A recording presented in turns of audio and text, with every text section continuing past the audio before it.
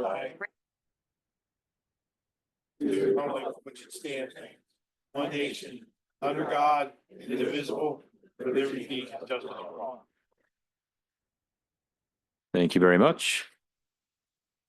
First, under announcements and presentations, I do need to make an announcement that the board held an executive session this evening that was to discuss personnel and real estate matters prior to the regular meeting tonight. Next, we're delighted to have Frank Ebelhoek. He's the chair of the Land Preservation Review Board, and he'll give an annual update of that program. Mr. Ebelhoek, welcome.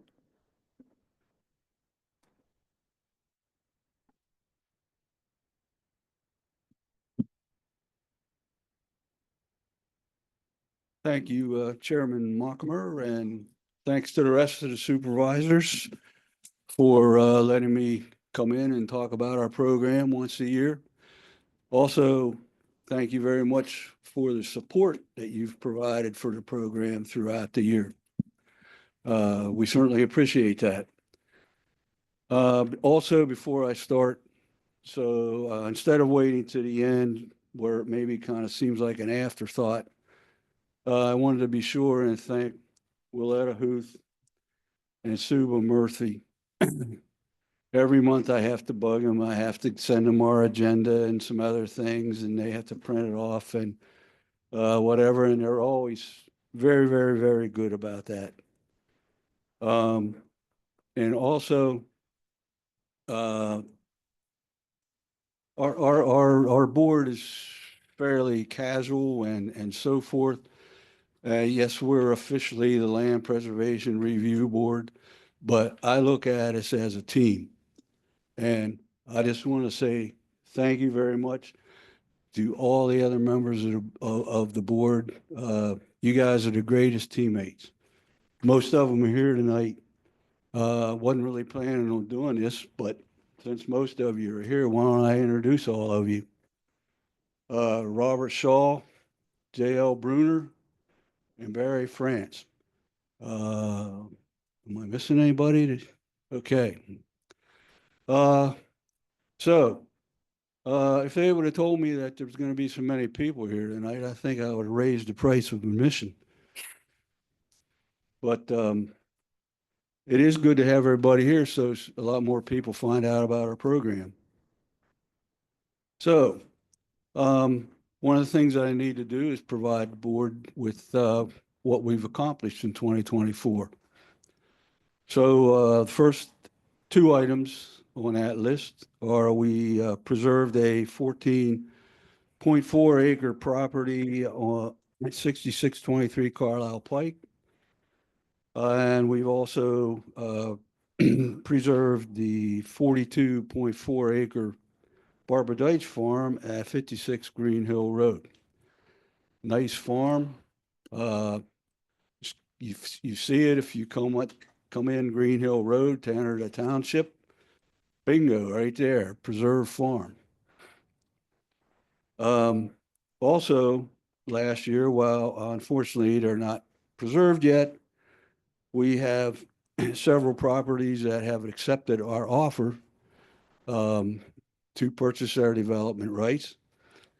And those properties are 16 Green Hill Road, 480 Locust Point Road, 7227 Wirtsville Road, 493 Sample Bridge Road, and also a totally undeveloped property on Old Stonehouse Road. All these properties are very nice. Several of them are farms, contain a lot of open space. And we're getting to the point in the program now where in certain parts of the township, we're starting to get kind of a block of preserved properties, which is really good. Also, we've received applications for 3 other properties last year. They just haven't progressed far enough yet to have us make an offer to them and have them accept it. Another good thing that happened last year was Supervisor Brown, who happens to be the program coordinator for our land preservation program, cooked up something pretty cool. It was a incentive program to encourage the farmers who are the ones that typically have the larger size properties, to encourage them to preserve their properties. Another good thing from last year, we finally got our board back up to the 7-member number that we're supposed to have. 3 new members came on board. Sharon Weavido, and I thank Sharon very much because seems like usually the secretary is not the most favorite position somebody wants on a board or a committee. But Sharon was more than glad to step up and take that responsibility. Also, I know you won't be familiar with this name, but Vince DiFilippo, who was once a township supervisor here and also the guy that kickstarted getting this program underway and becoming a reality. And matter of fact, the township was so mad about it, they named a park after him. Well, excuse me, a preserve. And last but not least, Barry France came on board. He's also a member of the Cumberland County Agricultural Review Board. Also, we haven't just sat around tables and had meetings and so forth last year. We were kind of busy. One of the things we did was make an outreach to several other townships, trying to get them interested in establishing a land preservation program. We spoke with and had email conversations with folks from South Middleton Township and Dickinson Township. In addition to that, we all attended a meeting of the Western Cumberland Council of Governments, as well as the Capital Area Council of Governments Managers Meeting, where both Supervisor Brown and Vince gave presentations to the participants. Another thing we did, we attended up in Carlisle, we attended the Cumberland County Forum for Local Conservation, which was held at, like I said, in Carlisle. There were leaders there from several conservation groups, including a York County commissioner, and Supervisor Brown gave a really great presentation to that group. And we're not done yet. We've also attended 2 meetings of the Cumberland County Agricultural Preservation Board. Supervisor Brown gave them a presentation about our program and also about the incentive program. And part of the reason that she made them aware of all that is because we frequently are able to pair up with the county to preserve some of our farms, which saves us money, and that's how we are able to offer an incentive.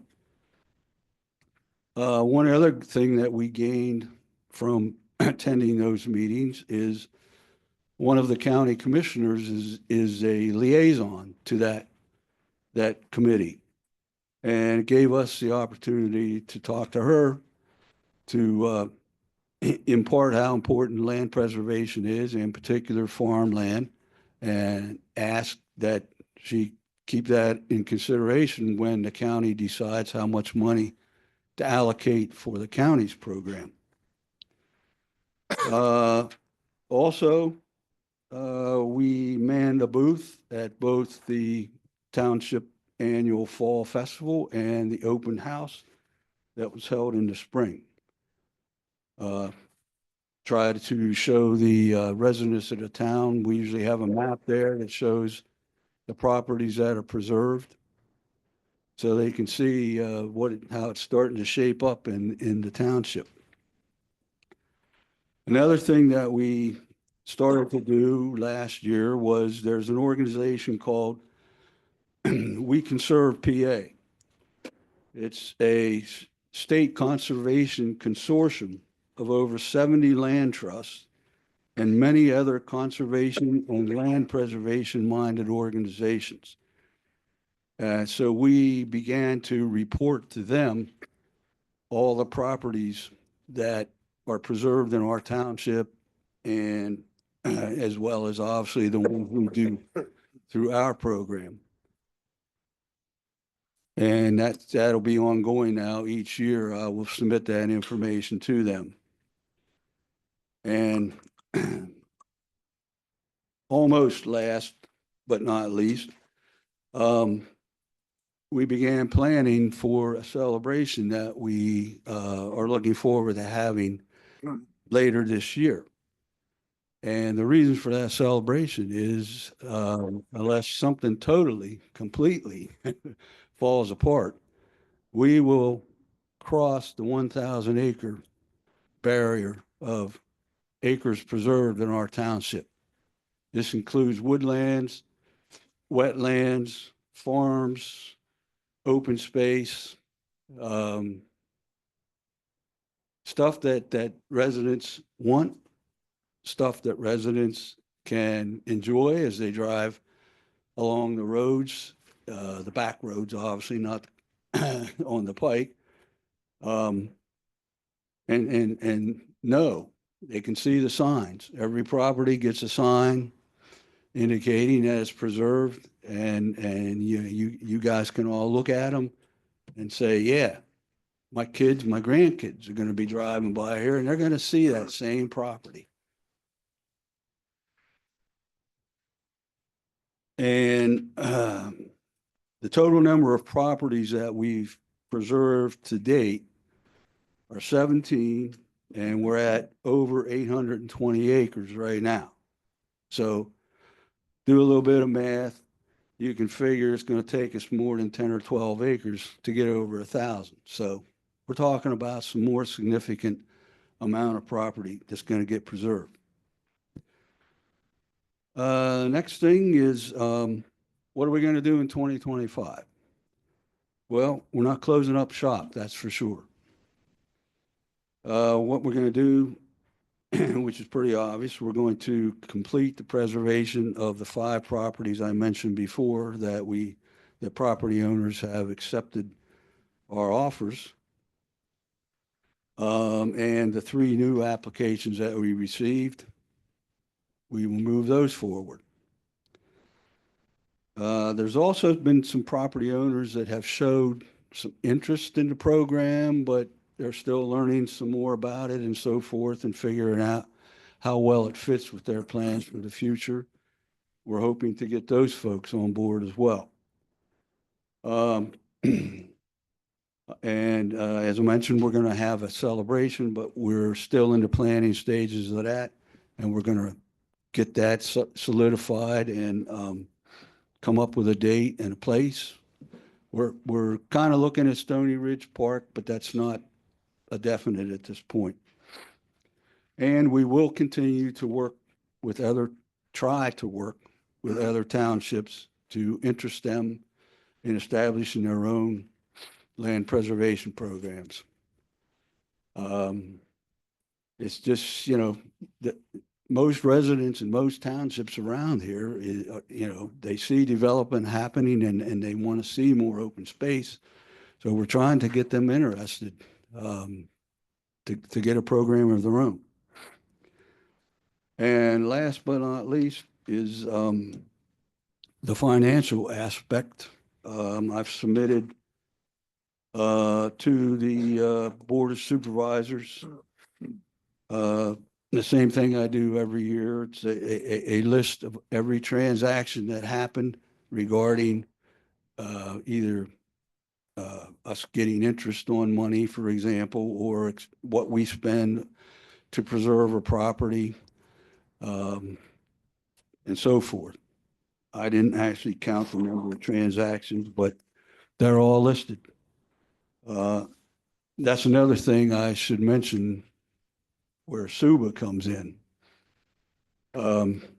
She keeps track of all this. She has to take the EIT funds that come in that are going to go to the land preservation program and keep track of those. And also, fortunately, we're at the point now where we've accumulated some money, a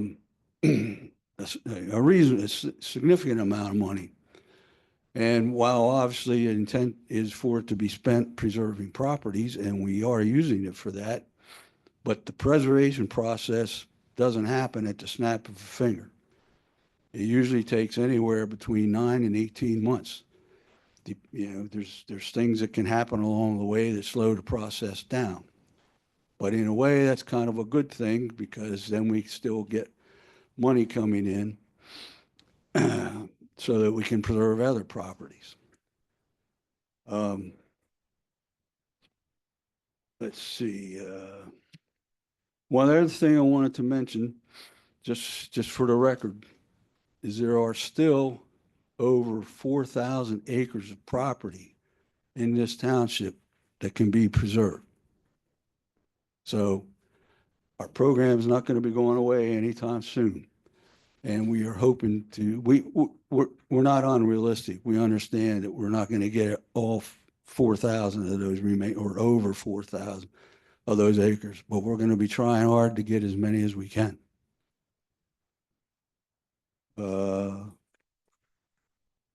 Any questions? Thanks, Frank. Comments or questions for Frank? Oh, not here. Good job, Frank. Thank you. Yeah, great job. Thank you. Thanks. Thanks, Frank. Well done.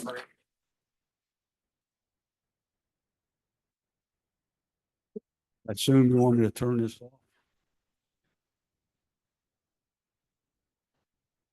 off? I'll be brief. I know we've got a pretty full agenda. Frank, I just want to say on behalf of the township, thank you and the team for all the work you guys are doing. It's an exciting time to get to a number that never was thought could get to. So we just jump right in. Scott, I'm going to be kind of really brief because we've got a pretty full agenda. There's our January year-to-date results. All of you know we had a pretty sizable transaction in January, the sale of the Costco property. This is where we are. We started out the year very healthy. We're trending ahead on the expenses, meaning better than we need to be, which is good. And then the revenue will be where it's at until we start to see the tax revenue. So jump right in. Only couple things I want to mention here is we did tell everybody about the Carlisle Pike underpass, which will connect the school over to the hemp property. That's going to be a 2026 initiative.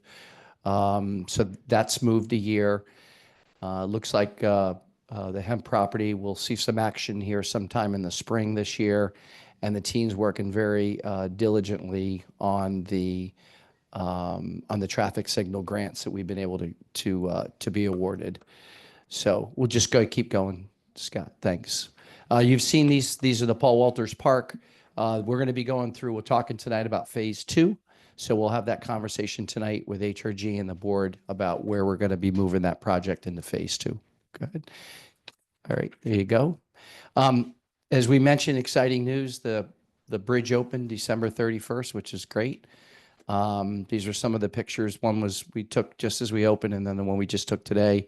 Very excited that this is there. Obviously, it's the gateway to one of the largest economic corners really in central PA that we're all going to see here over the next several years. So that's exciting. Costco, this was taken when they first broke ground. I don't know if anybody's been out at the Costco property. I was out there today for pictures. There's one more picture. Lots of work, lots of earthwork still going on. Costco has shared with us, they're probably now looking not in the summer, but in the fall of this year. Part of that is some project management change, but also more so the rock that they've hit, and that's just taken the delay. They've hit a lot of rock. a lot of rock. So anyway, so I'm just going to say they're telling us fall of 2024, 5. So that's when we'll see that project. Okay. Just the last page. The grants. These are the 4 major grants that we've applied for. There's a strike through on the CFA multimodal. They made announcements today. We did not make that list. So I just wanted to highlight, we unfortunately did not. Those are the other 3 that we're going to have in play for the rest of 2025. And then the last page is the 2025 events. We did have a very successful blood drive this last week. So I want to say thank you to Tyler and the team for that. And as I wrap up, I just want to share with you, I think you and the board know, we have been, as we finish the year, we have been doing the audit, and we're in week 3 of probably a 4 to 5 week audit that we have in right now from Meyer Dussel going through the 2024 year. So I think it's hundreds and hundreds of documents, and I'm being kind, that we've had to provide, and every day the team is doing that. So I just want to say thank you to the finance team. It is a task, but we do that because we have to then make the DCED report that we're required to make for the report. So I want to say thank you to finance for that, and all the staff for the work they've done. Thank you. Thanks, Ray. All right, that'll take us to public comment. Please come up to the mic if there is any public comment this evening. Okay.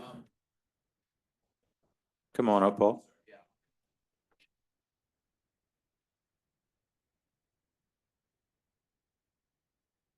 I have a point of order, a clarification on local parliamentary procedure. Currently on the agenda, you have an item under unfinished business called virtual meetings update.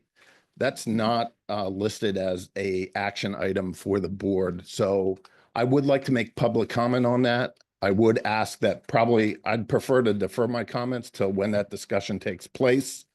Since it's not listed as an action item, will the board entertain public comment at that appropriate time? We will. Thank you. Thanks, Paul. Hey, Ray, I wanted to comment on your status report to the general public here. The goal is for the north side of it, where the 81 sewer extension project is, for the paving to be complete this year. However, we have some people out there that have either defied orders to hook on or have other issues with the contractors being backed up.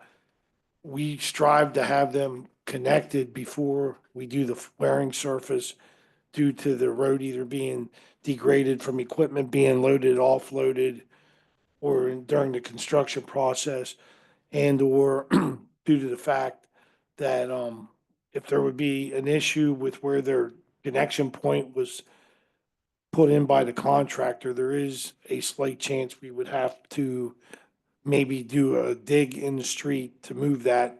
So there is potential that would run into early 2026. I know Ray had their 2025. That is our hopes and goals as a township, but there is a slight possibility that could have to be pushed. Do you know the number, Dave, that aren't on yet? Yeah, it's down to, I think, like 12 or something that they have not heard from. Some of them are being defiant, and we had a change in solicitors at the authority. Our other solicitor had health issues. So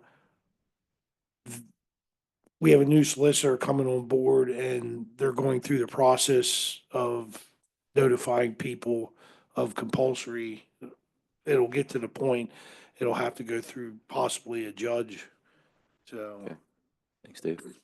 All right, and I think, was there another hand for public comment? Come on up. Empty lot. On later.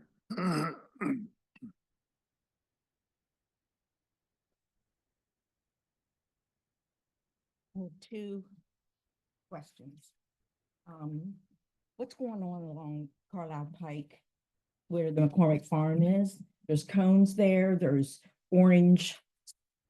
What's going on? I see a hand raised, Tyler, if you could help us. I can answer that for you. So that traffic signal light is on an old span wire. we're going to be installing the metal mast arms and upgrading that light with new technology. Make it more permanent?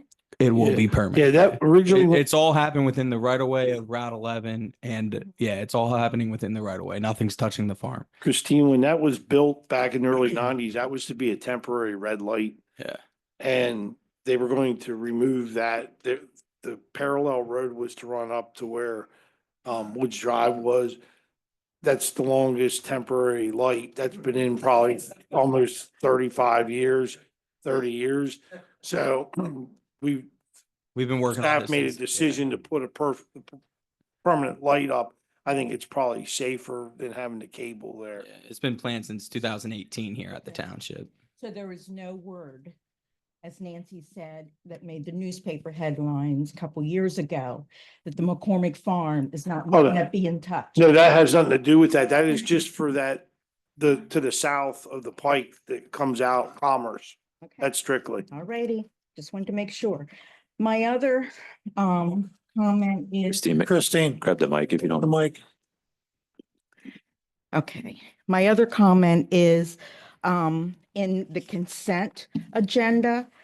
I know you're going to approve an ordinance revision in April. It is let me see here, where is it at? I think it's 5C. Yeah, it looks like it. Yeah, ordinance 2025-03, revising warehouse use.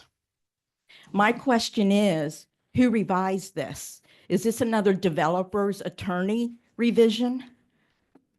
No, this would actually, part of what it does, Christine, is it takes warehouses from permitted to conditional use in the Okay. I2 zone. But this is just advertised. Yeah. and Yeah, just I yeah. understand. I understand that. My Right. question was, who wrote it? So are you saying that one of our staff wrote it and Yeah. then the solicitor? Okay. Correct, So yeah. like the one we're going to talk about tonight was not done by No. the developer's attorney? Correct. Okay.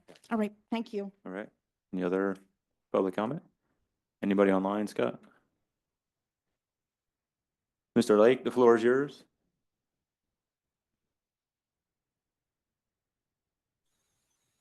Am I unmuted? You are.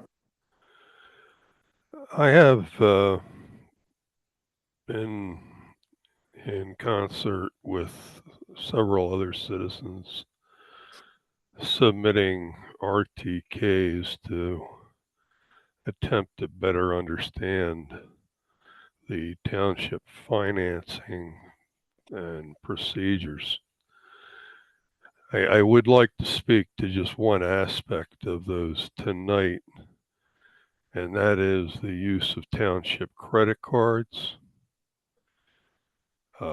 Having been a frequent traveler in my state employment, the state limits the use of credit cards in an employee's name to travel only. And the use of credit cards assigned to township employees seems very haphazard with respect to the Visa credit cards assigned. Each of you received a copy of a link to the statements for the 2024 Visa credit card purchases. I would suggest that with the state credit card, the use of a credit card assigned to an employee was limited to travel use only, and that use would only apply to overnight out of state. A similar policy should be instated for the township, just for a point of order. When traveling out of state or overnight, one had to submit a travel request cost justification, and there was traveled by one employee in March of last year that the hotel cost alone exceeded $540 a night. That would have been a red flag immediately, even if I would have been asked to travel out of country for the Commonwealth. The policy of the state is that the card holder is responsible for the payment of the balance, and the card holder then submits a request for reimbursement for receipts with a justification. That would ensure some order and accountability with respect to the township employees' use of credit cards. The number of frequency of purchases of product from Amazon alone brings up cause for concern in looking at these statements for the year.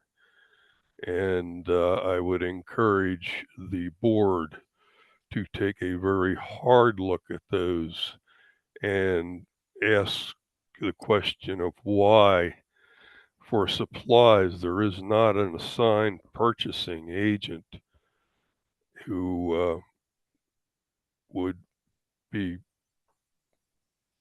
looking at the cost of the vendor for the specific items necessary for carrying out township business.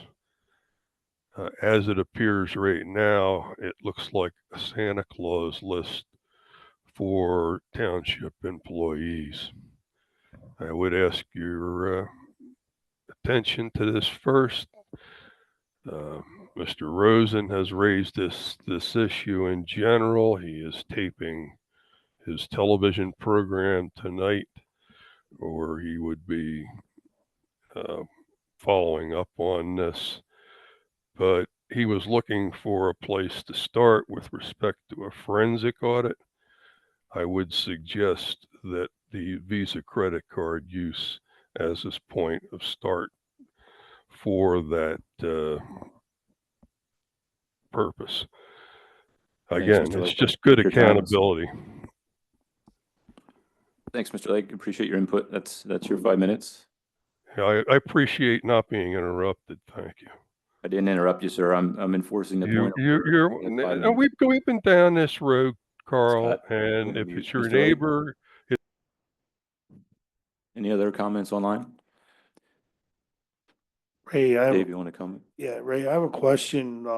When employees go travel, what measures are taken to ensure that they're going to like a motel that's economically priced and not, I mean, $550 a night? Yeah, I think there's probably more to that, and it's not necessarily a hotel that's 500 and something dollars a night. So I actually looked up that expense. It was, Parks and Rec did go to a training session. And it was the 12th through the 15th. And the total, it was 529 for the total time A night? there. 3 days. No, for 3 days Okay. and there was a male and a female, so we couldn't let them share a room, so they had to each have their own room. And when we do, so what happens when they use a credit card for a hotel, we do a credit card authorization form. I have to sign it because the township credit card is in my name that's kept locked in the safe. So what happens with that credit card authorization form is I fill it out, I sign it and say they dare only use it for the room and the taxes associated with the room. They are not allowed to charge any meals to it or anything. It is strictly only their room. Okay, that was like about 180 a night, so. Yeah. Ray, just to make a point, we've had 14 right to knows year to date. 12 of them are from the same two individuals. 14 are from the same individual. Okay.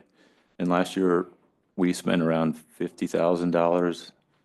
I think was that somewhere around the number for appeals and things like that, that ultimately the township was correct and one? That is correct. We won all Okay. the appeals. Okay, just want to make that point. It's frustrating.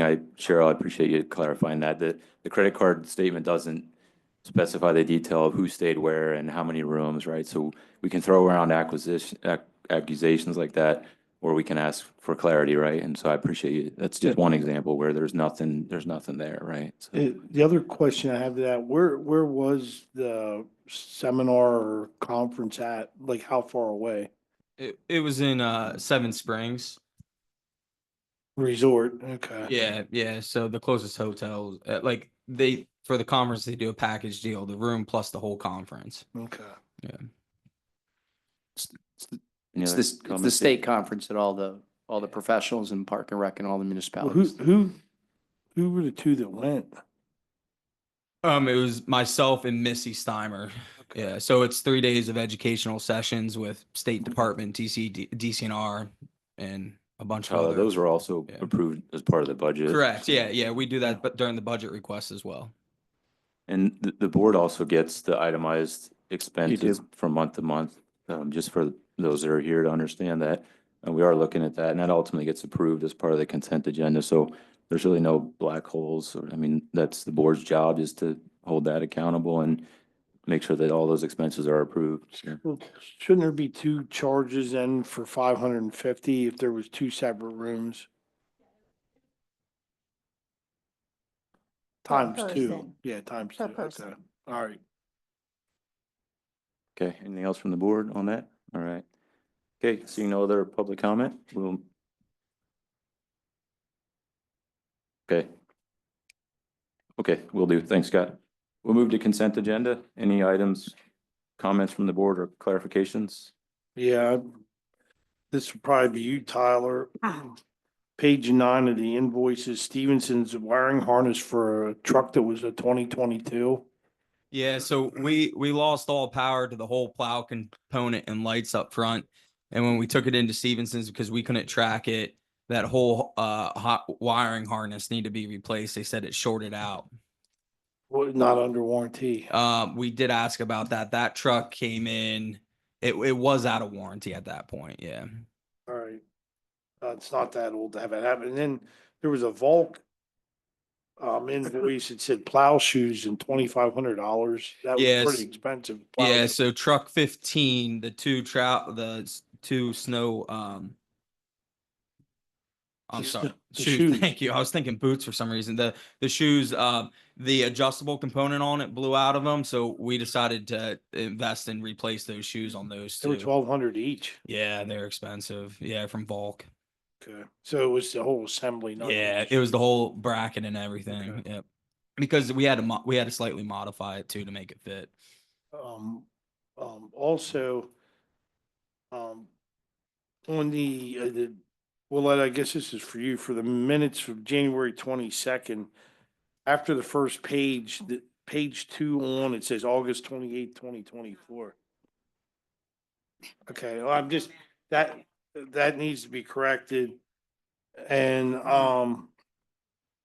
then I also would like added on page 5, Supervisor Lanker requested rewarding of the December 18th, 2024 minutes at page 3 to reflect his statements. You did, that was correct. Okay, all right. The other thing, page 11, when we talked about the Cost Road culvert, it said here, the board and staff had deliberated on several repair and replace options along with their respective costs. After careful consideration, it was determined the most effective approach would entail replacing the culverts in-house. Road alignment and construction tasks would be put out for bidding. I think what I proposed was them doing the prep work up to the point of the road going out. So I just like it clarified that staff is going to do the work to get the rock out, that we have it to grade for the contractor, because that's something I think we can utilize and save the most amount of money. They have two a couple of years to do it, so it's good winter work. So, I just want that clarified then. Other than that, everything looked good to me. Thanks, Dave. Harry? This is for Tyler. You're up, Tyler. Going through this is on page 8 of 10 on the expense report. The I 12th or see- the 26th, please. What? Which one? The 12th or the 26th Oh. one? This is for the 21st. Okay. And what page did you say? This is page 8. Okay. And it would be the vendor is Rhythm Engineering. Yep. I usually have a meeting every Monday night with some residents that they go over some things and some complaints and stuff. And one of the complaints I just got, and I think you and I talked about it on Texaco Road, Texaco 114, that red light. Okay. Someone told me the other day that they were waiting at the red light for an extremely long time until they had to make a right turn to get out of the red light. A right turn to get out of the red light. Yeah, they were going left. They were going to turn left and they turned right to get out of the red light. And I think you and I talked about that before, where I sat there for like 15 minutes Yeah. and the light didn't turn green. Mhm. It stayed green the other way while it was red for us. Yeah. Was that a real sunny day, Harry? Was it real sunny out? I think. No, I don't think it was. Remember we talked last summer, We've had some glare issues at that. yeah, light, I think that it's a glare, but I don't know. It wasn't real sunny. Okay. And it was in the morning. But the complaint I got was yesterday or last night at this meeting was that they waited an extremely long time. And I don't think it was sunny on Monday. I'm not sure. Yeah. So But what I any- would encourage is when that happens, residents need to report that to our department. And we need some details, right? We need time of day. We need to kind of know what the weather is like, right? That way we can get into the control box and understand exactly what's going on and pinpoint it. Now, when you and I talked back in January, that was at the time Hemp Bridge was opening back up. And we had different timing happening at that intersection with the detour. So since then, we have updated the timing to revert back to the original timing phases. Right. for And that I thought light. that was taken care of Yeah. until I got the complaint yesterday Yeah, about understood. this light and they sat for a real long time. And I know there was another time we sat at the red light, I sat at the red light and we had a bunch of trucks in back of us and they were beeping their horns because they wanted us to go through the red light. So that needs to be taken care of. There's going to be a real problem there. Something's going to happen. This light has historic issues with glare there on that light. Well, we need to figure out. And we have I'm not saying that we're not, right? But again, like we encourage when that happens, we need residents to call us when it happens and we need to pinpoint when that's happening because you're talking 48 hours, 24 hours in a day, right? We can't try to find the issue down to a second without more information of when it's happening. Well, I think when it happened to me, I called you almost Correct, yeah. immediately and I told you about it. So I'm just thinking safety wise, someone's gonna get really mad, go through the red light and there's gonna be an accident there. Well, So- I'm hoping no one runs a red Well, light. I do too, but if Yeah. they're sitting there for extremely long time, so I don't know what we have to do, how you do it. Yeah, or we whatever. have looked into that extensively over the last year. Dave and I have had multiple conversations about it. There's nothing wrong with the technology there, except there may be glare issues, just how the sun sets in that area. Can they run dual where there's a loop in Well, case? the challenge with loops, because we did have loops there, is they keep getting damaged and the cost to keep replacing a loop in the road. That's why we changed to the camera. And I understand, and I think with the way that road's positioned with the sun arc. Yeah. I I mean, know we it's can try to supposed- go back to the loops, but it was almost every year we were replacing the loops in Can the we- ground. Can we add another camera that it would be facing away from? I can look the into that sun? with signal service. Yeah, this intersection is not on rhythm, so we have some more flexibility to do stuff with the technology there. I would appreciate it and I'm sure. Yeah, that- I just want to be clear, Harry, that we have been actively working on this light for a betterment of a year. it comes and goes and it flows. It'll work perfectly for 3 months, and then something happens and we got to go out there and inspect it and try to pinpoint what's going on. Sometimes we find something, sometimes we don't, and then we're good for another 3 months, and then something else pops up, right? And that's the story with all 29 traffic lights in our township. You know, I understand that. it's a constant. Technology Yeah. is not perfect. but Correct, When it's yeah. not working. Yep. That, I forgot to tell you, Tyler, had somebody, a resident talk to me.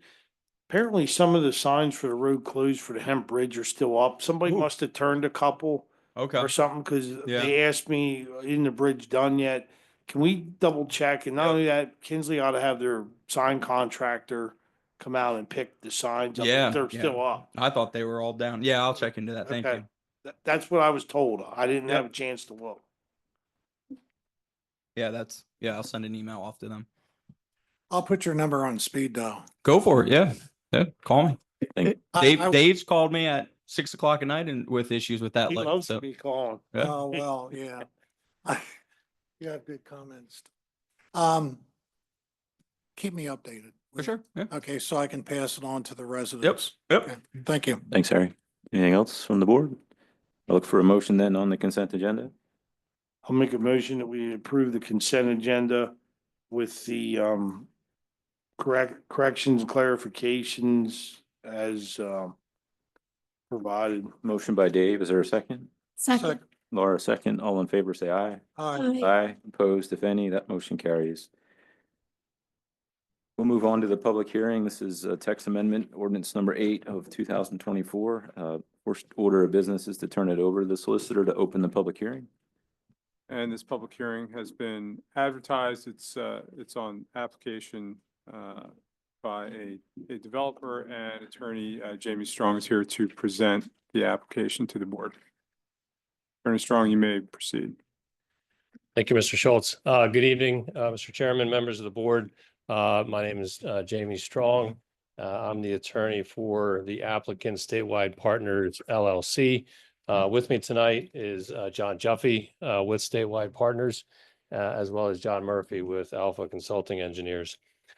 Before the board is a proposed amendment to the zoning ordinance to permit accessible residential multifamily dwellings as a use in the interchange regional gateway zone.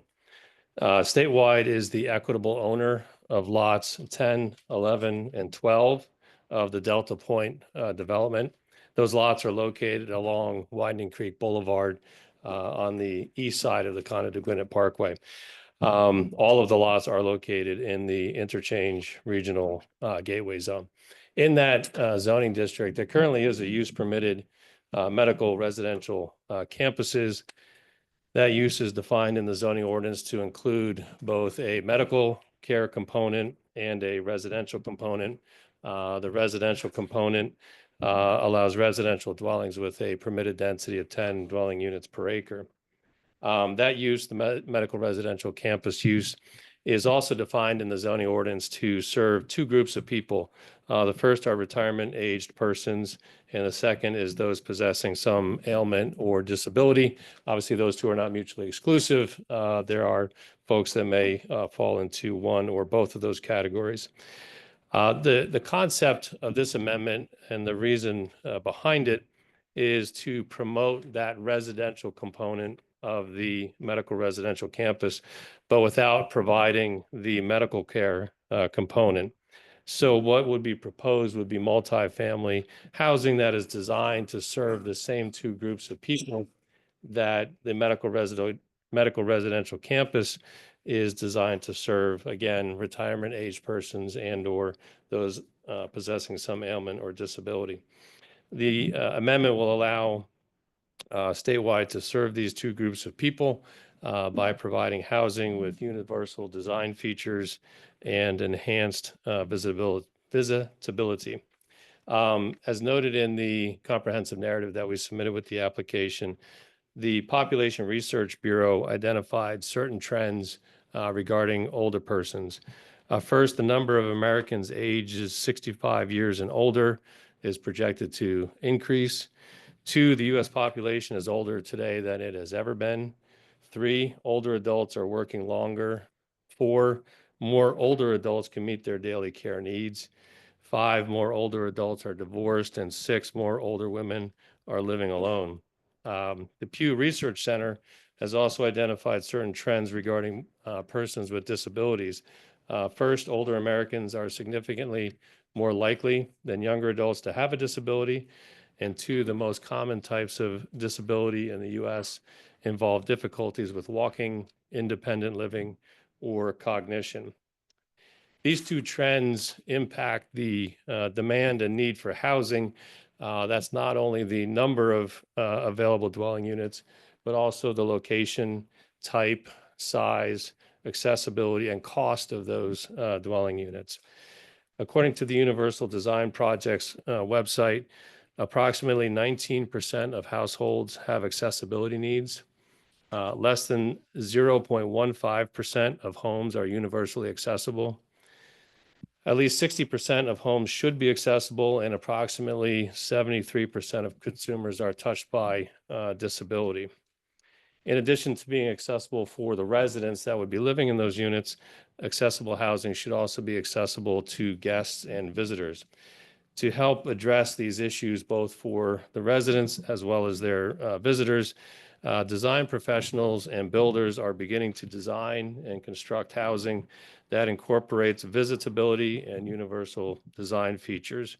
These types of enhanced accessibility design features help to ensure that housing can be lived in, visited by, and accessible by all, including older persons, those with mobility issues, and with disabilities. This is a similar concept to what was done at the Blue Ridge Commons project in Lower Paxton Township. It provides another housing type for a move-down buyer and allows for aging in place in the township. It also serves and attracts the 2 groups of people that I mentioned earlier through those concepts of accessibility and visibility without having to age restrict the housing. If we could pull up the first, oh, it's already up. So that's a site plan that shows the 3 lots that I mentioned, lots 10, 11, and 12 of Delta Point. On the right side of Winding Creek Boulevard, highlighted in the sort of more green color. Delta Point overall has 10 lots that are located on the east side of the Conneaut Parkway. After 15 years, and actually we're probably now pushing closer to 20 years, 6 of the lots out of those 10 remain undeveloped. And generally speaking, it has been the lots with frontage along the Conneaut Parkway that have been developed. The one exception there would be Lot 9, which is proposed to be developed for the self-storage facility. With that, I'll have John come up and provide an overview of what is proposed. Good evening, Mr. Chairman, board members. John Murphy with Alpha Consulting Engineers. I think most of us are familiar with the Winding Creek Road and Boulevard. As Jamie said, this project was started quite a while ago. What we're focusing on is 3 of the 5 remaining lots, lots 10, 11, and 12 in this area right here. Right across the street is the existing hotel, and there's a couple office buildings in this area, which is on the frontage to 114. One thing I wanted to point out was when this project was done, and very few projects do this, but one recently was across Carlisle Pike, is all of the traffic improvements were completed for the entire build out of the project at that time. The developer built 2 lights, spent $3 to $4 million in dollars from probably 17 years ago. The main light there, Locust Honey, it's farther down, Locust Honey, and which connects to Old Willow Mill across the road. They put all the infrastructure in on site, and they also built the light at Pleasant Grove and Old Willow Mill North. So I think it's an important component. All the traffic components were completed at the onset of the project.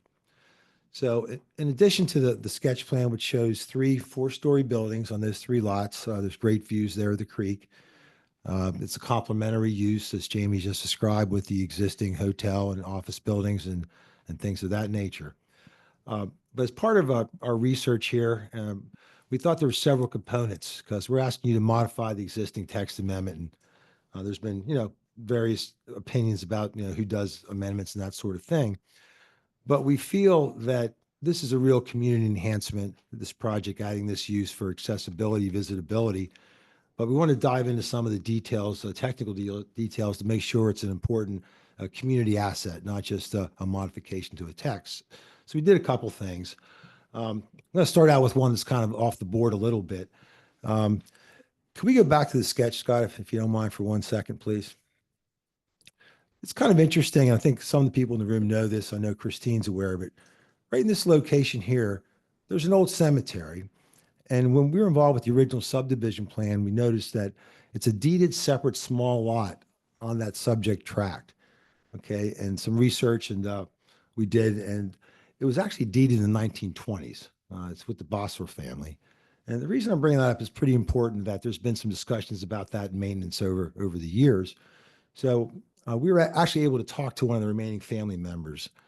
And we wanted to assure the family members that should this project move forward and get constructed, that cemetery would be preserved, it would be maintained and respected as a final resting place. So we thought that was important. The original plan, the subdivision plan, we actually put in an easement from Winding Creek Boulevard so it could be accessed. If the family wanted to access it or maintain it, they have the right to do so. So I think it's really important for our conversation this evening that the developer is committed, has spoken with the family members, and is committed to maintain and uphold the integrity of that cemetery.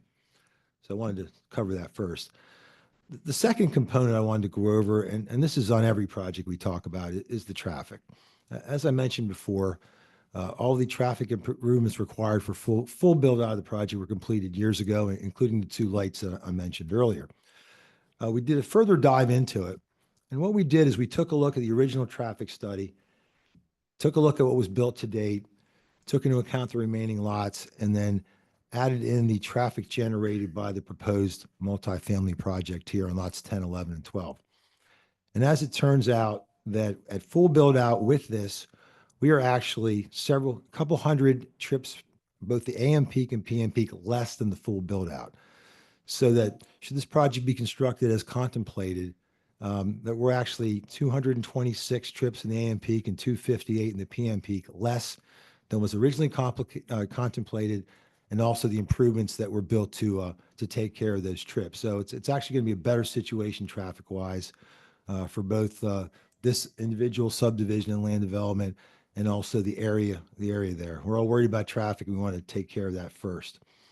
We also did Mr. Aaron had a chance to look at that, and certainly be happy if he would like to opine on that analysis. We felt that was important. The second thing we did, and so that's the alternative. Okay. Could you flip back just for a second to the green part of the first one I just mentioned, Scott, just to look at that one chart. It would be the trip generation comparison summary. I believe it's on about the 5th page or 6th page.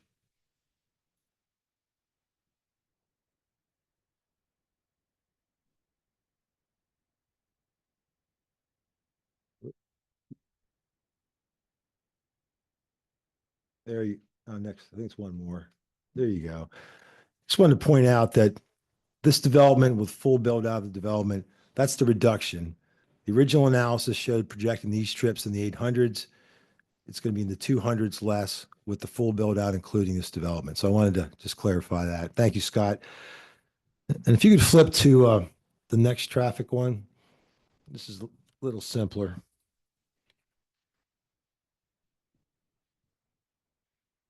Maybe on the 2nd page, please, Scott.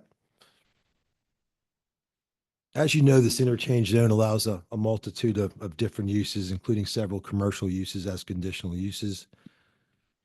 I just wanted to point out at the bottom of page 2, if you could, thank you, Scott. That's what we're proposing, just these 3 lots, 120 trips in the AM peak and 117. There's other uses that are allowed in the current zone that would generate as much as 683 or 558. So I think from a traffic perspective, it's pretty clear. This is very complementary and will actually be a lot less than the originally contemplated traffic and the improvements that were constructed. The next thing we took a look at, and I think we're all interested in this, is our pocketbooks. So the logical question is, if we're building these type of units, as opposed to the traditional offices that have been built and could potentially be built in this development, what's the impact? Now, we all know, and I know Ray and staff have told me numerous times, the school district gets a bulk of these taxes. We all know that. The township gets a much smaller percentage. But even on these 3 lots, the annual taxes to be generated for the township would be about 142,000 under a traditional office scenario that's been built there. But with this scenario, it's 214,000. So from an economic perspective, this project generates over 70,000 more on these 3 lots per year to the township forever. So that's included in your packet also. So with that, those are the items I wanted to check, make sure the traffic was good, make sure it wasn't a financial hardship on the township for this modification if approved, and also that the developer is respecting the existing cemetery and will continue to do so. That's all I have unless there's any questions. John, who actually owns that deeded lot with the cemetery? Well, it's interesting. There's if you look at the tax maps, there is no owner listed. Okay. But we believe it's part of the Bosford family that did a lot of work in Carlisle over the years. It was actually interesting. We ran into an old Bosford plan the other day in the office from the 1900s. They developed a good portion of Carlisle. So we believe I didn't do the whole chain of title. Perhaps John, when he testifies, could give us more information, but it's probably some heir of the Bosford family. Okay. John, if this would be approved, I mean, would you word it a little bit more definitively as to maintaining, because we ran into this issue down at the Silver Spring Square, would it be to a certain standard that would be acceptable to staff, that, it isn't like every other month you're gonna mow it, it'll be incorporated in with the regular maintenance that they do on their facility? Yeah, we'd be happy to incorporate that and accept that condition, Supervisor Lankert.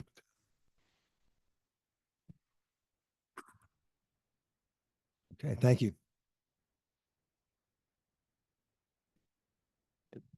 So we did actually find it was a 1927 deed to Abram Bossler.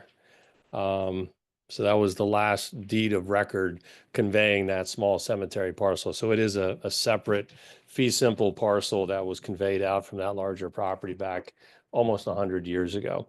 And I guess any maintenance, we'd have to have their permission to go on their property. But as was mentioned, we have made contact with a family member and have had good discussions with him so far. So with that, I'll have Mr. Juffy come up. And Scott, if we could pull up that elevation, just to give a little bit of an overview of this type of use and what would be expected if the project were to proceed. John? Thank you, Amy and John. I'm John Jaffe with Statewide Partners. Hopefully you can hear me. It's just to continue, just because we're segueing from the cemetery. I spoke personally to Mr. Bosley. Was aware that the cemetery was there. He does have other heirs, so it's more complicated than saying, here's the one guy that controls everything. But he was aware of it. I think the family is totally aware of it, and certainly that's something we're committed to working with, and that's what I communicated to him. And I said, as we progress through this, we'll stay in touch with him, and whatever we need to do to preserve that, we're committed to doing. Just a little background on us. We're family company, builder, owner, developers. I've been doing this about 20 years. My dad, 20, 30 years before us. We own, operate somewhere around 1,000 apartments here in Pennsylvania. Have some other stuff under entitlement in a couple different states. This one here is one we just recently completed. It's 119 units. It's not meant to tell you exactly what would go here. We're still obviously in the conceptual stage, but it's just an example of something we built recently and completed in Carlisle. It's in the Northside Village. It was part of the redevelopment that was done downtown there. So it's a 4-story, 100,000 square foot, 119 units. It's all 1 and 2 bedrooms. That's what we'd be focusing on here too. That's what the demographics would want for this use. Is it, I mean, they brought up the accessibility. Is this Sure. geared to 55 and older? Or is it anybody can rent it? This one's for anybody, but they spoke a little bit to those accessibility features. The biggest thing there is having the type we're going to do that has like an elevator in there that gives you kind of that accessibility access. And this building is emblematic of that because it does have an elevator, so it's So, but accessible there's for no everybody, age but it's not. restriction. But this has no age restriction. It's not age targeted. That'd be just one of the just aesthetically similar things. You kind of get an idea of who we are and kind of what we do. And if you're curious, you can Google Northside Village and see what that's about.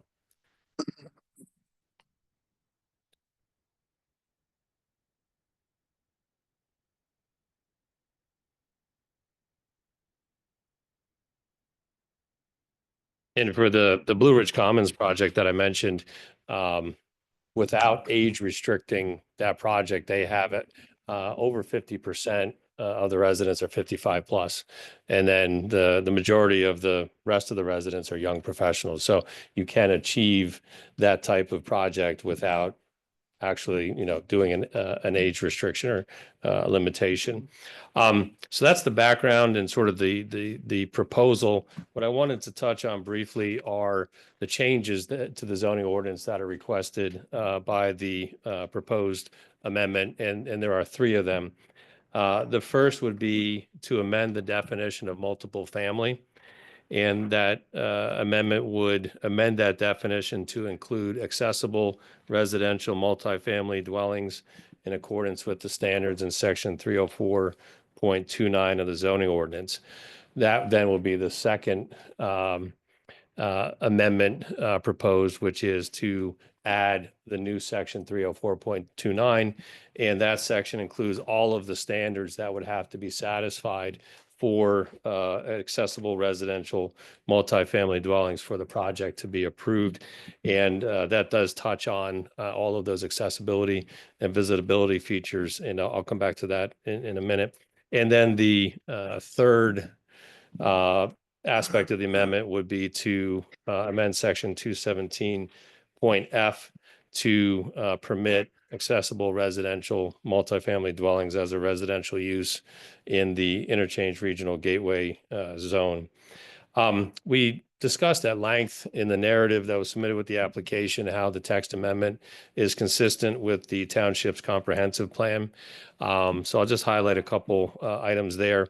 The zoning ordinance, as I mentioned, already permits residential dwelling units that are designed to serve older persons and or persons with disabilities in this zoning district. So the amendment that we're proposing is consistent with what is already permitted in the zoning district under the current zoning regulations. The parcels are located in the comprehensive plan's designated growth area and the public infrastructure area.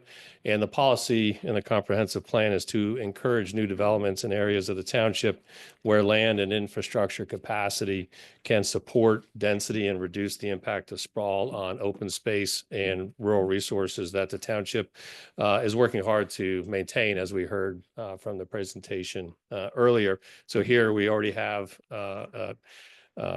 a subdivision plan that created these lots over 15 years ago.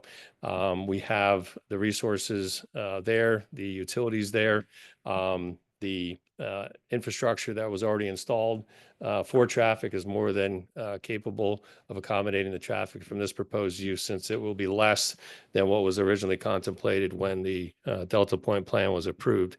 And lastly, the comprehensive plan identifies a need for additional multifamily housing in the township. So the text amendment will provide for multifamily housing type that is consistent with both the medical residential campus use that is already permitted in the district. It's be consistent with the comprehensive plan, and it will require and provide for visitability and universal design components that will serve a growing segment of the population and that is not otherwise provided for in the township.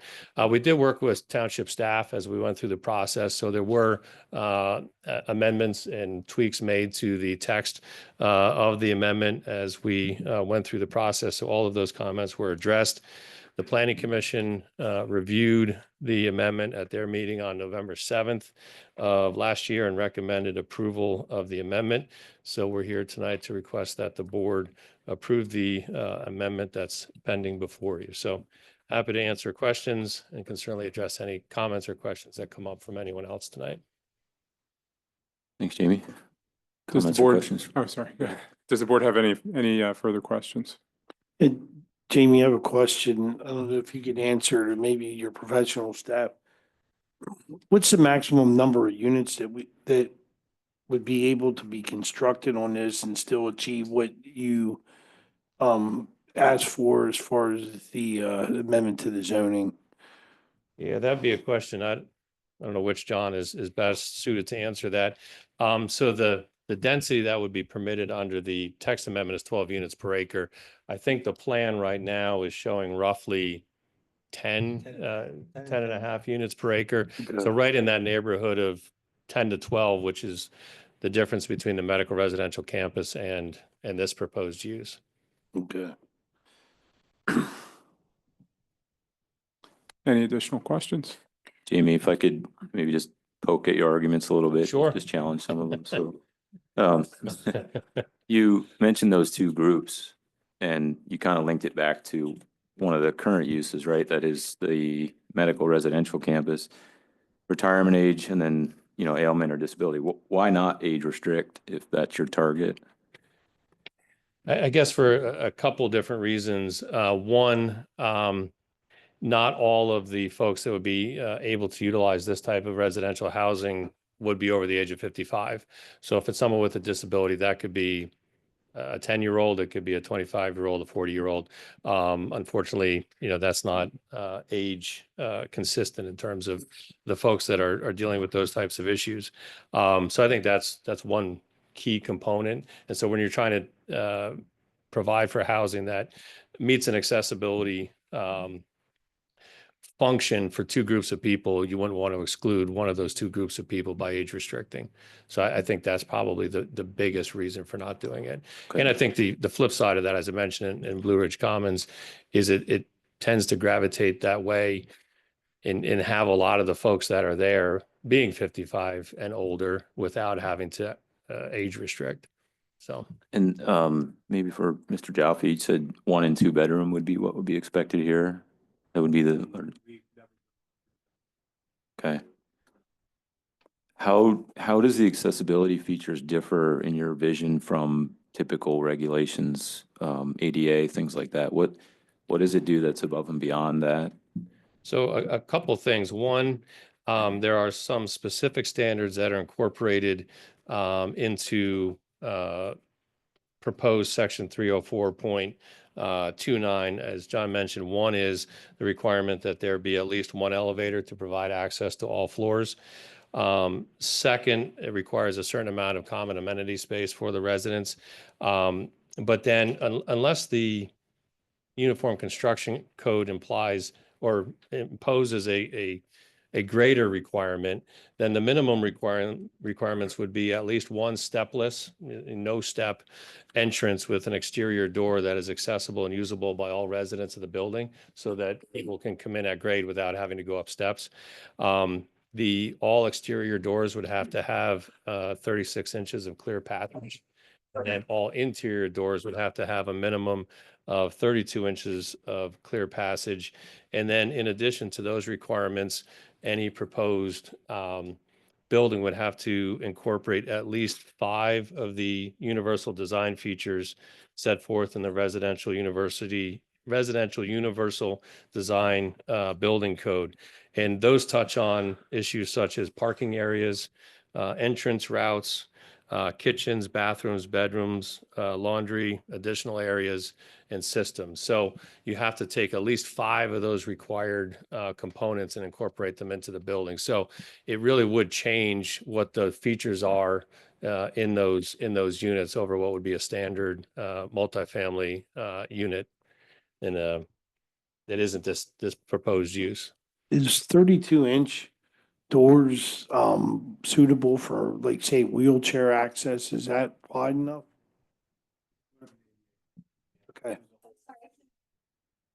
Oh, It's whatever the ADA.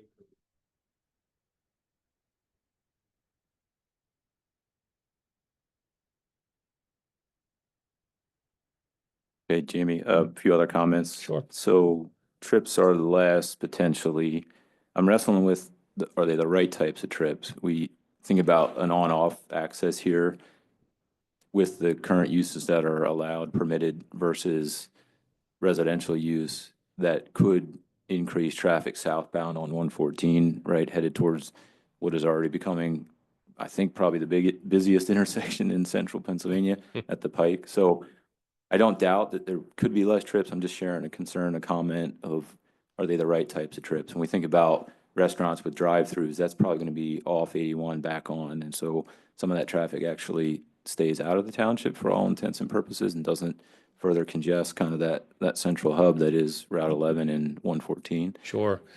I'll kick that over to John. I guess my one thought on that, if these were office buildings, you would be drawing folks not just coming in off 81, but a lot of, I would think, township residents that would be working there as well. So that About restaurants as well. Yeah, I mean, that could be township residents. I don't doubt it. There's two sides to that. So. Yeah. The other thing, Carl, I worry about too is I know we're eventually gonna have to put multifamily in through here.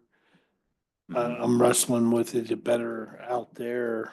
And if they're gonna go shopping, they'll probably hit 81 unless they're going to the immediate area. Yeah. That's what I'm wrestling with. I think, Carl, that's a tough one to quantify Yeah, I specifically get it. because someone living there could work in Harrisburg, get right on and off 81, to your point about like a fast food restaurant or something of that nature. But I think the big increase, the big decrease in the volume, of hundreds of units in the peak hours, I think that would override your concern about people going southbound to right out here, the big intersection. So I think the volume deduction is so big, I think it would overcome some of those concerns, but we don't know exactly where everybody works at this point. Yeah. Okay. I have just a few more comments and I'll pass the mic. So the EIT, don't need to dive into the technicalities of it, but I guess the point you're just trying to make is that there'd be a bump in the tax increase potentially with the use. We don't know the ultimate EIT, especially with the mix of age and working class versus retirement, right? So it's hard to really quantify what that tax increase would be as well. So I think I'm just putting an asterisk next to your calculation there. So. Yeah, and I wouldn't disagree with that approach. Obviously, we're modeling those. They are estimated recurring tax figures. Whether they're a little bit higher or lower certainly would be something that we would see as we move forward. Okay. And then just to bring to the table a comprehensive plan, which you mentioned, and then kind of the ordinance that supports that for the regional gateway. And I realize this is a living, breathing document. I'm not saying it's set in stone, but this, and Dave kind of used the good word, right? Like wrestling with, is this the right use? So just reading the regional gateway, it's kind of a hard thing to squeeze in there.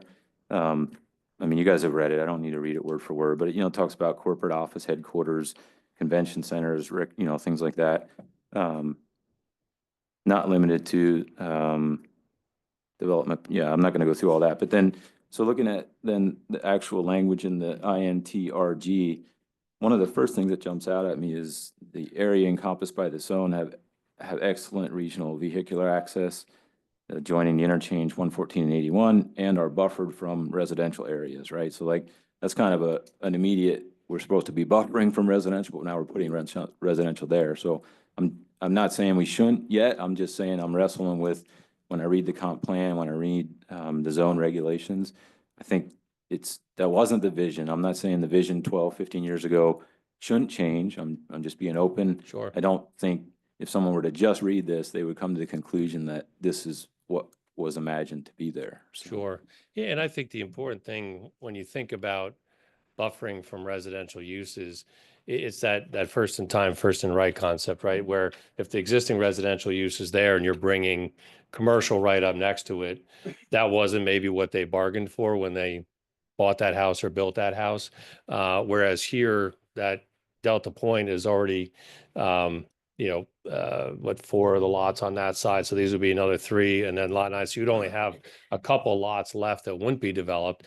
So here the residential is coming to what's already established in terms of the commercial development, the hotel, the Pennsylvania Medical Society. So someone moving to that facility knows what's already there. So that's how I always view buffering is, sort of you're protecting the residential use that's already there. But if the residential use is moving to that, then they understand where they are moving to. And, I think to Mr. Lenker's point, when you're looking at the comprehensive plan saying we need more multifamily in the township, the question becomes, where do you put it then?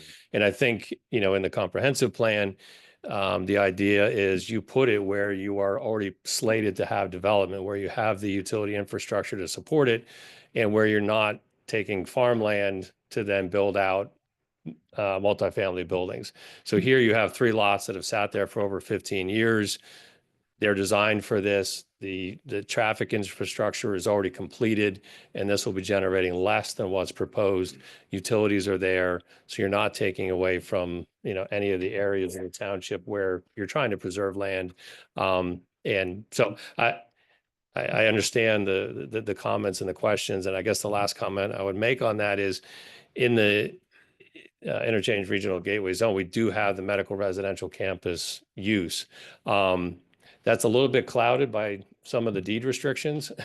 There are deed restrictions out there. As long as Penn State has their medical center there, that medical clinics can't be developed on other lots. So you have to deal with some of those sort of practical realities. But I think stepping back away from That would have been that, part of that transaction, you're saying? yeah. Okay. But stepping back from that, the medical residential campus accounts for 10 dwelling units per acre. And here we're just about, 10 and a half roughly on that sketch plan. So we're not talking about a change in density. We're not talking about introducing more residential than what is already permitted in that zoning district under the medical residential campus use category. So we're not trying to put residential where it's not already permitted, and we're not looking to add relatively more density than what's already permitted in that district. So those are my thoughts in response. Thanks, Jamie. Um, Harry, go ahead. Yeah, a couple things that were brought up during the planning commission. They talked about transportation, buses, cars, et cetera. How do you deal with those items?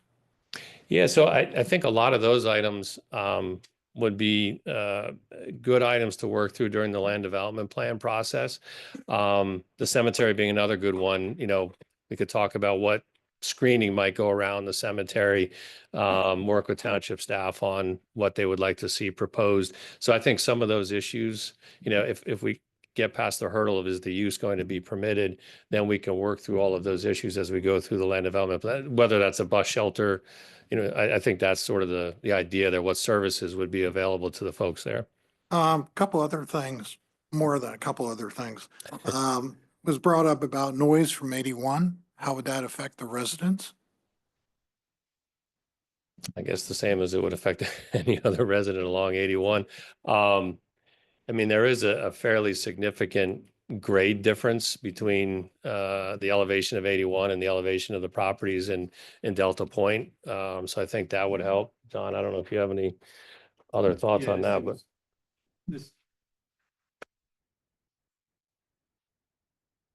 2 points, and one just to add on your observation too. So for the new buildings that we're building, the sound attenuation is really good. It's just nothing that ever even crossed my mind. So you can do, if we're worried about it, you can go to the architect, you can do certain things in the exterior of the building to do it. But also if you look at where that's situated, it's not right against 81. It does kick back a little bit of distance there. So it's just nothing that we're super worried about.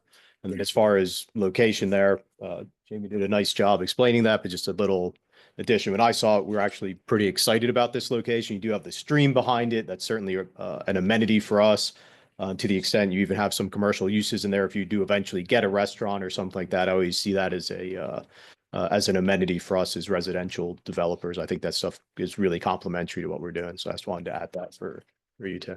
And I think you mentioned About the age of the residents? Would you talk about that a little bit again, very briefly? Sure.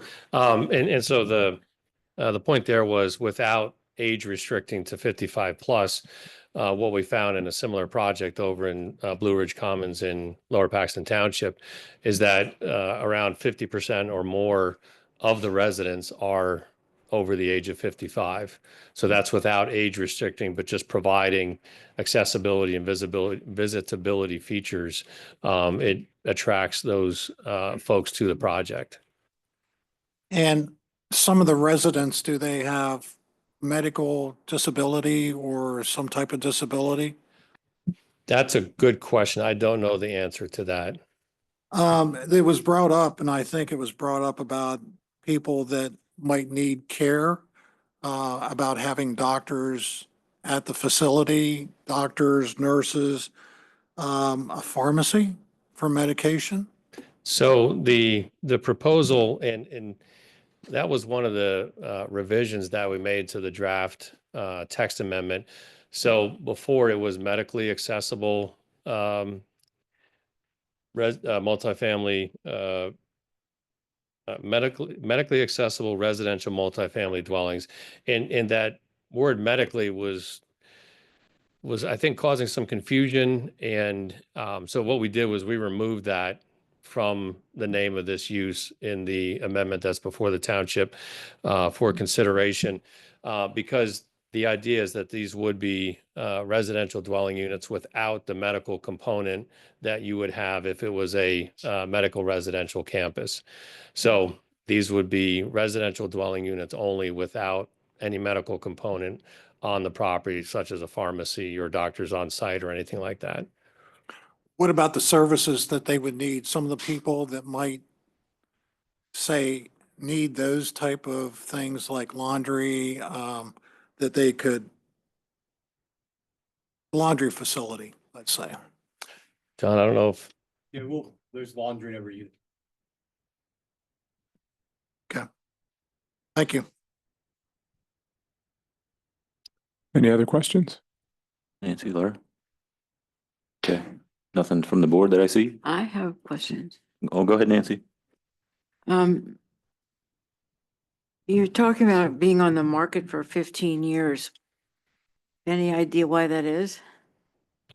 that, I don't know. That's not my area of expertise. John, you want to touch on that? Let me take a stab at this, trying to explain real estate. My personal opinion, I think you just have the office market is just Saturated. it's just saturated. It's like I said, it's one of the reasons we came in here, because this property was marketed and we were introduced to the seller by the broker. The broker that's marketing this is a fairly competent guy in my estimation. It's just something that sat out there for a while. They did have some traction where you have, as John pointed out, the stuff that has frontage along the road where you have the traffic count to see some of those commercial uses. Those were the first buildings that went. This stuff sits behind. You don't have good visibility. It's actually why the residential makes a lot of sense here. So Nothing to do with the cost. with the cost of the Was too expensive to buy. to buy the land. I'm saying, did it Yeah, the not land- sell because it was too expensive? Well, I mean, that's kind of a subjective measure, but the land was priced, in my estimation, reasonably for that office use and the density there that would have been allowed. It's just that there's too much office vacancy right now for that to be a viable use for that. Probably at any price, actually. I'm actually okay going on the record saying that. And if you would, please, define multifamily in terms of numbers. We're talking 10 to 12 units per acre. When I look at that ginormous building or sets of buildings, how many people is that? Well, you have combination of 1 and 2 bedrooms. This, if you max out the density, you have 12 units per acre, so it would yield 272 units as a maximum. And then that would be 270 if you did, figure of, I don't know what the breakdown would be. We'd have to figure out So we're talking 550, 600 No, it people. wouldn't, because you'd have predominantly 1 bedroom. So you'd have probably a 60, most aggressive would be 40% of the units being 2 bedrooms, something like that. You probably have closer to a 70-30 on a 1 bedroom, 2 bedroom split, but call it a 60-40. And then you'd have to assume that even the 2 bedrooms, you wouldn't have older folks using those as a den. You don't get any kids in anything like this. But you'd probably be looking at, if I had to guess, 350 to 400 as far as residents, something like that.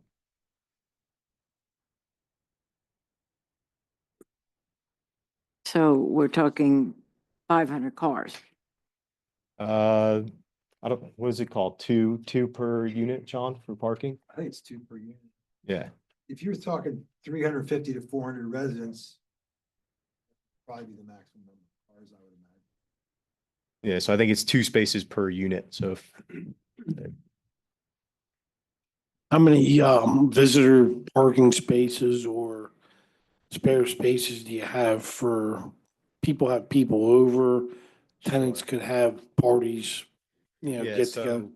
so parking is one of the things I find explaining very often for what we do. We typically, this is actually, we're just suggesting here, we're not changing anything with what you guys do for parking. It's whatever the typical ordinance is. We've actually parked things 1.5, 1.2 per unit, regardless to bedroom count. And we find that they work. But one of the things that I like to reiterate whenever I get a chance to talk to people, what we do is we're builder, owner, operators. So I don't build myself into parking problems.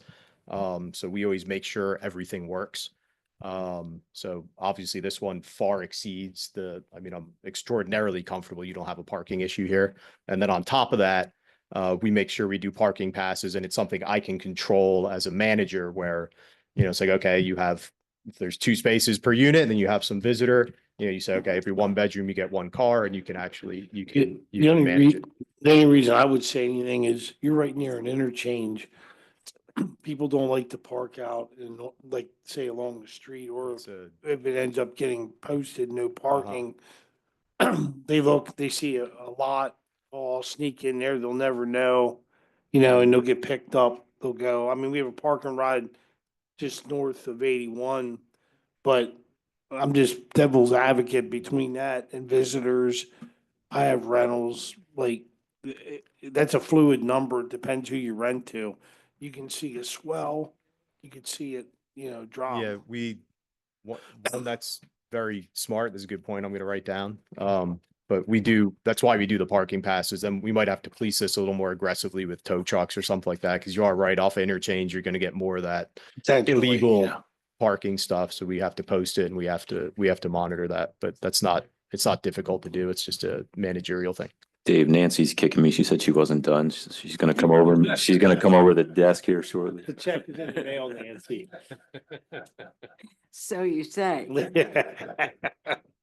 For the full amount. Moving right along. I go back to this, and I think we're all conflicted by this, but I go back to the purpose of this interchange regional gateway zone. And it specifically says here, local officials, and I guess that would be us, view this interchange as a premium regionally based development site and a gateway to the township.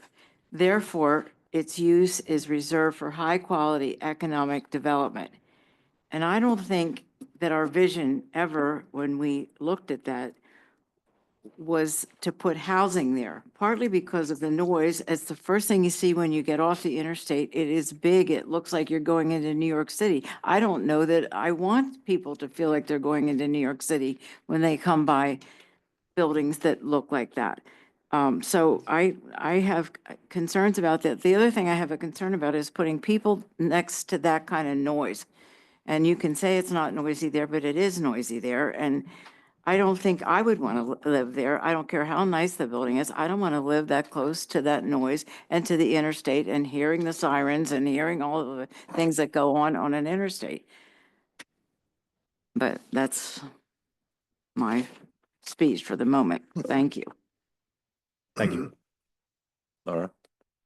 I don't have any questions. I think I've already made up my mind. Okay.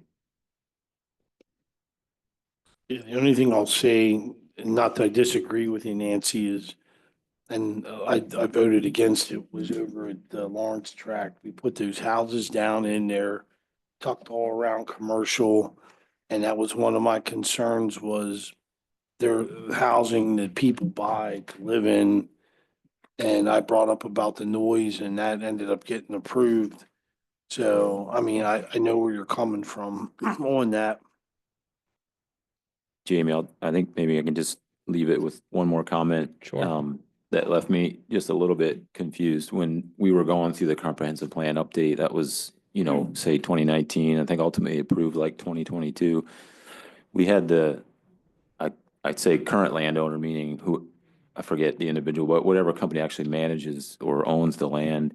And they explicitly asked us to leave this zone alone at the time.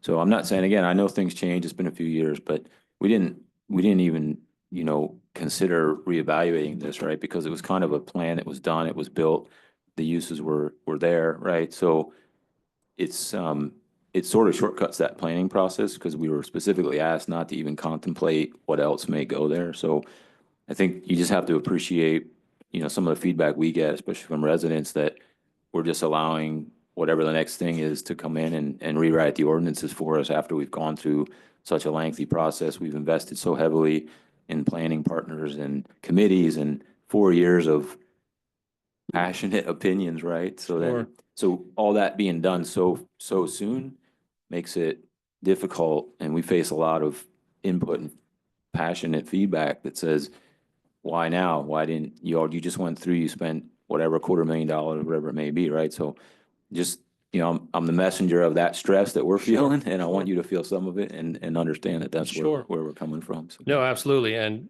I understand that. A couple thoughts, I guess, that I have in response. One is, as township supervisors, both with your comprehensive plan and with your zoning ordinance and with your subdivision and land development ordinance, those are not documents that you adopt and just put on a shelf and never revisit.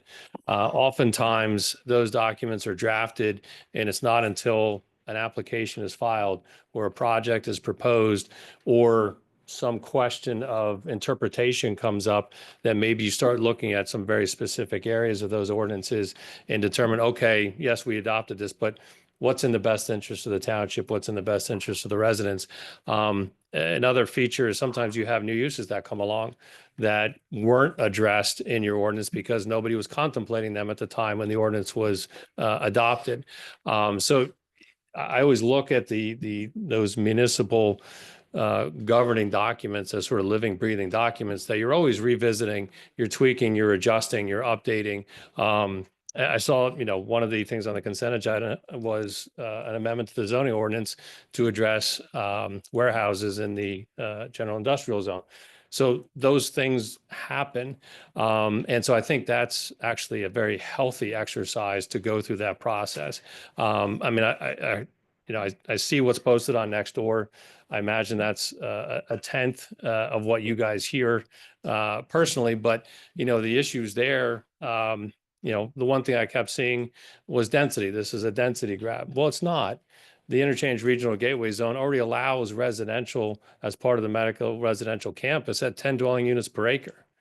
And to your point about having residential in this area, you already have hotels. So you have folks staying in a 4-story building in this area. Bed and breakfast is allowed. The medical residential campus where you have 10 dwelling units per acre is allowed. So it's not that this is the first time that folks would be there staying overnight, as opposed to just working in an office building. But have you Sure. ever gone somewhere in your car and stopped at an interchange to, spend the night at a motel, and you get next to the interstate and you can't sleep all night long because of the noise?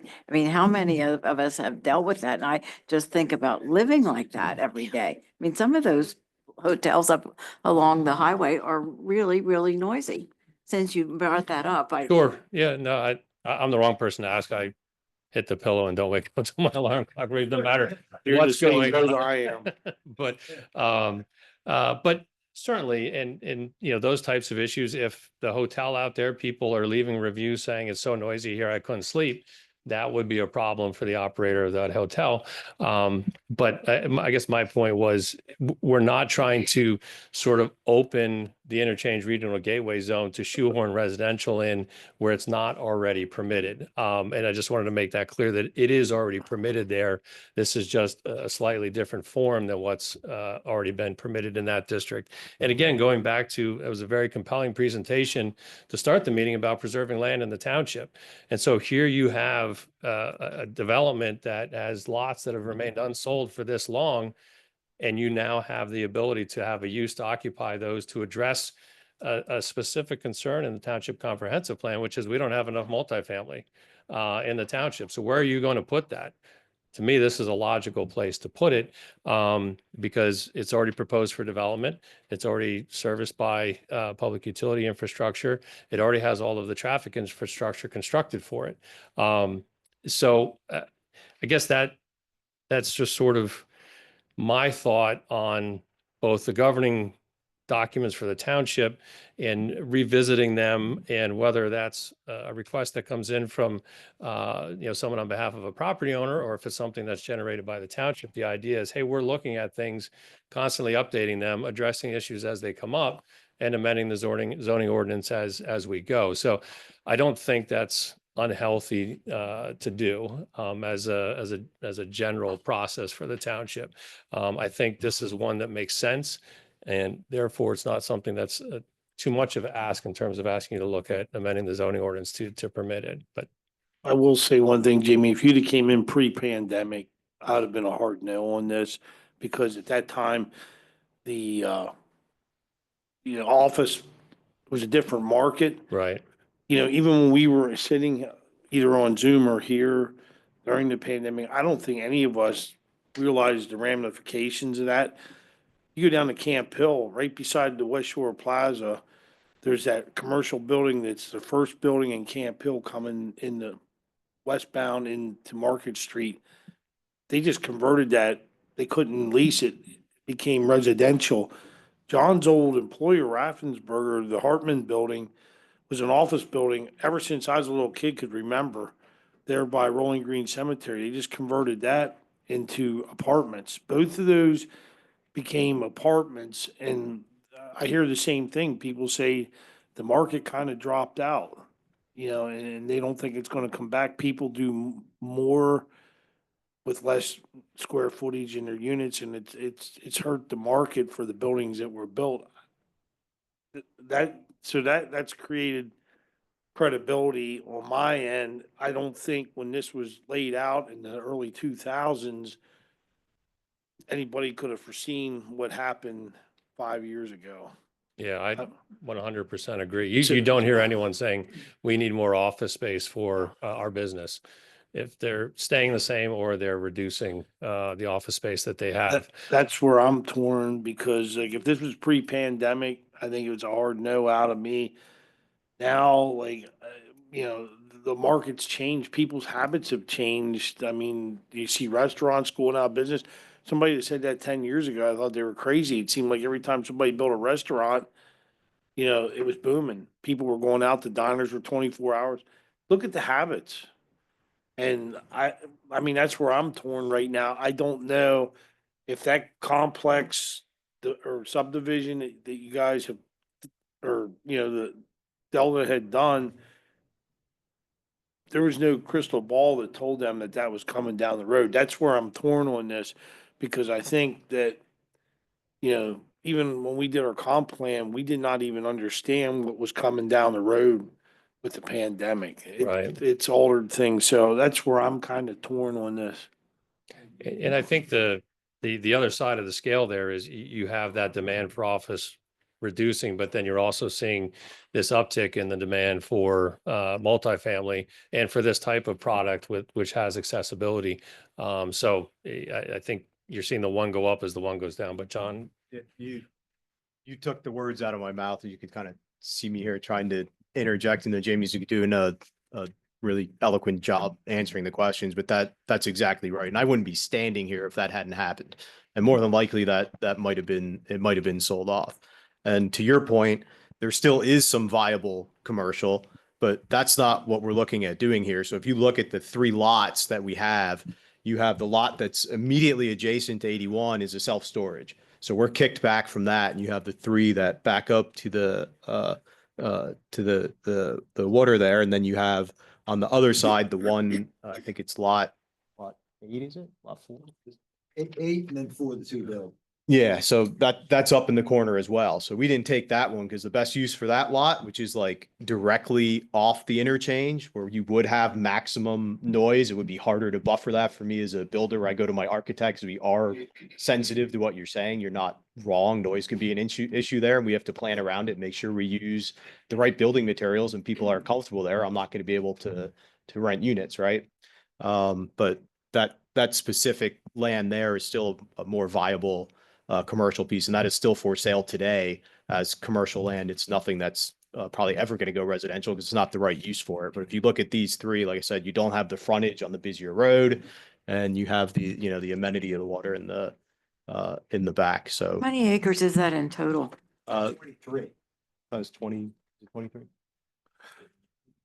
for the 3 lots. Yeah, and I'll be honest, when the whole self-storage came in, I was not overly a big fan of that, but I started to see how the market was going. And, like when I look at that gateway, I kind of echo what Nancy said back when I first was on the board. I remember we had a discussion on underground utilities there because it was loosely worded when they approved it. And you see overhead utilities, I think people on the board at that time thought, it looked better, subgrade, this was like our marquee. You come into the township, you have, nice, say, tech companies, big business come in with offices, a draw, and things fell apart by nobody's doing there, but other than, like with what happened 2019, and I think a little bit with the economy too. But, yeah, trust me, when the self-storage came in, that was something that was a hard pill to swallow for me because you think people get off the highways of Silver Spring Township, you got storage units there, but, there, like you say, with the proximity to 81 on them lots, it makes it hard. You really limit what you can do with that. And that, I mean, I see the point. I just have to weigh it out. Okay, I know we have some residents that'd like to give some input. If there's anything else from the board, if not, Solicitor Schultz, we move on to public comment. Okay, we'll move on to public comment. Anybody who would like to provide public comment, just come on up to the podium. You can form a line if need be. And we'll need name and address.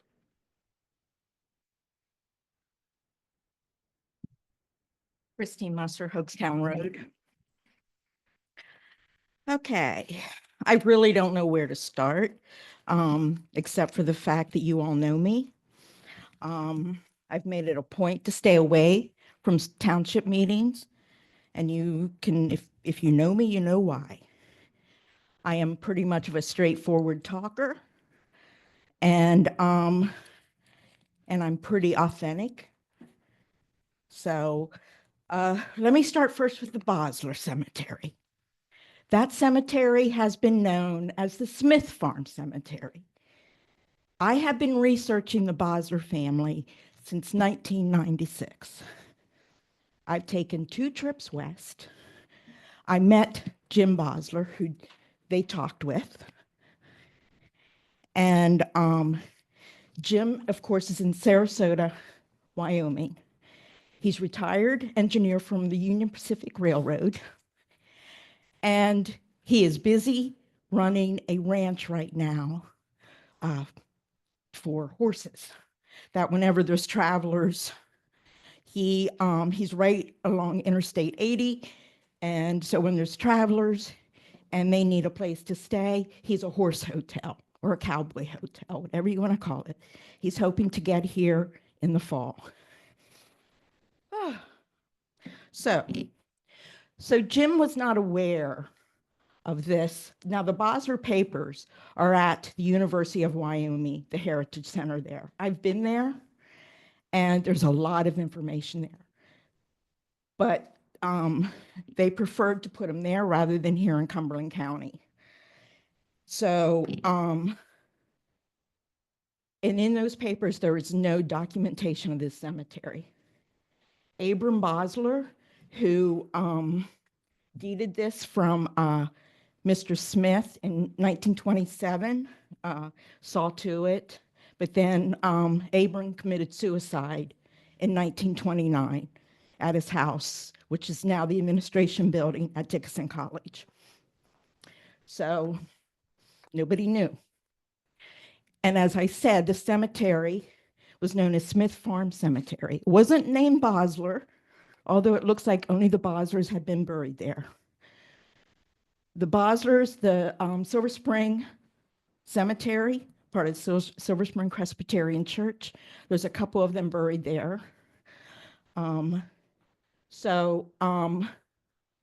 have the historian now digging to see if there's anybody, to see if there was ever a time when there was people taken from the farm cemetery transferred to Silver Spring. At this point, we're not seeing that. So I can go on, but that we'll say that for planning. My concern with all of this, besides the cemetery that needs to be taken care of, and Wendy, Halk, and myself plan on taking on the maintenance of that cemetery for Jim and his family. He has 2 kids. One lives in Cheyenne and the other one lives up near Yellowstone. So Wendy and I are going to take on the cleaning up of that cemetery for them. And we're also going to try and find some other family members. The first thing Jim was worried about, he said, do I have to pay taxes on that cemetery? Well, when I talked to the assessor at the office in Cumberland County, there is this plot does not have any number. It's kind of like when I said who owns it, she said, well, the Boslers do because it's in the deed, but there's no plot number to it. So anyhow, okay. This ordinance, I would like to know how many ordinances, you probably can't answer it, but how many ordinances in the last year, the last 6 months, has a developer and their attorney write for this township? How many have you approved of them? Okay. You want to put up my picture? First put up the brown building. No, put up the picture of this monstrosity of a building they want to build. Christine, we'll let you finish your thought on this one. You're kidding me. You're only giving me 5 minutes to do Christine, this? you got to work with us. Look at all the people that want to speak. I mean, we've got to be respectful of everyone. Come on, carry on, Christine. Yeah, look at the building. Now, if you want to put up my picture from the interstate, can you kind of zoom it in? That's when you get off of 81 facing the South Mountain. That's what you see. Now, I did some editing. I took down like the little signs and things, but that's what you see. And may want to put up this building, 4-story building. Okay, that's that. Since I have limited time, I did a little research. Solicitor Schultz, go ahead. Yeah, we have a 5-minute rule. Christine, I'm sorry. We have a 5-minute rule so that it's equally applied. Do I need to record this and put this out all over the internet?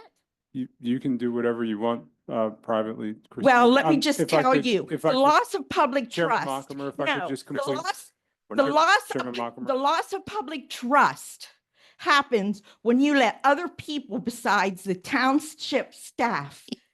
Christine, there's other residents that I I can understand see their that. body language. They would like to speak. I understand. Okay, it. I'm The other trying to stand question up for then- everyone. The other question then, I would like to know what the chief says about the sirens and the ambulance and the fire trucks that go out on 81. How many accidents are Christine, there You're out of in order. 581? Oh, fine. Go ahead. This is ridiculous. This is why I don't come.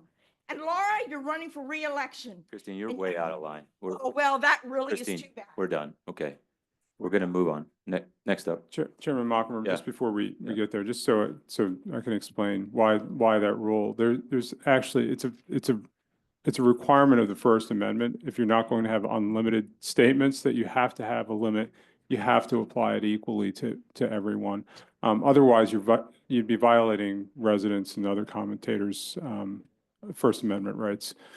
So it's not being arbitrarily applied, and we need to apply that uniformly. Mr. Franklin. Thanks, Solicitor Schultz. Mr. Franklin. All right, Mr. Chairman, thank you very much. I'll address my comments to the board. I listened with interest to the presentation. I thank the presenters for speaking their minds. I've mentioned this to the board before, but I'll mention it again. The devil is in the details because the details will reveal the unintended consequences. Going into the three items that they are asking for with regards to changes to the zoning ordinance. The first one was to amend the definition of multifamily. I'm making an assumption that I think is pretty safe that multifamily applies to more than just the industrial or the interchange zone that we're talking about here. So I have a concern about spillover of this type of housing into other zones if that is incorporated into the definition of multifamily. Should the board choose to go forward and approve this, I would make a strong recommendation that a separate definition be put in for accessible multifamily so that it can be boxed in and restricted to this specific Don, can you zone. say that one more time, please? I just want to make sure I heard you on that. Yeah, so we're talking about accessible multifamily. They want to go ahead and change the definition of multifamily to include accessible multifamily. I'm proposing that the board, should they decide to move ahead with this change, just put a separate definition in the zoning ordinance for accessible multifamily to preclude developers working on properties in other zones from wanting to put that type of housing in there. Got it. Thanks for clarifying. Yep, not a problem. The other question that I have relates to the actual verbiage changes going into the ordinance. Question to the board, have you all seen the exact language that would be going into the zoning ordinance? We have. Yeah. You have? Yeah. Okay. I guess question to Mr. Maldonado, if I may. I know that the staff has been going through an extensive update of the zoning ordinance. Is this something that would be proposed as separate to that activity? Or would it be incorporated in that activity? If this text amendment was approved with either modification or as is presented, it would be done before our proposed zoning ordinance, which would roll into that zoning ordinance. Okay, my concern is making sure that this integrates properly with all of the other types of zones. So again, that we don't have any unintended consequences of things. And I know that staff is very diligent. That is not an attack on Right. staff at all. And I believe in the actual definition, it refers to, we'll give you a couple of seconds because I know I'm taking a little No, bit that's here. fine. That's fine. But in the section, it actually says that it refers to back to the 30429, which is for this specific use in that exact zone. So it will not spill over into the commercial districts or the residential districts that actually allow the multifamily. So that is already incorporated into this. Okay. The final point I'll make, so that I don't run over time here. I know that the proposal is to make it a by right use. I would strongly suggest to the board, you make it a conditional use. Make it as painful as possible to put something like this in so that all the appropriate due diligence would be taken when you're looking at the plans for it. I will close by saying that, I heard Supervisor Griffey's concerns. Very specifically, I agree with her concerns with putting this type of housing in that particular zone. But again, it's you five that have to make the ultimate decision on that. So I appreciate you listening to my concerns and thank you very much. Thanks, Mr. Franklin. Thanks, Tom. Ma'am. Hello, Lisa Myers, and I just wanted to say about the 12 units per acre versus 260 units is a big difference. That's a big difference in the concentration. Number two, I heard them say about the medical unit that went in, the medical facility that went in, that they couldn't sell anything else within so many miles of it. And that seems like that's not the township's problem. It's their problem that they, added that restriction onto the parcel. Number three is that medical multifamily housing, the Fair Housing Act in 1991 said that you had to have certain accessibility requirements. That included an accessible building entrance. It included a common area. It included usable doors, usable by a person in a wheelchair. It included accessible route into and through the dwelling unit. It included all these things. So multifamily is multifamily. This multifamily accessible is not even a thing. That was mandated by the Fair Housing Act. So this is just some kind of a, I'd like to say something. I don't necessarily know if that's totally accurate because you have a lot of existing in town old houses that were converted to apartments. They don't have elevators. Right. You have no obligation to do such. March 6, 1991, the Fair Housing Act made it that the accessibility had to be for anything that was built after that point. So this is this is already something that's in play for any multi-housing unit. So let's call it what it is. It's multi-housing. And you're in the Conagwina Greenway. That was, supposed to be protected. You have steep slopes. You have the Conagwina Creek. You have all these things that were supposed to be protected. And that was part of the comprehensive plan. And now there that goes. But it's not 12 per acre. Now it's 260 units. That's all I have. Thank you. Thank you.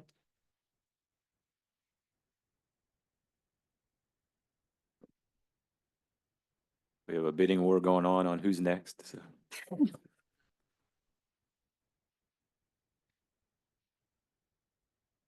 Good evening.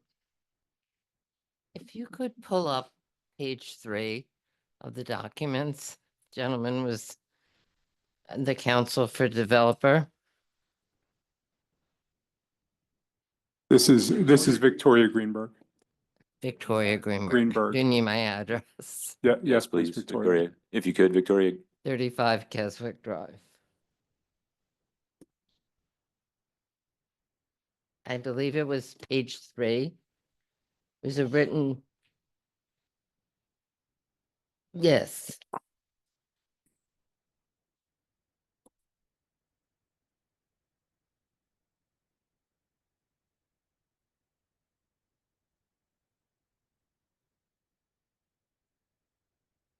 Page 3.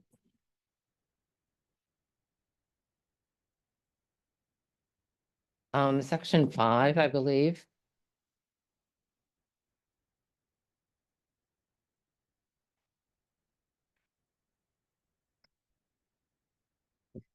Thought it was page 3. I won't hold everybody up. I looked at everything.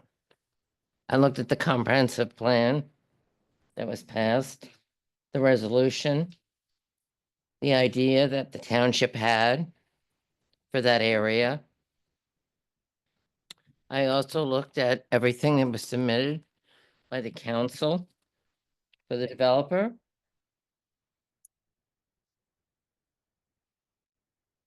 They keep referring to something called universal design. There's also something referring to a code for universal design.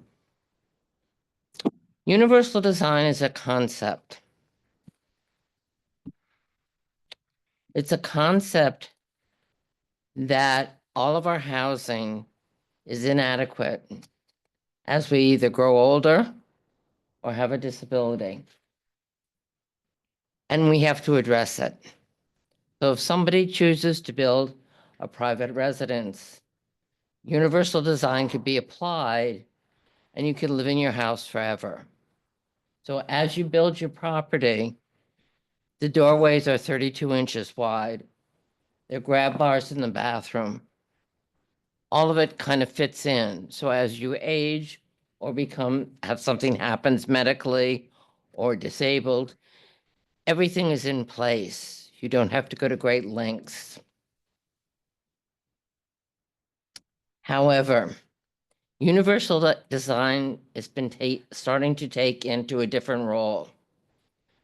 This is the list of some of the things that have been identified as people needing universal design.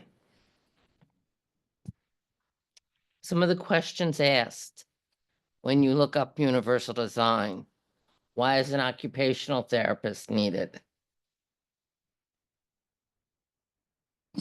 Why can't they meet their own needs at their own home? What are you doing? So they went out and wrote a code. And the code was to try to make houses, whether new development, single-family homes, or multifamily apartments, into universal design. I don't know where anything like this will go, but we open not only this gateway, but we open it to every developer who wants to come in and build a development. They will use universal design if they so choose, which means somebody may not come. A young family may not come. Somebody who's in their 30s may not think something will happen to them in their 40s or 50s or beyond. Is it something that somebody stays in for 20 days after hospitalization for just a little bit of extra care? Or is it something that somebody stays in permanently? I don't know. Does a 20-year-old who wants to be in an apartment think of a grab bar? Or are they going to be coming and going in cars? Or are they just not going to be able to leave this type of facility? I can't answer that. I'm only bringing it up to let you know that I have a lot of paperwork here in regards to that. And there is an actual code written for this to change municipal codes for universal design, private and residential, private and multifamily. Thank you. Thanks, Victoria. Clarence, Dave, you want to say something? Yeah, Sean, Yes. Lisa's comment pertaining to the claim about the The requirement that's in requirements of place. the ADA and the Fair Yeah, Housing Act. There are elements of that are true, the public accessibility of the building, regardless of whether there are these restrictions or not. There are additional elements, and actually, Ms. Greenberg touched on additional elements beyond the ADA that are built into this zoning ordinance beyond the ADA requirements. But I thought there was a cutoff as to number of units or public use. I thought the ADA wasn't a blanket. It's not for, right, it doesn't For- apply to everything across the board. That's Okay, correct. all right. I just wanted to double check. Oh, yours? Clarence Boucher, 15 Warwick Circle. I have a 2-minute. Clarence Boucher, Bouchat, 15 Warwick Circle. 2 administrative things. First off, did we swear in the witnesses? This isn't that type of hearing, Clarence. It's a public hearing for public comment. Okay, so, all right. And second thing then is, I believe there was a statement made by maybe Mr. Armstrong, I'm not sure. But I want to quote this, and I want to actually have it emblazoned on the back of the wall for you guys, where he basically said for buffering, it makes a difference whether a residence is there and then industry comes in afterwards, or if industry's there and residents come in afterwards. And I do believe that makes a big difference, and it's something we ought to be considering in the future. My comments where basically I'm not really against the design or certainly not against the purpose. I think they're both could be very useful. I'm kind of against the process that we're being used to get to this point. Because if I wasn't reading the agenda very closely, I would have thought this was a conditional use hearing, or it might have been a land development hearing. But in fact, it's a hearing to change a zoning ordinance. And I'm not sure why we need to change an ordinance for one particular project. Mr. Franklin can certainly talk this better, but I thought that was what the reasons for the zoning board was to address individual problems for a particular lot or particular purpose. And so I think that it's probably overkill to have a zoning ordinance for one particular project like this, as opposed to going through some of the other processes that we might do. And I do agree with Mr. Franklin as well, that if you are going to in fact approve this as a zoning ordinance change, that it needs to be conditional, because this has not been really well thought out. That gives us some backstops as a township to enforce other things when this comes up again, if it does come up again. And so I do ask that you do that as well. And please do have that saying emblazoned on the back of the wall. Pull it off of the transcripts. Thank you. We'll get the stencils tomorrow, Clarence. Chairman Mockamer. Yeah. Sean, do you want me or do you want to tackle the difference between a variance and a text amendment? I mean, I can. I'm not sure if yeah. I think just for clarity. This would require a use variance if they were not applying for the text amendment. Now, I'll note that there's a process for applications for text amendments in every zoning ordinance across the Commonwealth. And the reason is you have to allow for that ability of someone, whether it's a resident or a developer, to apply for a text amendment. The reason a use variance would not be proper is they wouldn't be able to get a use variance on the law. You'd have to show a hardship. You'd have to show that this property is undevelopable otherwise, and they wouldn't be able to show that, and they wouldn't be able to get a use variance for that reason. And that's why there are text amendments in zoning ordinances, again, across the Commonwealth, when someone has an interest, property hasn't been developed, or maybe they want to develop it differently than what it's zoned for any reason, and they'll apply for text amendments. One more thing, that this is a text amendment for that particular zoning district. It is not parcel specific. They may be showing a concept for something in that district, but it's overall for the entire district, just for clarity. And that's a really good segue, Scott. It's something I always tell my municipal clients and tell my council members in Carlisle is that when you make this decision, you're always going to have these questions about what's going to be there, and it's nice to have those depictions of this when someone who wants to develop something has that along with these text amendments. But the reality is you should be making these decisions as a policy decision, disregarding the application that you have in front of you. It helps you get a picture of what this could turn into, but at the end of the day, you need to make this as a policy decision on what is appropriate in front of you. I'm very familiar with what they have in Carlisle, and because it's literally right down the street from my house. But that doesn't mean the text amendment's proper for Silver Spring, and you need to consider that separately. I think there was one other thing I wanted to touch on that. Oh, just the comment. I think this kind of might be helpful. The comment that Chairman Franklin made about having a separate definition, that actually crossed my mind when I looked at the ordinance. The reason I didn't suggest to the applicant that they change that is I don't think it's necessary, because it won't creep in anymore to other zoning districts that have multi-family uses, because this would be permitted in any, even if we didn't have this separate subcategory really of a multifamily use, they'd be able to build this in any multifamily use district, if that makes sense. So if you have multifamily use in another residential, high density residential district, and it just says multifamily, they'd be able to build the same product in that district as the ordinance is right now. And maybe one other thing, Solicitor Schultz, just to piggyback on what you're saying, currently medical residential campus is a conditional use at the moment, the way I'm reading it. So if we were to go that route, that may very well make sense, given that it's trying to essentially piggyback on that use at the moment. That's right, yeah. And I was going to kind of come back to your options at the end of Okay. this, and I can circle back once we hear all the public Okay, comment. sounds good. Ma'am, come on up.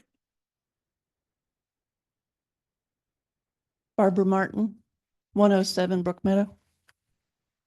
I actually was not planning on speaking on this issue at all tonight, just listening to everything. Couple points I want to make. I probably will reiterate a few things other people have said. First of all, I just fundamentally have a problem with someone else rewriting our zoning.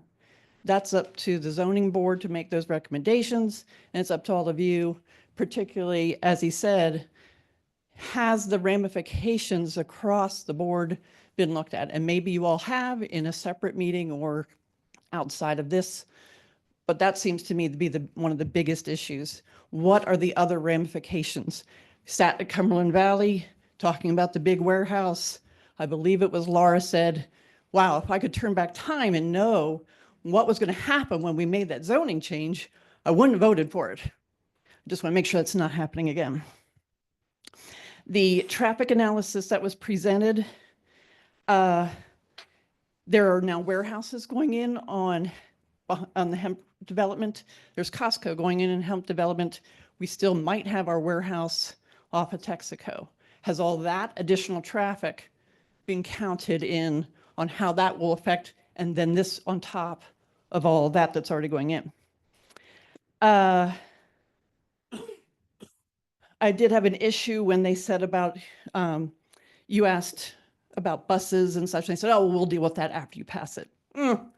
Red flag for me. Another issue I had was, and they said 1 bedroom, 1 car. I don't know what lifestyle that is, but if my husband and I are living anywhere, we still have 2 cars. We actually have more than that, but I would at least expect 2 parking spots. And then the last issue I had was when they talked about, someone asked if it should be 55 plus, and they said no, because it shouldn't be age restricted. Somebody could have a 4-year-old with a disability. Okay, all right. But then later on, they said, well, there won't be any kids here. So there was double speak from at least 2 people over here. Again, just a red flag. Thank you.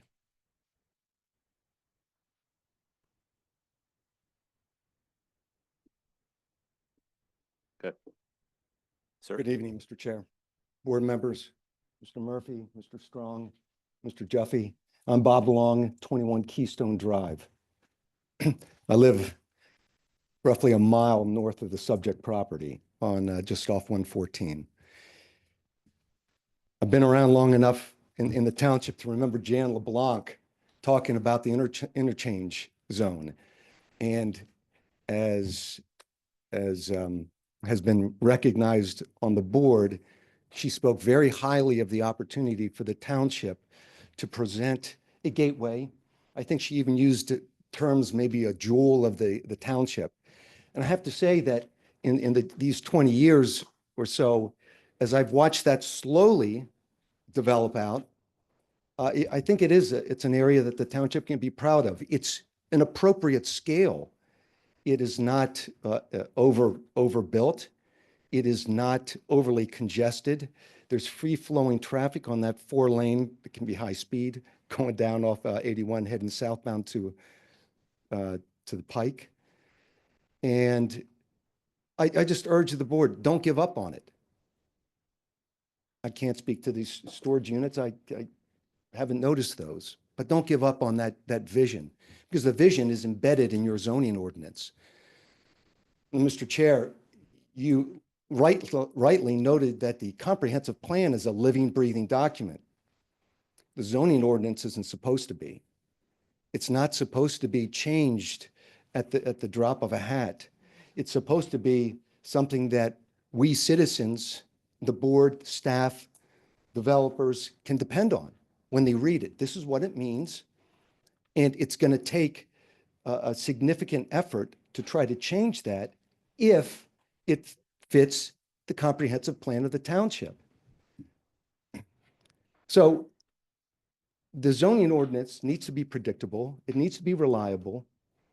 And I'm asking you to take a step back and use your strategic planning resources, your staff, the planning commission, the county, to look at the comprehensive plan and ask, do we need these apartments, and they are apartments, here when they were never envisioned to be here? And take the time and strategically plan, not for this one project, but what's that going to look like in another 20 years? Now, to my ear, whether it's the economic ebbs and flows of the office market is down, the office market is up, this isn't an either or proposition. It's not a situation, it's either office or apartments. This board has provided in the zoning ordinance a whole number of uses. Tavern, retail sale of goods and services, restaurant without alcohol, restaurant with alcohol, bed and breakfast.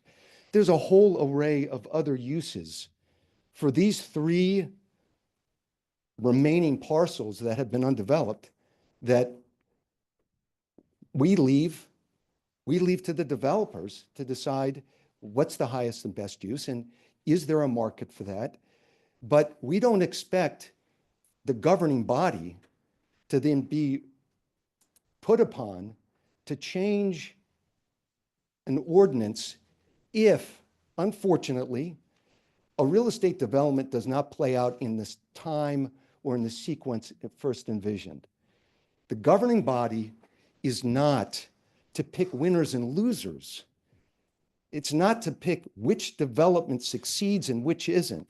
It's to lay down a rule of law, which you've done in the ordinance, and expect anybody before you to abide by that.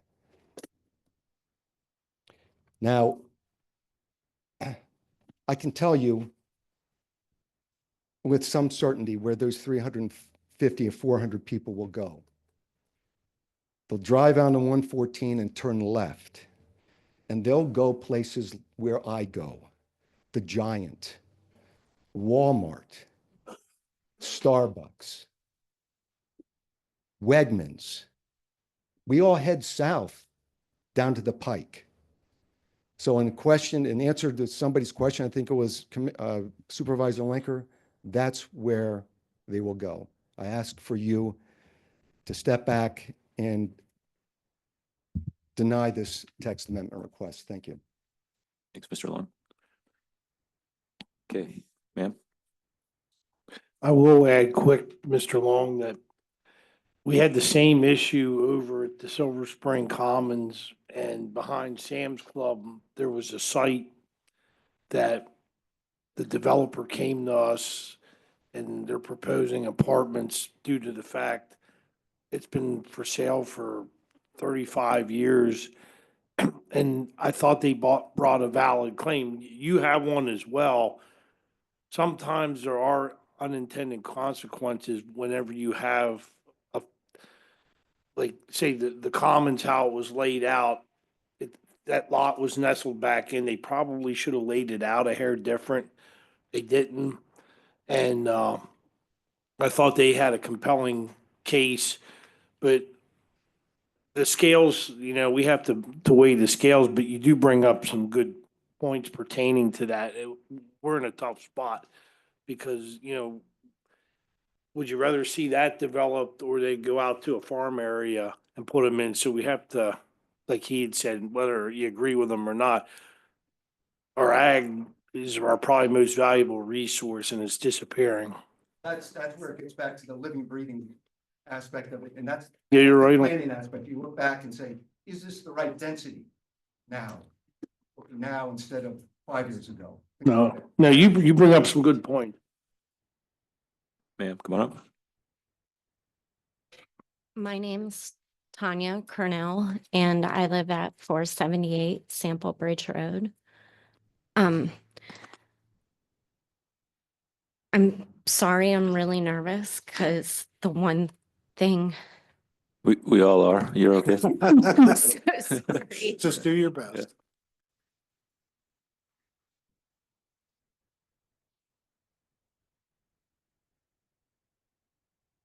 The one thing that I didn't hear anyone address, if we change and allow the multifamily to go in there, and he had said 272 with approximately 350 to 400 people, but if it is not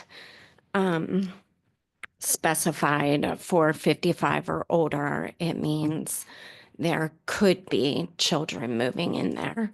Cumberland Valley is busting at the seams. They're sorry. Take your time. Just last week, 2 kids died in Cumberland Valley. There is a serious overflow of students. There is not enough teachers. There are not enough healthcare workers. There is not enough access to the resources that we need for our children. The Carlisle Pike is my least favorite place to be in the last 2 years because it is terrifying. My oldest daughter is 16 years old right now and driving. And although you have to get them comfortable with being in congested areas, my 14-year-old daughter and I honestly felt like we were going to die when we were on the Carlisle Pike with her because of how aggressive the road is. I travel 114 every day. I have been ran off the road. My concern is the students and the congestion. I understand there is a need for multifamily units, but I feel like if we allow big housing units like this to come in, it's only going to decrease what I truly do love so much about Silver Spring Township. When I was trying to do my homework, I looked up, I'm so sorry, I'm shaking. I looked up a thing and this popped up, and one of the things it said, James Silver was an early settler. Wait a minute, that's the wrong one. It said about the township, Cumberland County, Pennsylvania, suburban serenity with an urban proximity since the inception in 1757. That is what attracted me to this beautiful place. I just want you guys to honestly think about all the ramifications of what happens if this is improved.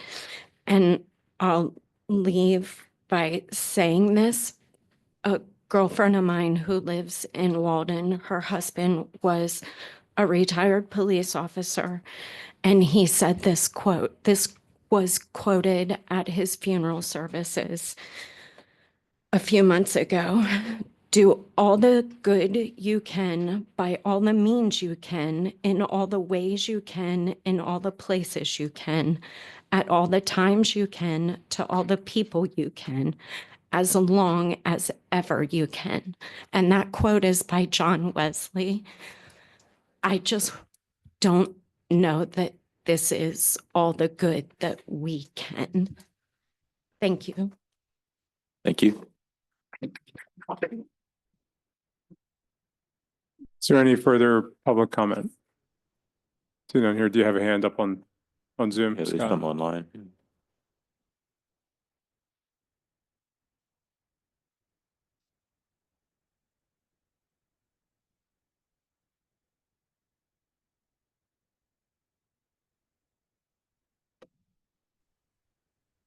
Hi, I've been asked to unmute. Can you hear me? We have you. Go ahead, Ricky. Okay. Hi, Ricky McLaren, RIKKI, MCLAREN. My address is 111 Stephen Drive. Very difficult to follow the last person who just spoke. So just want to acknowledge that was very emotional and personal. Everything that I wanted to say, I'm pretty sure has already been said. I thought that Clarence beautifully expressed what my concerns are with this and how the developer in particular is approaching this situation. I think the only thing that I'll add is that I'm really worried about this setting a precedent for developers to come in and before they actually submit their application, find, workarounds like this to get a text amendment to our ordinances, and then, it's no longer conditional use or not even conditional use. It's now permitted use. And it feels like it's, lowering the bar in some way. And I hope I'm not saying that there's ill intention with this developer in particular. I want to put that on the record. My concern is about, the larger precedent that this would set in the future. And, we all trust in you all to be thinking about that, as many others have said, and as you all have said too. So I just want to, plus up those concerns, and thank you all for considering this very seriously. So thank you. Thanks, Ricky. Is there anything else online, Scott? Okay, well, that concludes public comment then. If Attorney Strong would like to make any final comments. Yes, thank you. We've been going for quite some time here. And we've heard a lot of good questions from both the supervisors and members of the public, a lot of good comments, a lot of good input. And, we were just chatting about everything that we heard. And we thought that it might be appropriate or a good idea for us to request that the hearing be continued. One thing that we would heard that I think would be a good idea would be to amend the proposed ordinance so that it's no longer permitted by right, but would be permitted by conditional use. We heard that as a concern, and that certainly would afford the board and the public a public hearing on that application for any proposal that would come in for that type of use. So that, as an example, is one thing I think we could do in an amendment to the draft text amendment. But obviously, we've heard and absorbed a lot of input and comments tonight, and we've been working on this amendment for going back to last fall, working with staff, working to address comments, and that's been our approach all along. So I think that would continue to be our approach. And I think we'd like an opportunity to address the comments and input that we've received tonight, that being the one notable one that I offer as an example. So that would be, I guess, my my comments to the board and our request that the hearing be continued so we can address those comments. Thanks, Jamie. It's good segue to options. So that's one of them. You can certainly continue the hearing. You might want to ensure that any thoughts that each of you have and can agree upon collectively are made clear to the applicant, and if you choose to go that route, that way they can incorporate whatever it is you believe is in the public's best interest to work toward any future passage of the ordinance. Your other option is, of course, to vote and approve it as it is, or to vote and deny it. Other than that, that's about all you have in front of you. And now I'll leave you to grapple with that one. There's no good options you just gave us. Well, maybe there is, depending on where you Yeah, stand. someone's always upset with you when you're in elected office. So. Carl, I guess I'll start. I am opposed to a continuance. I'm opposed to the text amendment. I think that it's not what is planned for in this location. As Nancy stated from the zoning ordinance, its use is reserved for high quality economic development. That's not what this is. I don't think this is an appropriate location for apartment buildings. I am concerned about the noise factor. I realize that you guys have brought some enticements to us, less traffic, or tax money, but I just don't think this is an appropriate location for this. I do appreciate Don Franklin's comments about unintended consequences. I appreciate Bob Long's comments as well. And also the comments you quoted about 3 meetings ago when you spoke. I appreciate that as well. I just frankly am tired of the tinkering with our ordinances. I think we set an ordinance and that's where we need to stay. So I'm opposed to continuance. I'm opposed to the text amendment entirely. Thanks, Laura. Nancy, did you want to? Not yet. Just a comment. Did you want to comment? I am not interested in putting housing along the interstate in any way, shape, or form. I don't think that was ever anybody's intention. I don't think that's where it belongs. I think we don't need to be in a hurry to develop any more land for just because we can. I mean, it should be a good reason, and we obviously do have some higher density apartments coming. So I don't even see a strong need for that. I just don't think it's a good place, and I don't think it's a good time. Okay, thanks, Nancy. Carl. Harry, go ahead.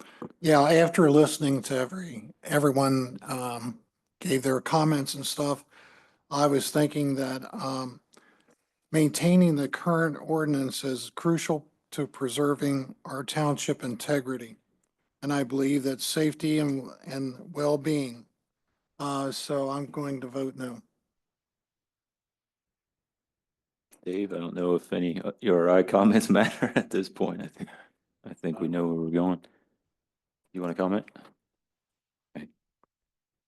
Oh, for what it's worth, I was open to a continuance. We heard a lot. I just wanted to be able to digest that. We got the some of the traffic information a little bit late. Nobody's fault. Just personally, I wasn't able to really study that. So I was open to at least taking some time to think on that. I really appreciate some of the comments that were shared tonight from the residents. Scott, just a question for you. We wouldn't typically seek input from the county or anything from there was a really good suggestion about a more strategic approach, having some other eyes and discussion and input on it. There's two ways to answer that. One, Yeah. the county wants what you guys, I'm seeing a no here. One, the county is actually pushing for development, right? In multi-housing. One, two, so we can get that from them. But we can send it off the county once any actual zoning, ordinance change is sent to the county, and we can get comment back at any point. So,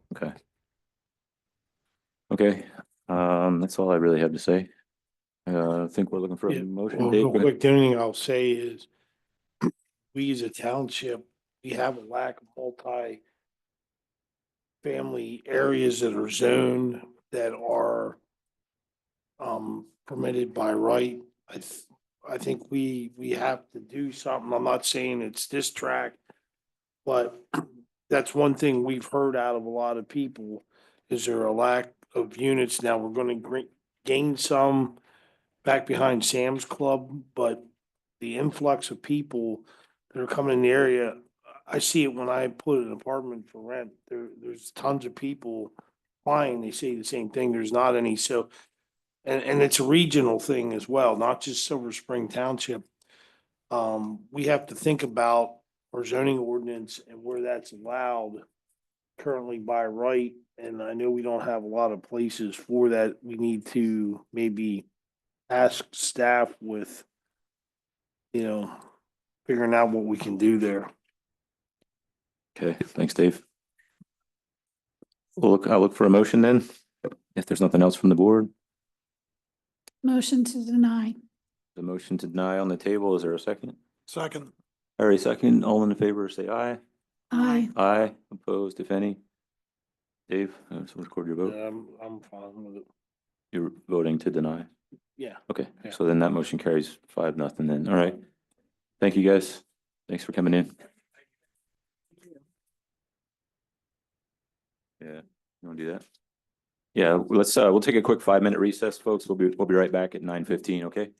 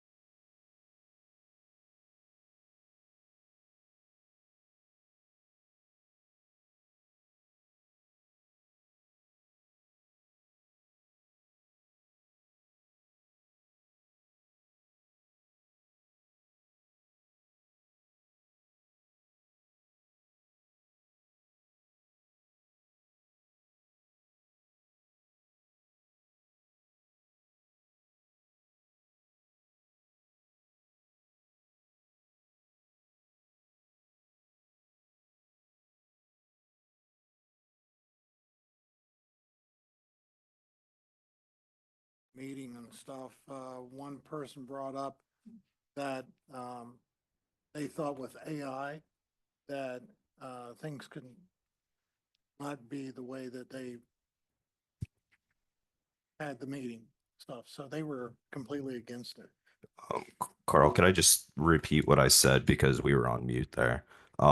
Just so everyone knows, we were talking about the virtual meetings under unfinished business. Before that, the ordinance on the hemp bridge was approved. So just so everybody knows what happened. So now we're on virtual meetings. So what I said was there was one person absent during the planning commission for their vote. I was a 6-0 vote for no. It was explicit.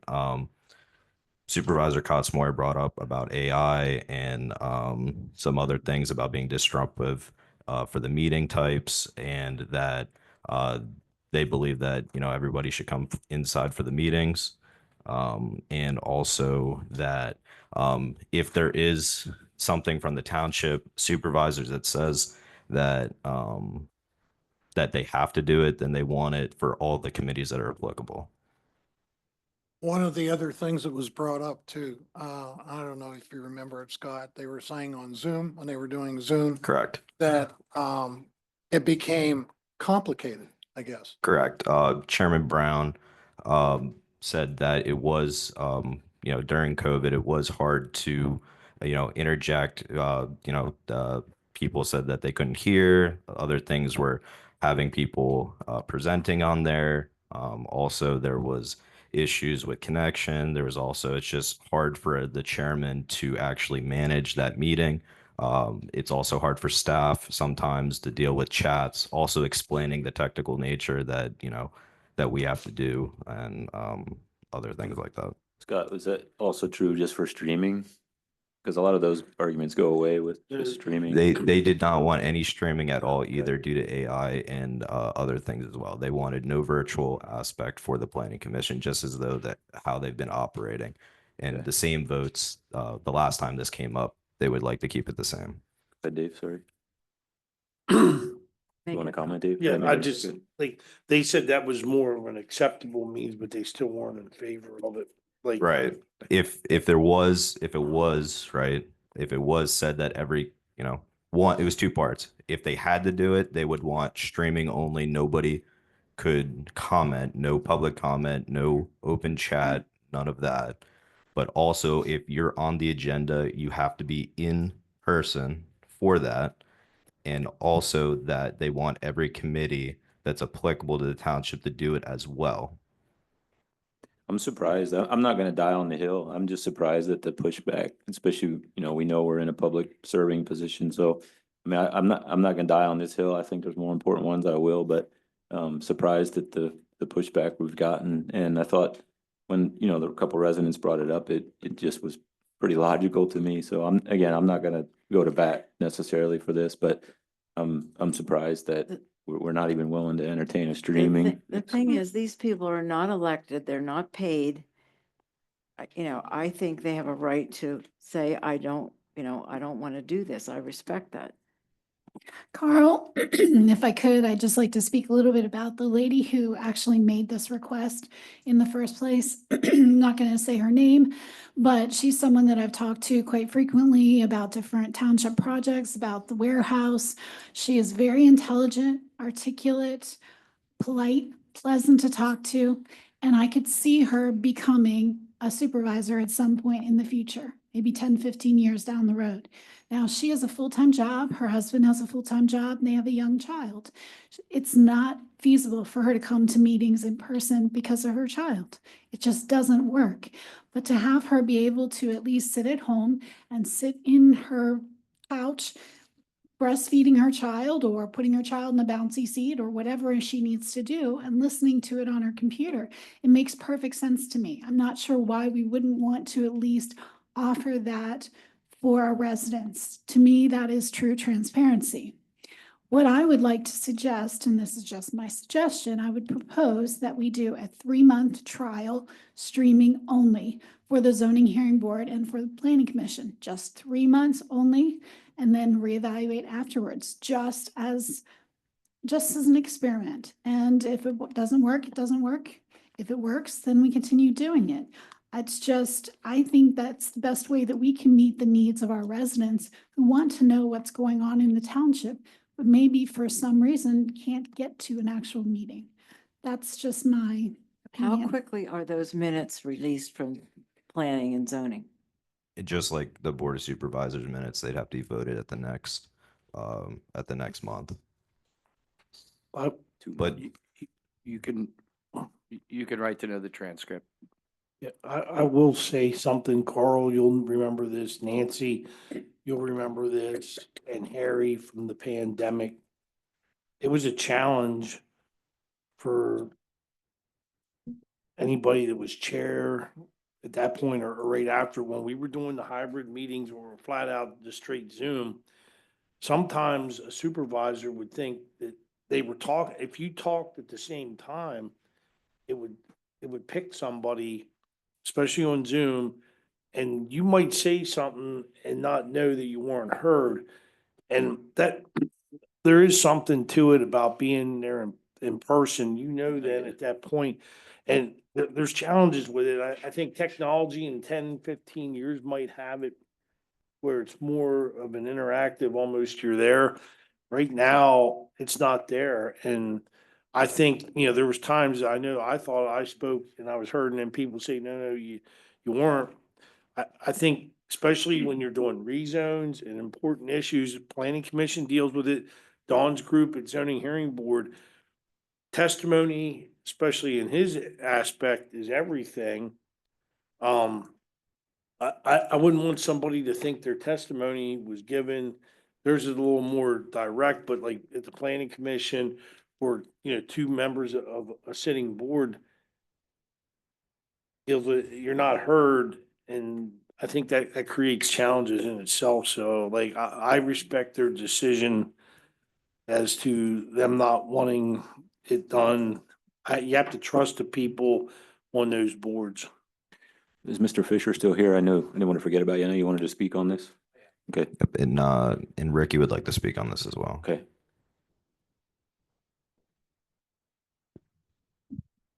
Paul Fisher, 17 Longwood Drive.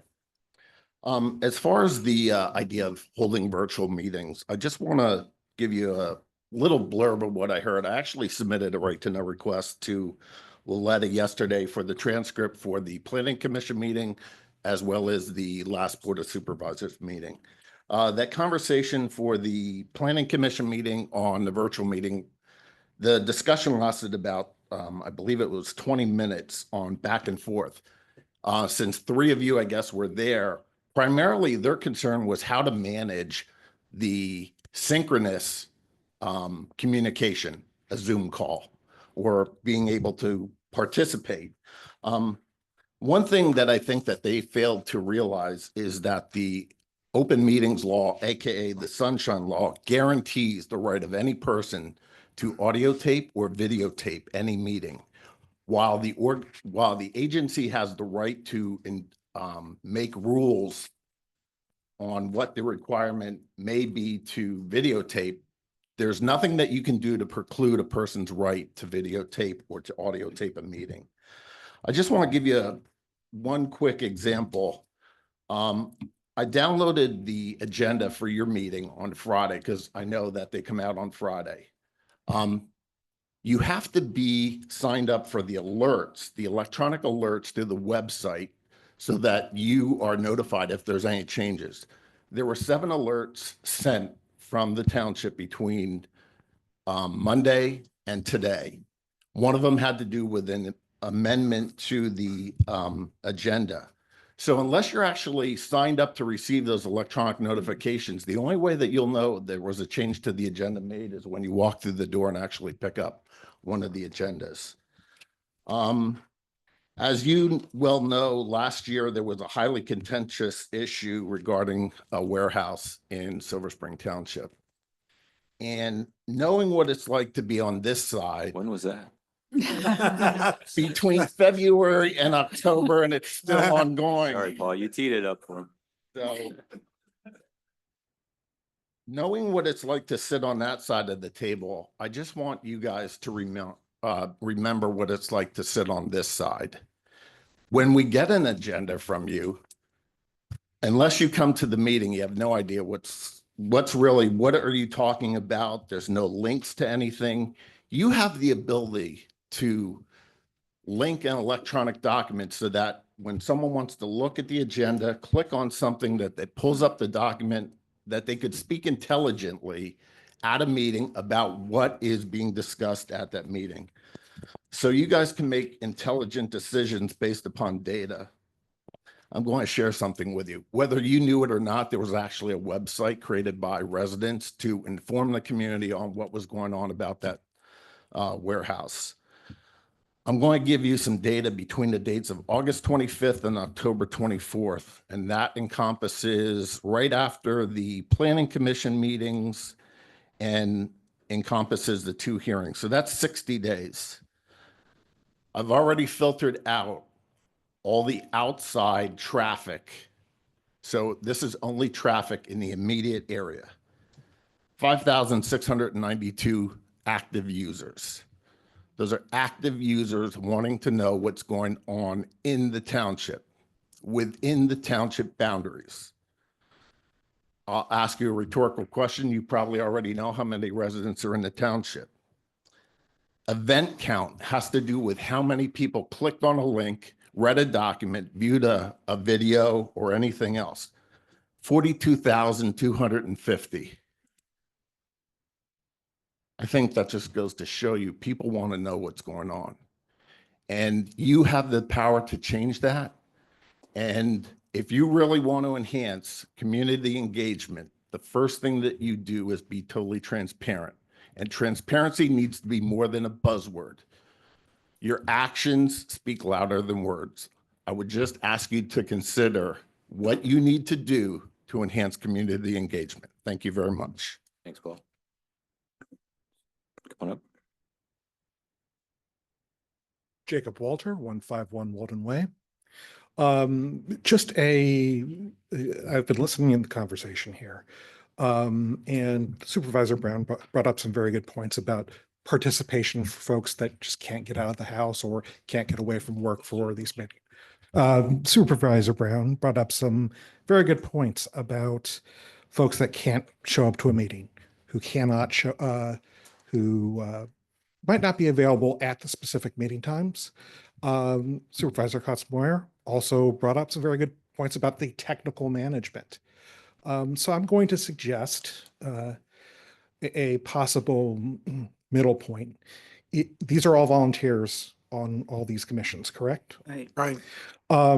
Would it be possible to just have another volunteer who is basically doing what Mr. Maldonado does, which is controlling the meeting, the AV, for lack of a better term, to make sure that it is recorded without, being an active participant in decision making?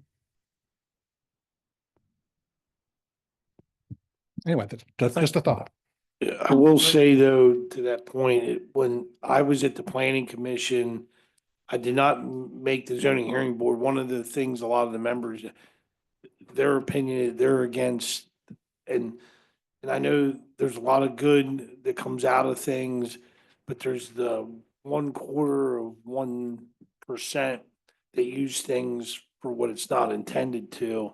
And that's what people tend to remember. And a lot of the membership there, and I have to respect their opinion because, and Nancy's been on the board the longest, there's times we struggle filling those positions. I know people think we have like all these people, it's a large influx when we have an opening. It doesn't happen.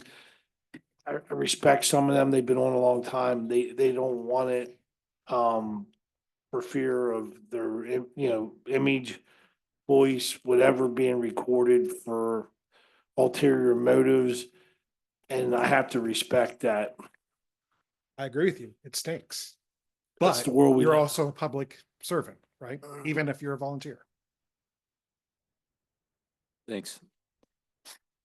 All right, come on up. Barbara Martin again. This is actually why I came to the meeting. The couple things, I was also at the planning commission meeting.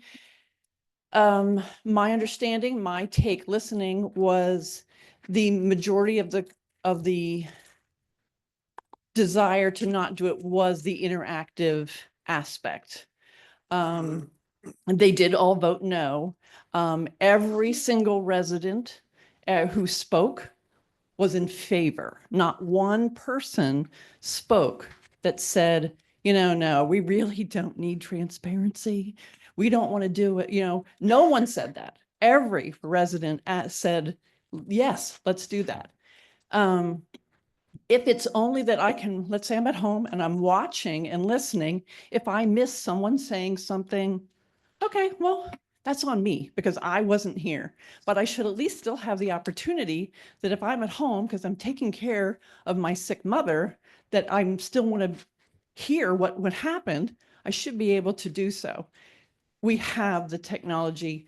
Everyone since 2020 is used to Zoom, team, virtual meetings. The AI aspect, I just find it ridiculous. Could it happen? Might it happen? Yeah, it could happen and you walk into Walmart.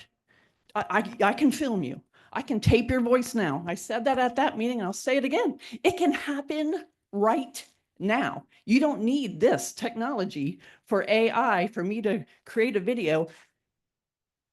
Did you see what was played at the housing and the urban development in Washington, D.C. this week when they all walked back in? I can guarantee you that was AI. It didn't, well, Lord be, let's hope it was. So, and the every committee thing, I also find that ridiculous. They're not here they are there to tell you what they want, but they're not in charge. You all are. So I ask you to listen to the residents and they're asking for this. Thanks, Barb. Clarence?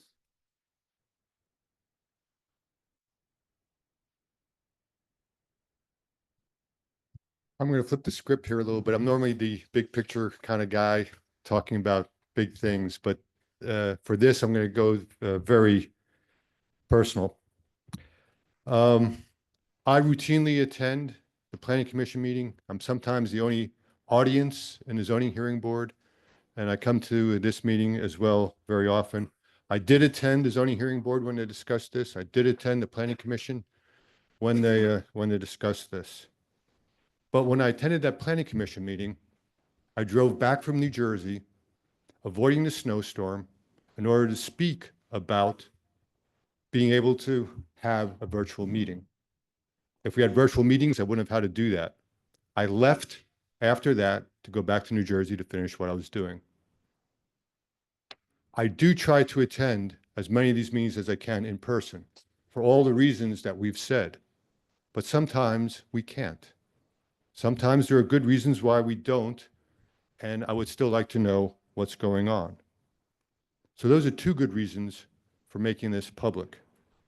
Public safety is another. We proved that with the pandemic, and maybe we ought to keep that muscle flexed in order to be able to do it again. If not that, something else that may come up. Overflow. When the Trindle Springs Trade Center was being presented at the Planning Commission, this room was filled. You couldn't get everybody in here. There were people denied the ability to hear what was going on. If we were able to have that, even occasionally through a virtual meeting, everybody would be able to attend. And you would expand participation as well. One of the things we mentioned in the other briefings meetings that we had about this was that some of the older folks can't make it here for physical reasons. Sometimes they can't drive at night.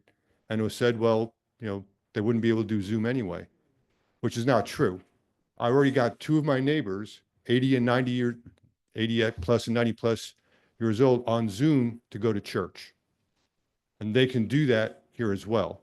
When there's something that comes up that's important to them, like putting a recycling facility in your backyard. So I have a great amount of respect for the Planning Commission and the Zoning Hearing Board. Having watched them now for several years, I would like to share that with the rest of the public when they can make it, and maybe by opening it up, we will get more participation to come in. And I do understand, though, some of their concerns. I would hate to see anybody actually step down over this and lose some of that expertise that they offer. But nonetheless, I still believe that this needs to be done. And I ask you to please do pass, even if it's just as an experiment, even if it's just as streaming that we put on the website after the fact, some way to at least get the information when we need it at some point. Thank you. Thanks, Clarence. I want to add something. The comment was made about a sick mother and it made me think. I took care of my mom from September, 28th, 2019, March 3rd, 2021. I might have missed, Nancy, one, maybe two meetings, and it wasn't good at the end. I thought it was a cop-out for me to miss meetings. I went to the ends of the earth to make sure there was coverage, that there was someone there for. You do what you have to do when you have commitments. I had a commitment to the community then.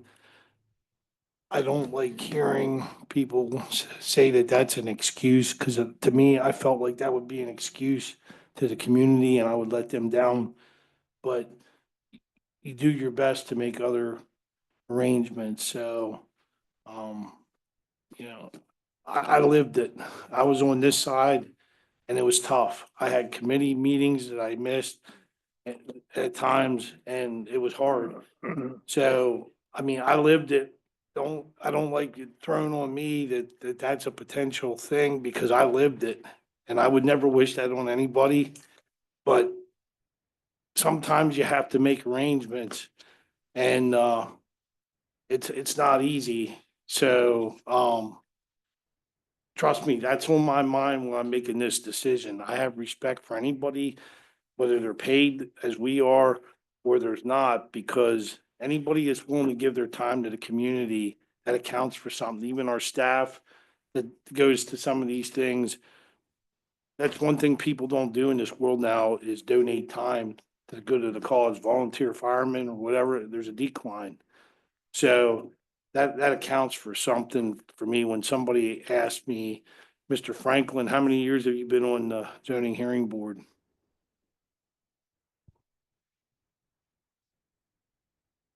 I know you put in countless hours, even studying your material. I mean, I give people like that their respect and I have to respect their wishes. I also understand where you're coming from, but, I value their opinion a lot as well. Okay, thanks, Dave. Victoria, come on up.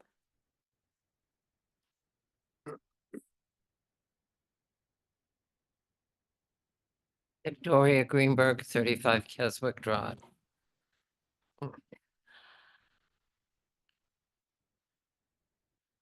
Zoom and any teleconferences, we've come a long way with the technology and the ability for people to get on and share information. I do medical advocacy work for a national nonprofit. They're based in California. Our advocacy meetings every month are held via Zoom. Our medical summits throughout the country are held on Zoom. Even if you cannot attend a Zoom conference or a live meeting, whatever is on there gets passed along to somebody. That's the beauty of it. Not only the live meeting, but a Zoom meeting, somebody will pass it along to somebody else, and that person will pass it on to 2 other people, which is what everybody is looking for, both from your side and our side. The Planning and Zoning Commission are an important aspect of the transparency for the residents knowing what is going on. If everybody on the commission and the zoning hearing board says no to Zoom, what if we put the transcript of the hearings up on the website? Reading has not gone out of style. This way people could, We're on to 8-second videos, Victoria. I understand I'm that. kidding, I know. But I go on your website all the time. And everything is on there. Little difficult to find sometimes, but I have found it. 4 weeks after I moved here with my husband, I attended a Zoom meeting for the Board of Supervisors in regards to the hemp farm property. Just wanted to know what was going on in my new community. That's how important it was to me. I didn't even know where your administration building was. And a lot of people may not. That's how important it is for the residents, I think. Even if it's just a transcript that they can go through and find out what's going on, or a link to explain a resolution, or what was determined, what's coming up. That's important. I agree with that. I agree with that. It's very easy to do if I can do it. Anybody can do it. But it helps. Well, then that way, if someone can't make it because they have another commitment, they can always go back to that transcript and read what was happening. And let's say they need to do something else, they can stop reading that transcript, go back to it later, which is maybe an alternative. Right. Just in a way so they can see what went on. They know what's going on. Maybe their neighbor will ask them from, yes, I wasn't able to attend. However, I was able to read the transcript. This is what's going on. That's important. It's important for all of us. It's important for all of you. It's important for the planning commission, the zoning hearing board, everybody. Victoria, thank you so much for that suggestion. Yeah, that's, Appreciate that. can I just interject for the board real quick? I think what we're explaining here are the minutes. That you're asking for reading what happened, correct? Not the minutes. I'm asking for the transcript. So you want full-fledged transcripts that well, hold on. I just want to make sure we get this right. When there is a stenographer, right? Yeah. When there's not a stenographer, you're just asking for the video to be posted that's already right to knowable. Well, no, because we've already So, because what are we doing for transcript if there's no stenographer at every single thing? So there are no transcripts. Recording and no visual. That's what we do.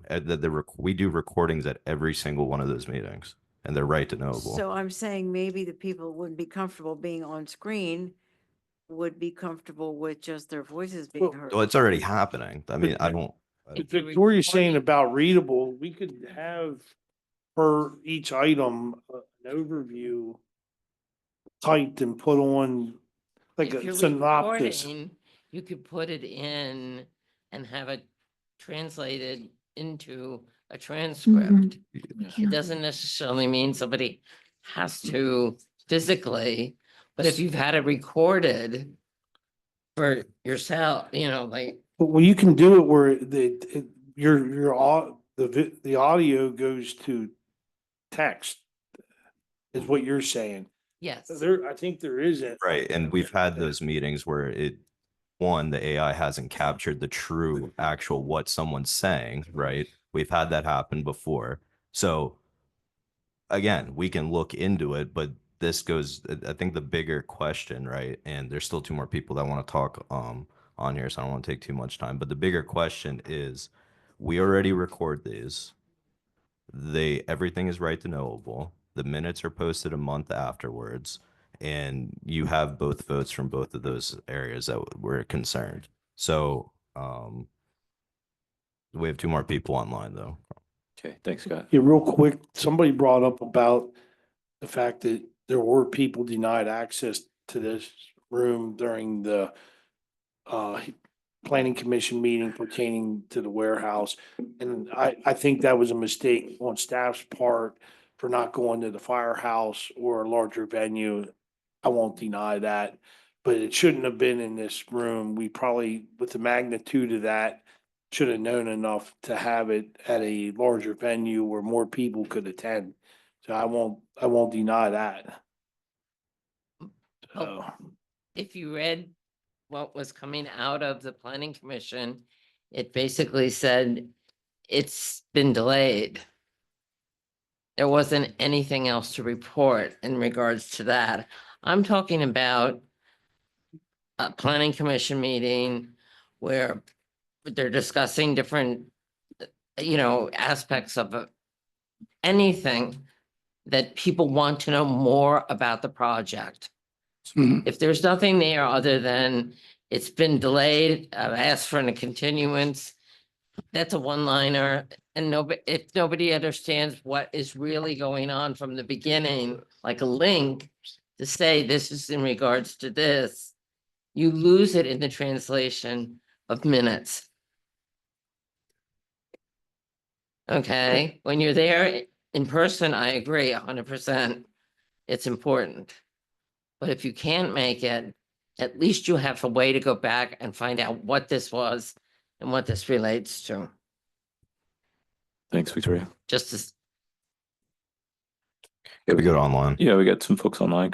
Go ahead. Ricky. Ricky, go ahead. Hi, can you hear me? We can. Okay, Ricky McLaren, 111 Stephen Drive. I apologize. I have a lot to say and it's kind of bullet pointy, so I'm just gonna run with it. First, I just want to say thank you, Laura, for the comments about myself and my family that you made earlier. Just for some context for people who are here, I did ask for the consideration of a hybrid format at the last Board of Supervisors meeting. I then submitted a letter to the full department, basically asking for hybrid consideration for both the zoning hearing board and the planning commission was my request. So thank you for everyone for considering it and for having these conversations. I appreciate the movement and the action following my requests.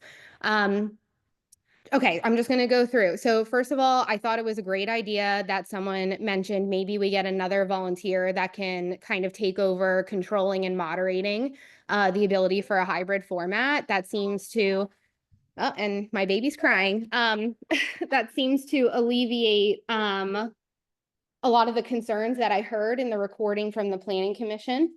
I also just wanted to quickly say in response to one of the Board of Supervisor comments that my request for this hybrid format doesn't have any ill intention or intended disrespect for any of the volunteers or, public officers. It's really wholeheartedly driven by a want and a desire to be involved in our community. So I don't want that to be lost in translation in any way, shape, or form when we're talking about, respect for volunteers. That's really not what's driving this. I'm speaking here today because I couldn't go to the planning commission meeting. And because I couldn't attend it in a virtual format, which is why I couldn't go. If I could go in a virtual format, I would have been there. So I am now, several weeks removed from having been able to talk about this very topic, live with the individuals who I should be talking about it with, right, at that given time. So I guess what I'm trying to say here is there's a critical delay in being able to appropriately engage and participate in these conversations. If you're not allowed to, one, view it live, but also be allowed to participate in the public comment. So I appreciate the ideas that were set forth about, providing transcripts and doing right to know requests for the videos, and allowing people to stream but not participate. But I just want to verbalize that at the crux of it, that actually doesn't address what issue I'm facing. I would like to be able to listen live and also participate in public comment. I wanted to know, sorry, I'm going fast. I'm just cognizant of time and I'm worried about running out. I wanted to note that the recommendation from the Planning Commission, I believe the language was to not become virtual.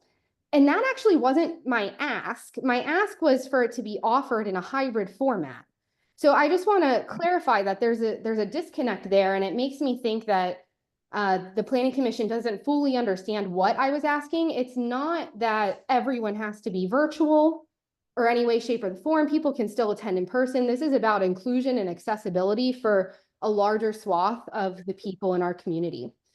There were several aspects of the Planning Commission meeting that residents brought up that I thought were really important, and I just wanted to plus up.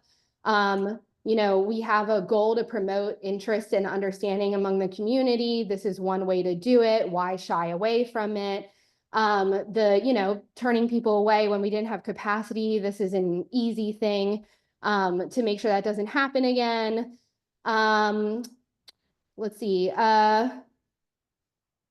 Just because, someone mentioned, that these are volunteers, so we need to be respectful of their time. I just want to mention, and I 100%, agree, and we should be respectful of everyone and, their wishes and take it into consideration. But just because they're volunteers on these committees doesn't mean that their work is any less important or of interest to township members. So I don't want to minimize the importance of their work by plussing up that they're volunteers in any way, shape, or form, because people really care about the work that they're doing and want to be involved.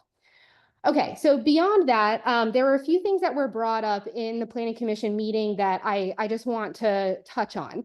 That's time, Ricky. I'll let you finish your thought here a couple seconds. Shoot, I'm so sorry. Okay, I'll do it really quick.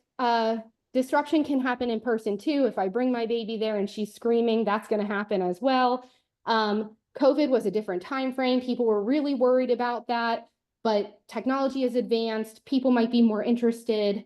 You can still develop relations, offline, and people can still go in person, so no problem. People are being recorded anyway. AI can take over that, so it's happening anyway. And overall, I just appreciate everyone considering this, and I hope that in time we get to a point where even more people are engaged in our community. So thank you all. Thanks, Ricky. Clarence, one more online. Okay. Denise? Yeah, can you hear me? Yeah, go ahead. Okay, so I just wanted to say, I wanted to be there tonight, but the stomach flu went through my household. So I decided in case I might have a touch of it, I'm not sick, but I could be carrying it. So I didn't want to bring it in there to everybody. I love the idea of the virtual. I hope that they consider with the Sunshine Act, any resident could come in and Facebook live stream every one of those meetings so that residents can have access to it. And we could have a website where we could post them. So, I mean, either way you look at it, they could be having live streams of the meetings anyway. I just wanted to throw that out there because that is something that residents, if they don't have somebody running the stream there as a volunteer, residents could volunteer and take turns recording and streaming it to residents. That's all. Thank you. Thanks, Denise. Clarence, take us home. I'm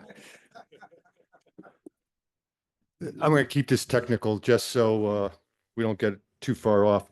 First off, what Denise was just talking about, I believe, is what occurred during the Trindle Springs Trade Center hearings over in the high school. So certainly that is possible. I actually had some questions for what Scott was saying earlier. Audio is available, but as I understand, it's only available until the minutes are posted and the audio is destroyed. Is that correct? Correct. Okay, so audio is only available for about 30 days. Also, the minutes, despite how good our minutes takers are, they're not as good. They don't have all the Lance, you're in details. big trouble. They don't have all the details on purpose because they're minutes. Minutes simply means shorter and smaller. So you don't get the full feel for what's going on. We weren't asking for AI minutes because I've used AI minutes and they can sometimes make big mistakes. But you can still have technology do a transcript, which won't be perfect, but certainly would be better than the minutes. More detailed. So if more detail on this, so if there is a various levels on a ladder of how we might be able to get information out to the public, with a full Zoom meeting like we're doing right now being the highest level and having recorded, but then going down as well. So don't throw the baby out with the bathwater. There's still some things we can do to keep the public involved, which I think is what all of us really want. We just believe some ideas are better than others. So please consider all those ideas. Sean, I have a question Thank for you, you, Clarence. real quick. If we would say we had, say, the planning commission on virtually, and for whatever reason, say somebody has kids at home and they're expecting to testify, say we crash, our computer system crashes, do we have an obligation to automatically continue that because we are advertising that we're streaming it? Or do we get, how does that work? If you advertise that you're streaming it and you're streaming it for purposes of allowing public comment, you would need to continue that hearing. In fact, it wasn't hybrid at the time, so it's a little different. But I think we had a lightning strike during the Correct. pandemic. Yeah, the pandemic. During the church's conditional Yeah, use. so Correct. we didn't we have to continue Yeah. that or And something? well, we were lucky that power came back on, so we were able to get back We- on, but we but you broke would have everything. to, would have to continue that hearing. Okay. And just so the supervisors know, as of right now, this is, me, I'm factual. There's 11 people on Zoom, 6 are staff. Just so you're aware. A lot, Thanks, and Scott. Thank you. Okay, I think we know where everyone stands. I don't know if anybody's mind has changed. If not, I think a majority of the board was leaning towards not offering it. However, there may have been some good ideas with transcripts and audio there that maybe we can come to some kind of middle ground on. Do we leave that with staff? We can revisit it one more Yeah, time with maybe some lesser options. yeah, I'd want to. Yes. I'd want to talk with Solicitor Schultz if we're putting out AI transcripts, if they're can be used against us. I don't want to go down that route. Okay. All right, is the board comfortable with that? We can have staff look at maybe a happy medium with some of the ideas that we've had. Yeah, I Yes. mean, anything that's better than what we're doing right now would be fine with me. I mean, I like Victoria's idea of transcripts. I realize we're not going to have a transcriptionist in each meeting, but if there's another way we can do that, that makes sense, and at least people can catch up on it when they can get to it. We'll look at that. Thank you. Okay, thanks. Thanks, everyone, for that discussion. Let's go to subdivision and land development. This is recycling affiliated facility, a time extension. Clarence, I'm gonna give you 30 seconds on it. You want AI to speak for you, Clarence? I'll speak for myself. And Times have you gotten up here now? We're I'm gonna put a sorry limit on about that. It's just, and well, 17 is actually how many times this recycling facility has come up for a, John, you planned that, didn't you? he was listening in.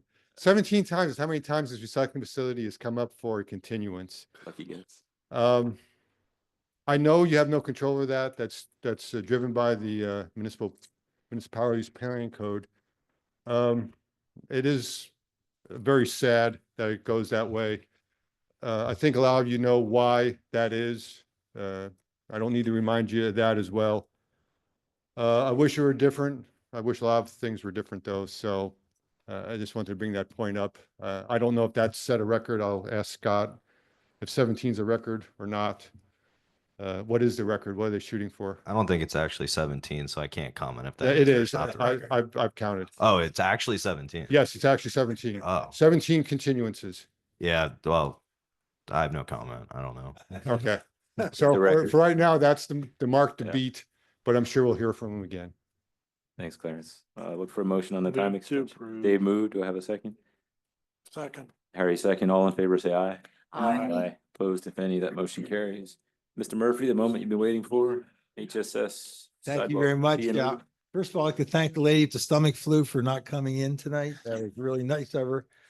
Yes, we're here this evening. First of all, you haven't seen him in a while. Guest appearance, Mark Simpson, introduce him. And this is Trevor Don back with Rockefeller Group.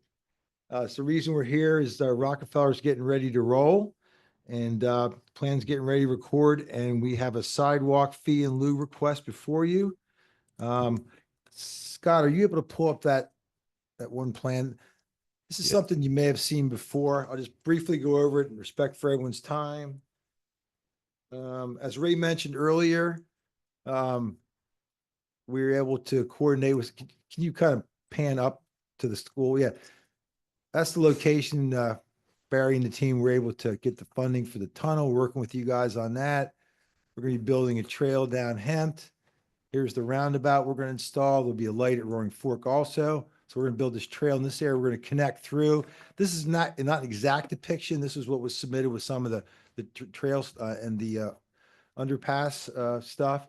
So what the request is for your consideration is not to build a sidewalk from the roundabout about here down to, this is the 3 acres that you folks will be getting very shortly here with the old farmhouse and barn on it.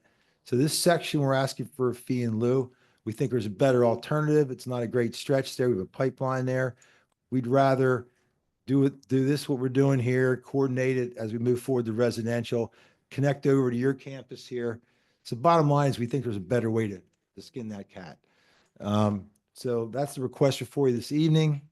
I'd like Trevor to come up if he would, please. He can give you a brief intro what they're doing. They're getting ready to roll. We also are in receipt of the memorandum from Mr. Moyer. He suggested a fee in lieu amount of $48,351 with public bidding costs. But I'm going to let Trevor jump in at this point, and then I'll help him finish up. Trevor, please. Thanks, John. Supervisors, thanks for your time. So we're here tonight. We're ready to kick off here, as Ray alluded to at the beginning, early spring of this year. We're hoping, the next, call it 30 to 60 calendar days to get out there and get started. Costco got a little bit of a head start of us, which is great. So ultimately, the sidewalk proposed, we'd like to do a fee in lieu of, because we do think the plan presented up there, the concept is a little bit better and likely offers better connectivity. we're in receipt of engineer Moyer's engineer's estimate, which is about $48,000, I believe, Aaron. Ultimately, we want to be good neighbors. We want to continue to work with the township. This is ultimately a multi-year project for us with the 3 industrial buildings. You know, we'll be here for, call it the next 2 or 3, 4 years working and being in the township every day. So if you have any questions or comments, you know, can get to that now, but Do we know who's moving in the warehouse? not at this time, no. Can you remind me help me on what's been approved and either recorded or about to be recorded?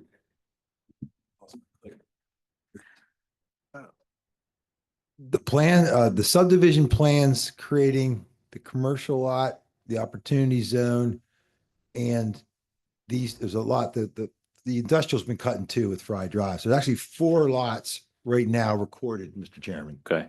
So they're planning on building these 2 first on what's lot is called 1D. Then they'll build that second. And then we're actually going to start moving forward with some of the commercial and continue to talk to you guys on this, and then get over to the residential in the next year or 2. So, but all 3 buildings are recorded at this point. The subdivision's recorded, Yeah. the land development is ready to record. Okay. But actually we have a clean letter from Aaron. This is the last item Okay. that we're discussing with you tonight. Okay. So the connectivity, 100%. I love to see that. What my concern would be is whenever we talk to the county about bus service, for example, the first thing they say to us is can't happen without infrastructure, can't happen without sidewalks, can't happen without shelters, right? So what do we do with the, say, staff or visitors or whoever it may be? And I realize that we're a car-centric society. I get it. We all jump in the car. But if we have other options, we can alleviate some of those trips, right? So how do we get people, say, I don't even know if a bus would come down Hempt or if it's only going to stop along the Pike. So I realize it's a decently far walk. I mapped it at like on maybe 3/4 of a mile from that building up to the Pike. But if that were going to happen, that would be in my mind. And I guess I realize what you're saying is you're not asking for a waiver of sidewalks per se. You're asking for a fee or maybe a deferral. I think, right, we would have that discretion. But that to me seems realistic that we should consider on how to get people. Because there will be sidewalks the whole way down Hempt, at least to past the roundabout or at the roundabout. Yeah, right? there's going to be, we're going to build a trail on the west side, Carl. Okay. And I don't know what Costco's doing. Are they doing a sidewalk here or what they do on that side? Yeah, they're doing a sidewalk, John, if that helps you. Oh, yeah, Yeah. yeah. And then what we want to do is we want to somehow cross at the roundabout because we want to connect. You know, the school actually connects up to the north with others. This is really, once we build a tunnel, connect through, we're going to have connection the whole way from the north, cross the Pike, safe connection down here. And then we want to connect these residential communities and the campus and probably over to Spring Meadow too, which will allow for future connections to the east. Yeah. So this is kind of the linchpin, I think, for the whole area. Well, and this is my comment, when you get south, where the trail crosses down there. Right in here? Below, yeah. That road's improved. There'll be a shoulder and there's a walkway on the bridge. I think we'd be better served.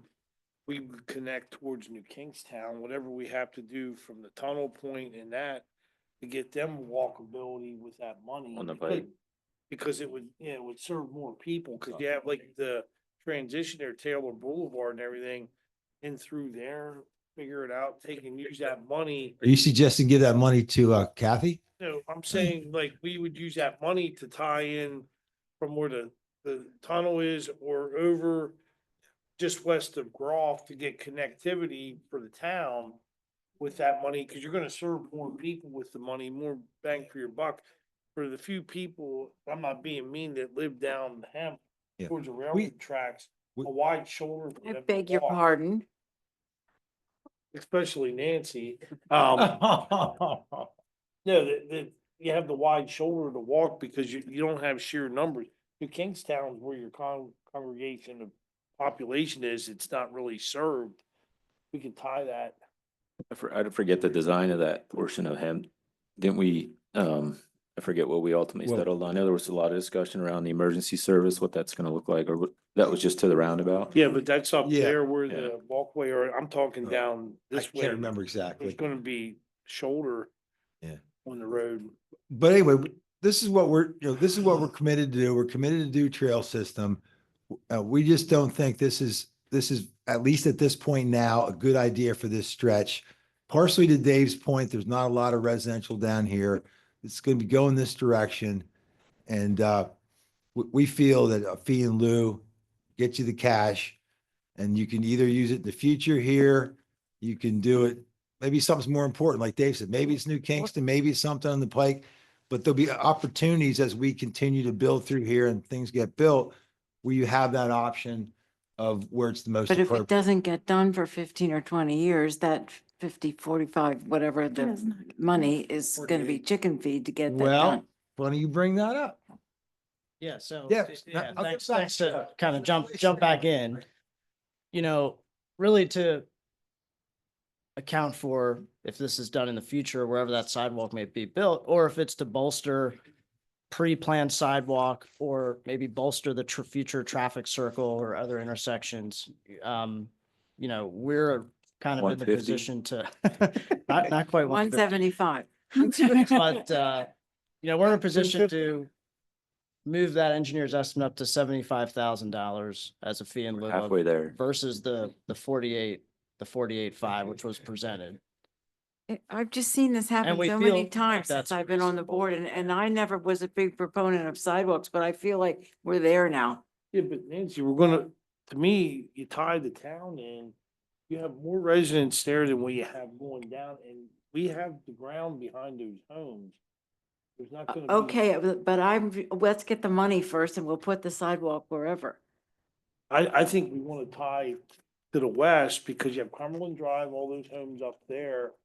There's a light they can cross. Oh, get that's down. where you live. No, I don't live That's- there. Going with geography there, man. That is Cumberland Drive. But no, if you come down, like you have all that development going on up there, and that actually needs improved because it's narrow, but there's a lot of development up there. If you want to do the connectivity, everybody always talks about getting this all tied together between that area and New Kingstown. You're gonna get a lot more bang for your buck if we can get it west, at least into the area where there's a wide shoulder on the old highway there on Main Street, that we can start tying all this stuff together. Because that's the no man's land over there by the stadium west to the Main Street where it's segregated, where the road shifted.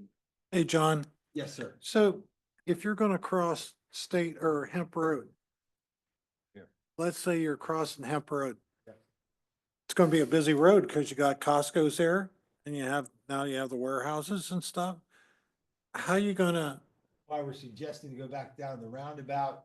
There's specific standards Aaron can jump in of sidewalks and specific design criteria PennDOT has for that. where the roundabout is? Yeah, we're gonna be building sidewalks the whole way around the roundabout and tie trails into it because there's specific standards of how the sidewalk goes in these roundabouts. It's already, you guys are probably viewing it right now, right? Yeah, there are sidewalks and ADA ramps all around the roundabout in the proposed design. Okay, let's get back to the cash. Aaron, Yeah, can you give us, if they do it in 5 years, how much it's gonna be, like 300,000 or something like that? I don't think I can get the 300,000, but yeah. Yeah, let me do some quick math and I'll get back to you in a minute. Good. But I'll be honest with you, the ground, once you get behind them homes, is not gonna be built on. It's preserved on the east side. The west side, it drops down and you have the run. Yes. There's not gonna be any more development up there, and we improved that road and there's a shoulder. Did you have For the the flood zone? 10 houses up there. Yeah. Maybe 12 to the railroad track. After that, it goes industrial for a piece. Yeah.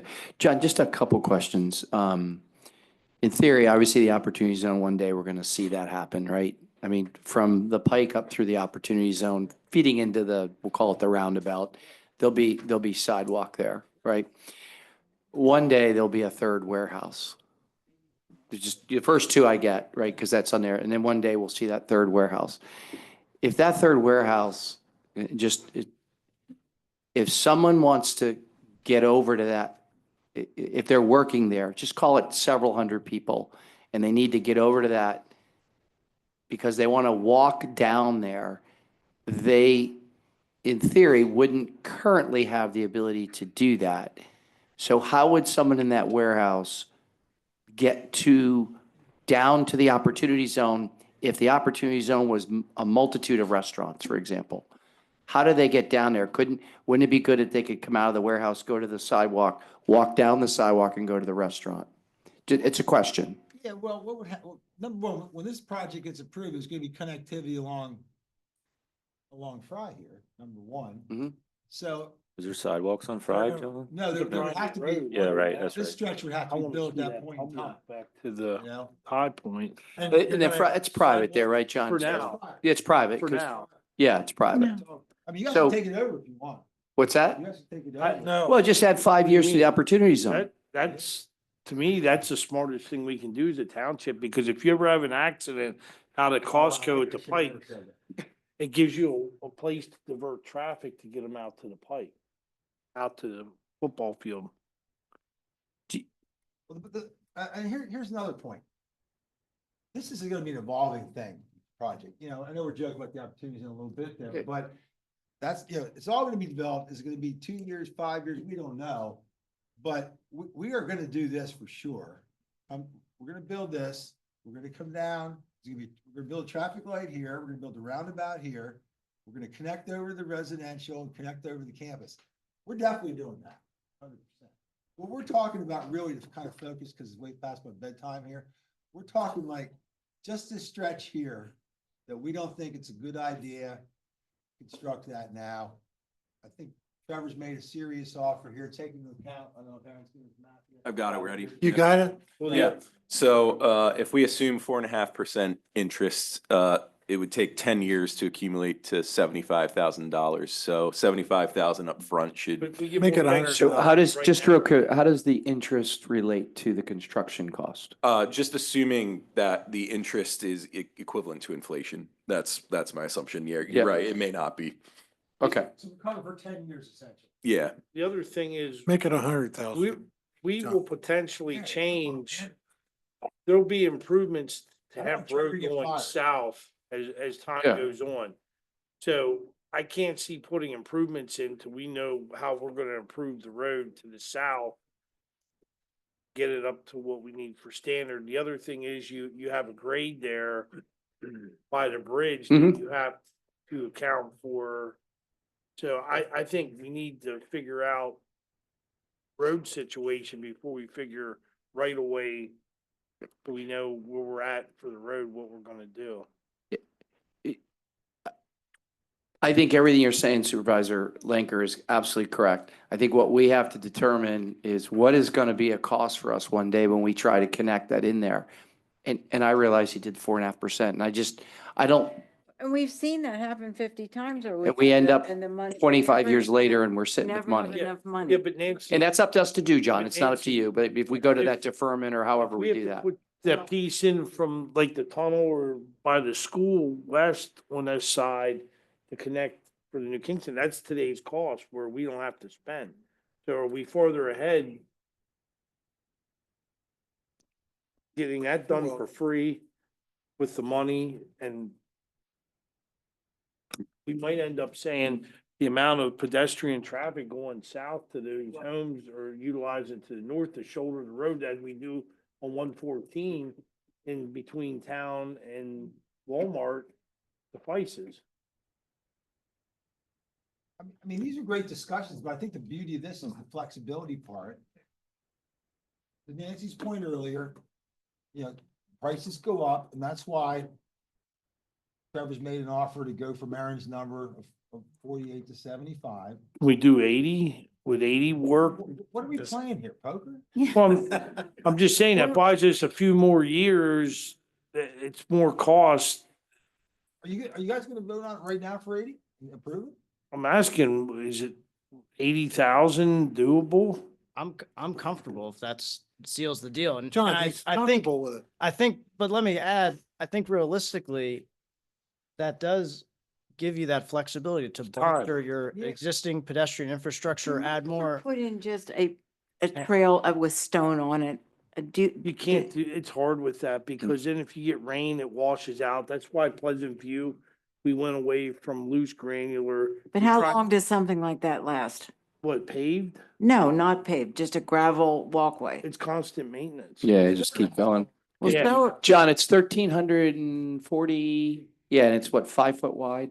I think that was the calculation, 1,340 at 5 foot wide. Okay. Nancy, if it helps you, I had a project where a client just couldn't afford anything else and they wanted to go with gravel. They didn't maintain it and it was gone within 5 Yeah. years. The stone, the weeds grew up through, Yeah. and the other thing, you get washouts. but sidewalks have to be maintained too. Not to the degree, I'm telling you, stone is your word, especially when you That'll have cost one you grade 80,000. sidewalk where it's going grades.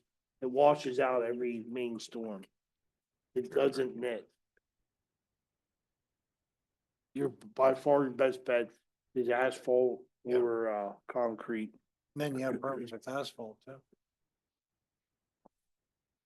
Okay. Try to get to a decision here. Could make a motion for the 80,000 contribution. That gives us an extra year or so to work to. All right. I'll make the motion that we, He's too anxious. You need to go up to 100. My girlfriend just texted me whenever I was alive. Too bad, so sad. she probably worked a deal out with Nancy. You'll probably disappear when you get outside. Sean, John, this is serious business. Sean, are you, It's thrown you're away. comfortable with the fee in lieu of, right? There was a lot of chatter, sorry. You're comfortable with a higher Am I fee? comfortable you- with that? Yeah, I prefer it be about 20,000 more. but- yeah, okay, good answer. What did he say? 100K. I think if we keep them here till 11, we'll get to 100. 80 sounds good. I've used that You have- negotiation Well, strategy pretty effectively. Yeah. Before you just tire them out until. So Dave, all right, Dave Yeah, made a motion. to- Yeah, well, I was gonna make a motion that we approve the sidewalk fee in lieu of the construction being a donation in the amount of $80,000 to be used for sidewalk projects either there or somewhere else in the township. There's a motion on the table. Is there a second? Second. Harry, second. All in favor, say aye. Aye. Opposed, if any, that John, motion if carries. that's not good enough, we'll come back in 30 years and ask you for more money. You ought to be alive until. Thanks, guys. Thank you, Appreciate appreciate it. it, Supervisor. Thank you. Thanks, guys. New business, we have Verizon Cable franchise proposal. Is there a motion? Hold on a second.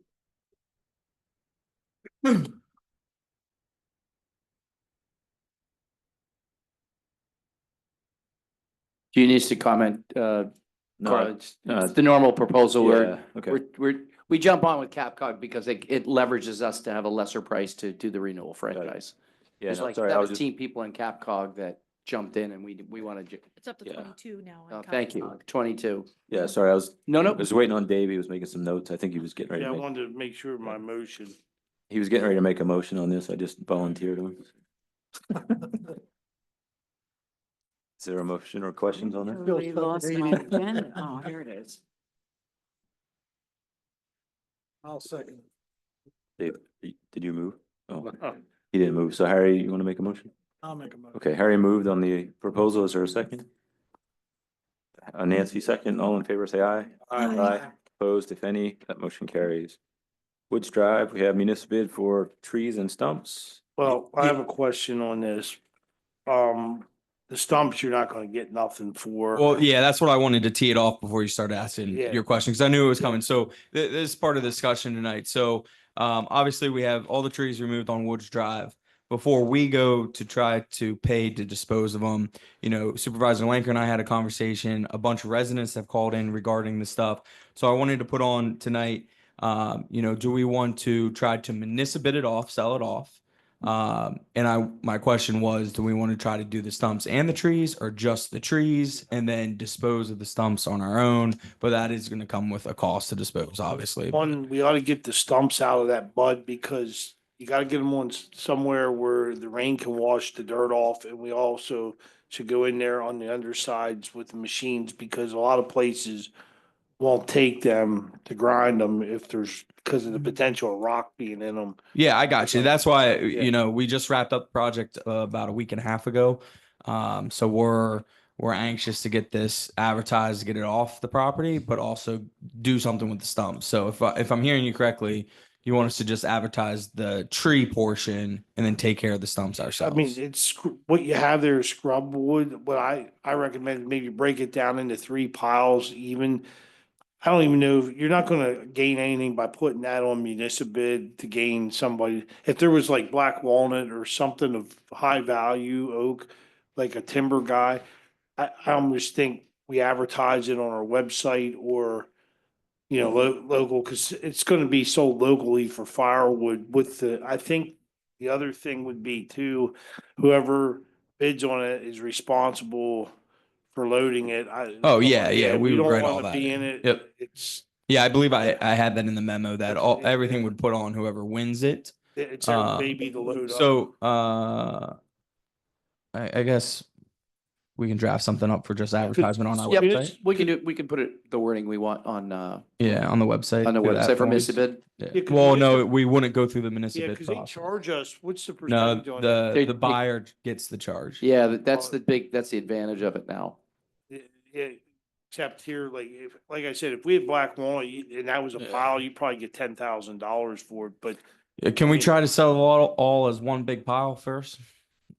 Because I mean, our crews are tied up, and we're about to hit the Keswick project again here too. So a couple of days you can sort that. I understand, Dave. It's just Dave, we come got a join lot us. going on. Would you come join us, Dave? I Would would you? much rather take the You can picture have- as the pile as is and see if we can sell it as the big pile and get it off. I just don't think you'll make out better with 3 piled, but if you wanna do that, I'm probably gonna put one in on it. I need firewood. There you go, man. So, You could sub out if you want.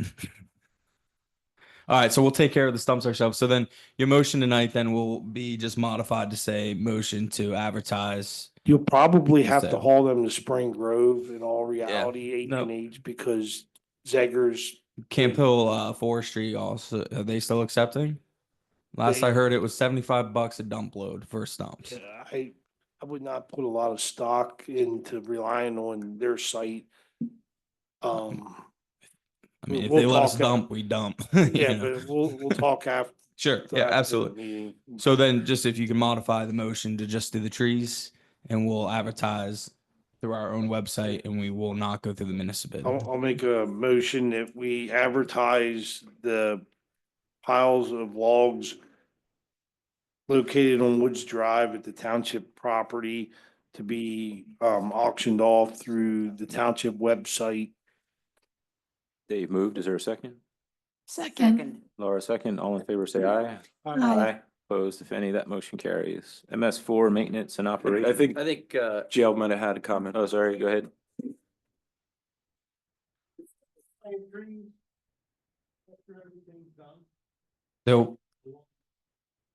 There'll be a landscape plan. We have not settled on that landscape Yeah, plan yet. we haven't done, the only thing we're gonna do is site grading. We haven't done a plan on the buildings. Good luck along there, cause I think it's a lot of rock too, sticking out. Okay, let's go to MS4, maintenance and operation. I think we're gonna tag team this between Aaron, myself, and Ray, but I'll allow Ray to kick it off. Or do you want me to kick it yeah, off? go ahead, Tyler. All right. So Jen Growler, our MS4 coordinator here at the township, myself, and HRG staff, Aaron, and his crew. We've been looking at kind of where the MS4 program is going, where the new requirements are. And there's going to be, a heavy emphasis on the maintenance aspects of everything. So we started a couple months back kind of brainstorming, we've done a great job building these facilities, the nature preserve, retroing these basins, stream projects, more things coming online here. with the new permit. And we don't have a good system in place for the maintenance aspect of it, right? Our current staffing in Public Works, they're tied up with everything else we got going on. We're trying our best, but we're not efficient or good at it yet. So we started out talking with HRG. Option one in your packet for your guys' review was the thought process of if HRG designed the program, put it out to bid, and then manage the program with putting it out for a contract for services. So it was about $140K to have HRG do all that. And then it would be an additional cost once you go into a contracted service agreement, whether it be 1, 2, 3 year deal with that contractor to maintain these entities, the BMPs and whatnot throughout the township for us. The second option is as on the agenda for the 59K is to have HRG design that operational manual for us, but in there, get the baseline of where all of our facilities are that we have built here in the last 3-4 years.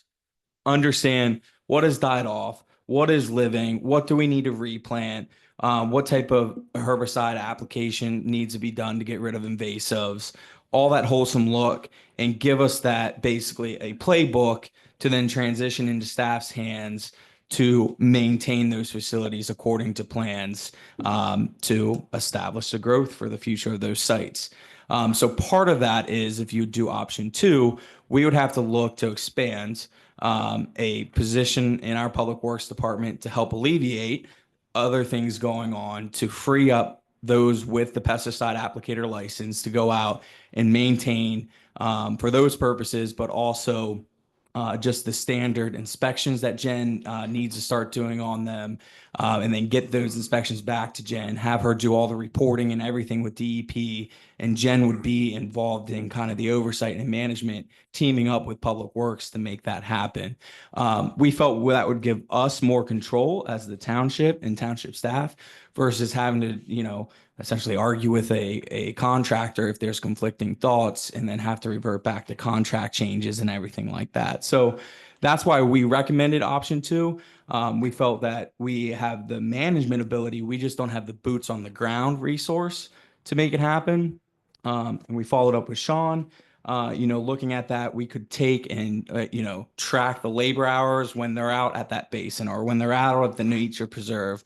And we can use MS4 funds to help cover that cost of that What does employee. like Mechanicsburg Nature Center or whatever that's called, what do they do? I'm pretty sure that falls under a nonprofit.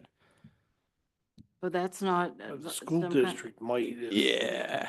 Um, And I will say regionally, a lot of municipalities are starting to face this of, okay, we've been required to build all this.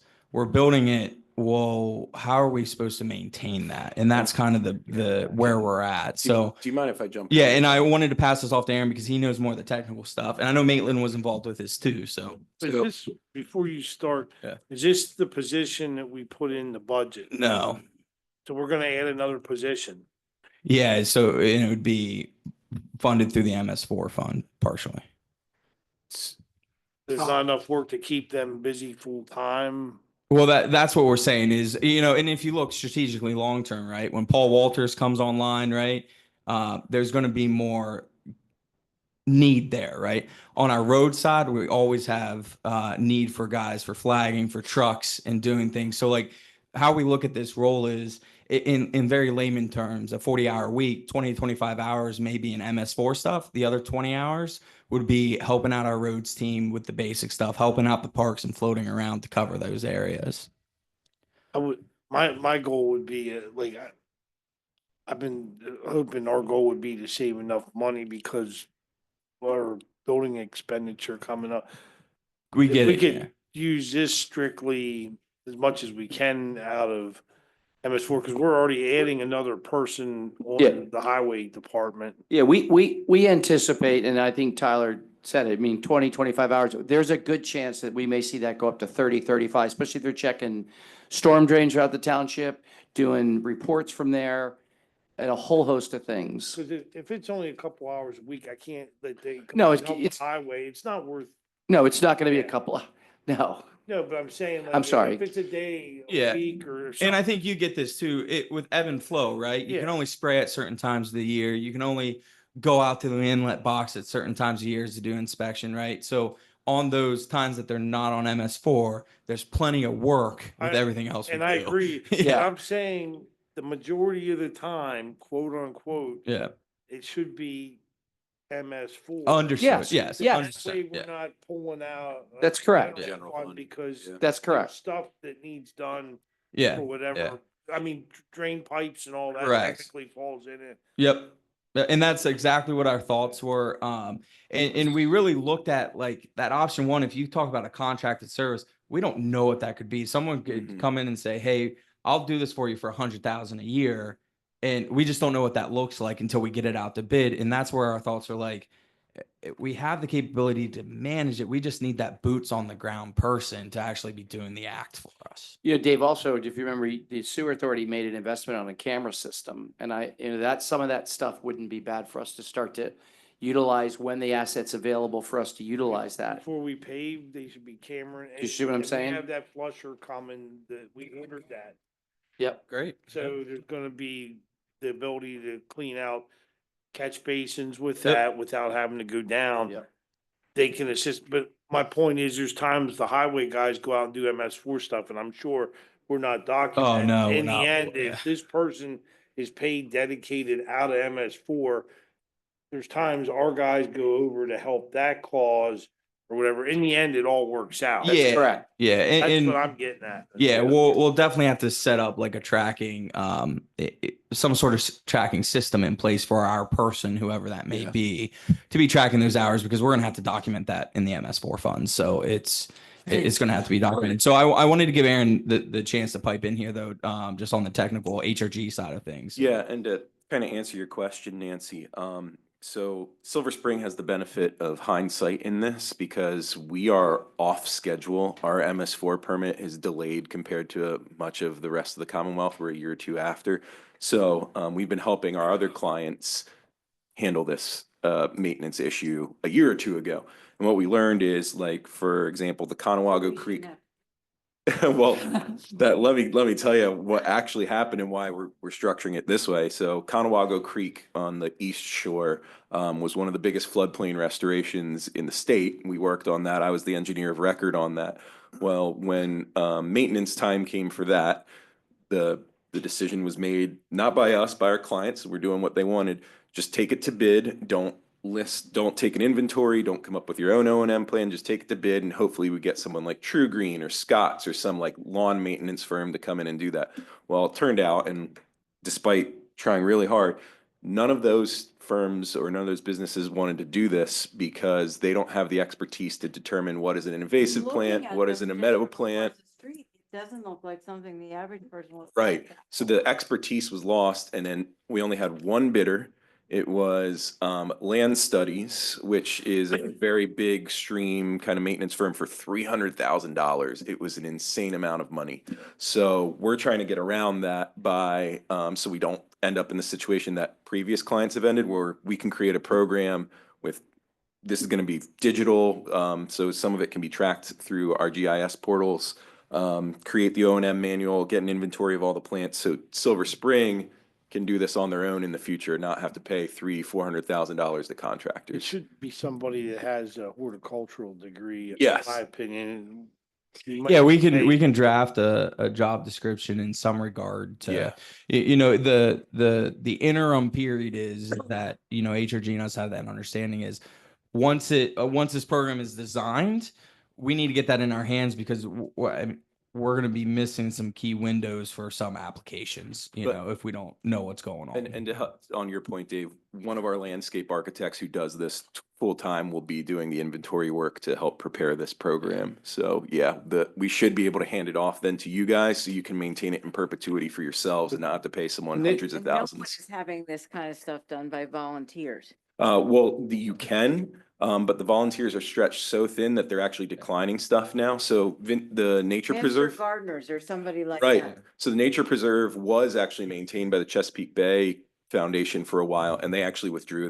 They can't continue it anymore. They don't have the resources. Well, they're good through like this year. True, but essentially, like they're not going to renew with us because everyone's stretched too thin I now. don't think any maintenance was done either. I mean, nature preserve, right? Yeah, it doesn't, honestly, it doesn't look like. No, much. I mean to be. No, specific. so it's an example, right? Yeah. Is with that program, right? They were only budgeted to replace, I think it was like 200 trees that didn't survive. Well, there was like 350 trees that didn't survive. Well, they could only replace 200 trees.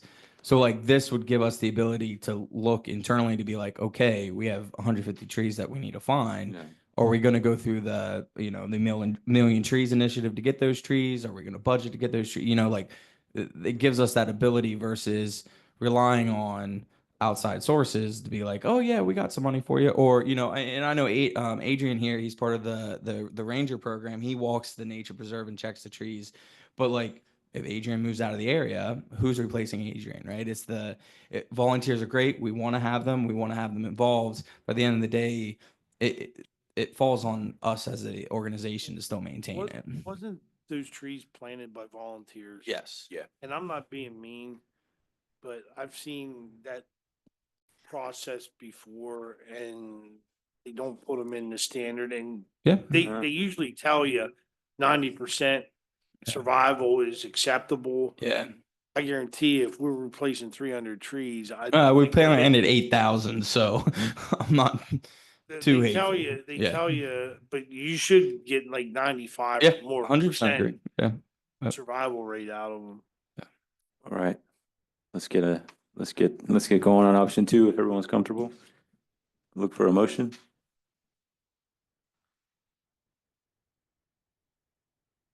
Motion to approve option number 2 scope for the MS4 operations and maintenance project retainer agreement.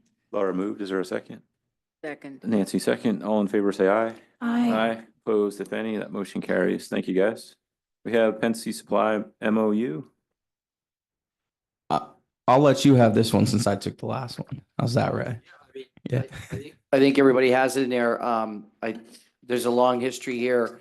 We just, we've been wanting to put this over the finish line here. And Tyler and I had the good fortune to work with Brandon Groff from Pensy. And they have agreed to everything that we had requested. The amount of money we requested, the material for the veterans supply, for the veterans walkway, the easement, everything that we had asked when Charlie was involved with the negotiations. So just happy that we got to this point, and we're just excited to move this project forward. Yeah, I would just add, what kind of sparked all this last year is Pensy came to us and they said, hey, we have all these kind of small obligations that are just kind of hanging here. And we really want to button this up coming into 2025. And let's look at the agreement. What was the vision of that agreement from the residents and the board at the time, and understand that, okay, there was pedestrian components. How do we kind of close that portion out?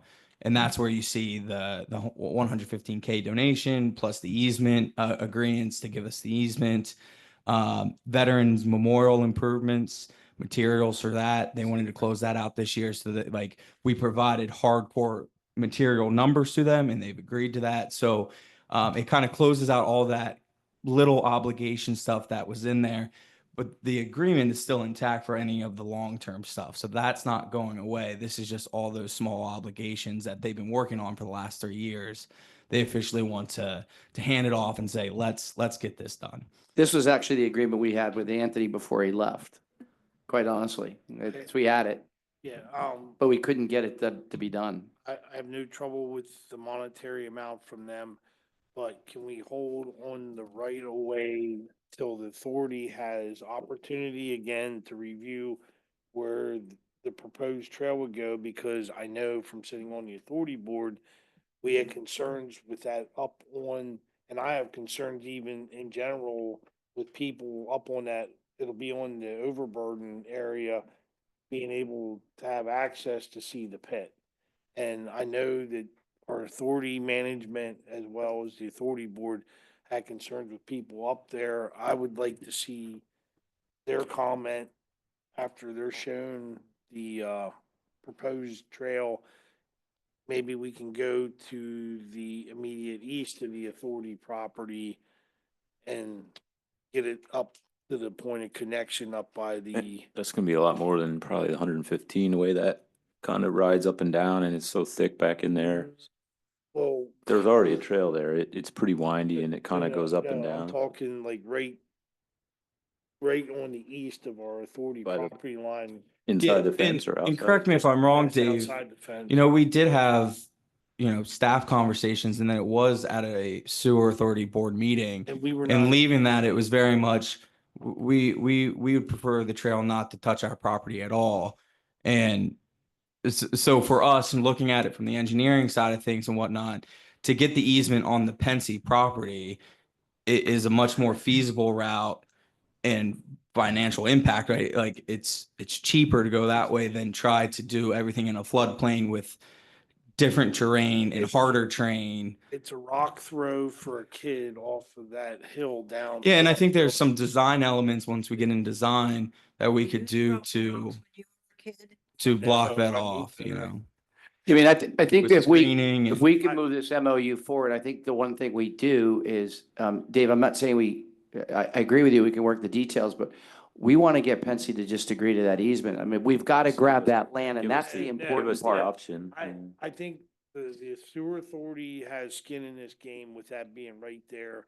I know what Jim Stevens' concerns were, the staff down there's concerns were, and our whole authority board. I would like to hear them. Just leave language in there that if potentially we might need it, it doesn't have to be a sealed deal. If we can go just to the east of the authority property and hug that right along the edge below the fence, it's harder for people to see when it's down low. I hear what you're saying and we investigate Apparently it you that don't. way.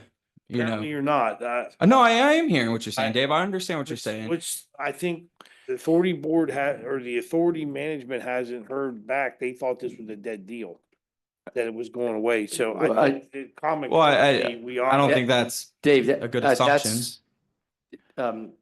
We'll move that forward. That's not true, Dave, but here's what I would say. Why don't we at least which the MOU states is get the easement from them contractually, and then let us spend that time to figure that out. Because remember, we don't get that easement until they get the DEP mining, permit, approved. Well, I would like for us to look at the option that I'm proposing. I think Still do that. Yeah, but let's- we the just authority pass it. board, I We think. at least have this Yeah. option. Dave, I'm hearing you because we're hearing you to look at an east side option, but this is our primary, and then we'll look at the east side. Yeah, I just want to clarify, Dave. I get what you're saying. I just where I left the meeting with the soil authority board was the east was a no-go because they're building buildings there, they're expanding their On their plant property. on their property, yeah. Yeah. And we explained to them, even with the engineering that Pensy supplied to us at that time, was the only way to get the trail through that was that we would need several feet inside their fence to make that happen, and that was the no-go. So therefore, that's why looking at what's attainable right now is to reserve the space on the Pensy property. If we still pivot to the east, let's still look at that. Let's still investigate that further. But I just know there's terrain issues there. But I'm not saying we're not going to investigate it further. We can wholeheartedly still investigate that with HOG. I know Aaron and I have already looked at it very high level, 30,000 foot view, right? I'm not saying that's dead. I'm just saying if that happens to be more expensive or unable to be done because of the terrain, we still have this to fall back on. And those concerns by the authority, very valid. We can address them. We can look into, just like any other development, right? The screening process of that plant to make sure no one. And we're building a building right now and we need where. Correct. It goes right up to the fence line. Jim shared that with me. and Yeah. it wasn't that they were not cooperating. We're pinching. I know space that. back. I totally get that. I'm not saying Yeah. we're all cooperating, right? Yeah. Conversation is what makes things happen. So, I just wanted to make sure that you and I were eye to eye on that, Dave. That I'm not saying that it's dead in the water. I'm just saying let's at least secure this for the future in case we do need it. Good idea. Let me make the motion. Okay. Go ahead, Nancy. Motion to approve an amended MOU with Pensy Supply with respect to the Milfording Silver Spring Square pedestrian improvements. Second. Nancy moved, Laura second. All in favor, say aye. Aye. Opposed, if any. I'll oppose it. Okay, Harry, Need to take. Break. and get your vote, Harry. Okay. Harry? I didn't say anything. Okay, oh, sorry, okay. I'll approve. Okay, motion carries then 4-1. Okay, engineering update. Do we want to wait for Nancy to come back? I She didn't, said, no, don't wait. Oh, okay, deal. She said, just, you can get everything with no money, and that's the deal. I mean, that's pretty simple to work with. Nancy. I'll get fired. I'm sorry, guys. Is Nancy coming back? Tomorrow. So should we wait for what, Nancy? what did she, No. I didn't hear her. Okay, I no. think- No. Okay. I will get into New Kingston at least. So, we went back after the last meeting and after meeting with New Kingston Vision, revised the proposal. So it's essentially the same kind of proposal as before. We took out, a little bit of the drainage work that was needed because we're no longer gonna put the sidewalk right up against the road. But, added in 2 ADA ramps on the northeast side of the main square intersection. Truck curb or truck impediment design at the northeast section. Fire truck analysis because the fire company was worried their trucks wouldn't be able to navigate. And then there still is some curb and drainage work needed because of the truck impediments. So overall, and I did want to note, this is funded by $500,000. Well, it's not all grant money, but the total project budget is $500,000. The majority of it is grant funded that HRG assisted with, but ultimately the budget is 500. So knowing that we offered a lot of both free services and some cut services on this, we're going to take a loss on this one.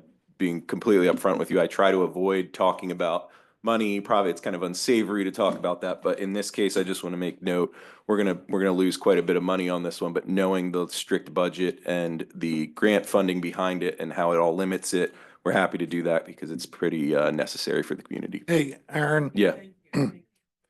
You know, we talked the last time about signage Mm-hmm. and I saw that in here Yeah. and I was wondering, what's that gonna look like? And there's already signage up there. Yeah, you're right. So So can that save a little money that we can put back into the till? yeah, you could. So ultimately, the signage is a very small portion of this contract, but we could, but It's it's still something. Right. So what I would say is, how about if we approve it tonight, I will go back and see if we can remove the signage if we want. But what I was gonna say is we could always do the signage since it's such a small portion of the engineering and then just take it to bid as an alternate. And then if we just don't like it, we don't select it. It's Yeah. up to you guys though. Yeah, what? Yes, You're right. Waste of money. we got that big sign up there that Yeah. nobody looks at anyhow, so. So our approach on this was just throw everything at the wall to help prevent trucks from getting in there. If the signage is not what's wanted though, we don't have to do it. How much will we save if we don't do the signs? I could probably, so I'm already losing money, but I could probably take like another $2,000 off of this if we would avoid the signs. I think the savings is in the construction cost, not the Yeah, it's engineering really the cost. construction, yeah. Well, any Yeah. little bit, I Understood. mean, goes a long way, so. So what I would say is let's approve it now so we can get started on the permitting and Okay. design it, and I'll just come back with a deduct at the next meeting on the signage. Aaron, I know they're ignored, but are we gonna get ourselves into a situation where we've got a truck stuck and they say we didn't know, right? I just don't wanna. Yes, that could very They'll well learn their happen. lesson. And so it's up to you if you want this. I'm providing you with the explanation that most people say is, yes, trucks can get hung up on this curb that would likely be installed, and most people will say that's the point. They want to punish them. Okay. Yeah. No. Oh, he's right up the road a mile. He'll be there quick. Give him a badge for a day and he's good. So if a truck does get hung up, hopefully it's the last time it ever gets hung up. Okay. So that's that proposal. Moving on to Paul Walters Park Phase 2. So another grant funded project. This one, HRG and the township worked together and we got $1.65 million of funding to build out the amenities at Paul Walters Park. As you know, Phase 1 was doing the grading. This is all as much as we can get out of the amenities for $1.65 million. So HRG's proposal is to do all the design, permitting, et cetera, to get phase 2 completed. I'm going to give you a quick breakdown of what all that is. It includes 8 structures, so concession and restrooms, pavilions with a stage, a large pavilion, 4 more pavilions, and possibly a dog park, though that's probably on the chopping block. 9 sport courts, electric service, water service, sewer service, updated survey, updated plans, trails, connections to Walden, permitting, and bidding. So it's a huge contract to get Paul Walters Park done. So our contract amounts to about 11% of the project cost. That's actually pretty low. It's a big contract, I understand, but most engineering is between 10 and 20% of a project. So it's actually a pretty low proposal in terms of overall project cost. Any questions on that one? I'm trying to go quick since it's so late. Aaron, just one quick one. Is the Yeah. grading and soon to be seeding that's going to be done, is that, and then of course in-house fertilizing and things, Mhm. is that going to be enough for the fields, the development of the actual fields? You're saying like sports fields? Yeah. Probably not. I'll just- have to look at we're gonna be doing as part of this a landscaping plan update. Okay. A lot of this is just temporary seeding for now. Okay. I didn't really see that called out. I just want to make sure we didn't miss that, or maybe No, when. Yeah, so during the DCNR funds, they require X percentage go towards conservation efforts. So Yeah. part of the illustration design back here on the wall, there's like a meadow space. There's, I think there's over 300 trees that are going to be planted, right? 300 trees are going to be planted in the park. That'll all be covered in this phase. But once excavation wraps up here, it'll just be a quick grow grass just to get it covered again for now. So You don't want to Yeah. put down good seed. when do we, Agreed. but does that need to be contracted out, or you That'll see be part what of I'm the, saying? so the bid we put together for phase Yeah. 2 will include that. It will, okay. Yeah. That's all I needed to know. Yep. So any questions on that? Well, you know what? Let me make sure the board is okay with the public taking questions. Go ahead. Yes. They should, yes. Now, there's going to be a new project going on very soon there for a multi-use trail that's separate from this proposal. So some fences may end up going back up. Yeah, our goal, talking with HRG teams, Yep. Chad and whatnot, and his crew, construction crew, is once we get into the amenity works, it'll probably be like moving fence areas. Like you'll construct this amenity, you're done with that, then you'll move the fence to the new area that you're working on. So the reason it was closed down, excavation is quite extensive, right? Some pretty big, dangerous equipment there, but the fences are planned to come down with the phase 1 contract. We should restrict people coming in till the grass starts coming up. Correct. Yeah. The fence is not, well, yeah, the contract won't be closed out until 70% growth. Yep. We're looking mid spring, late spring before those fences come down. Yeah.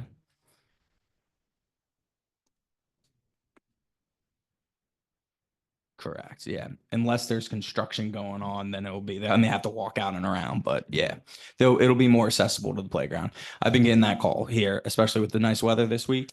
People wanting to go to the playground. It's just unfortunate. We got stone crushing activity going on right now. Yeah. So, yep. Okay, finally, any other questions on phase 2? All right, moving on.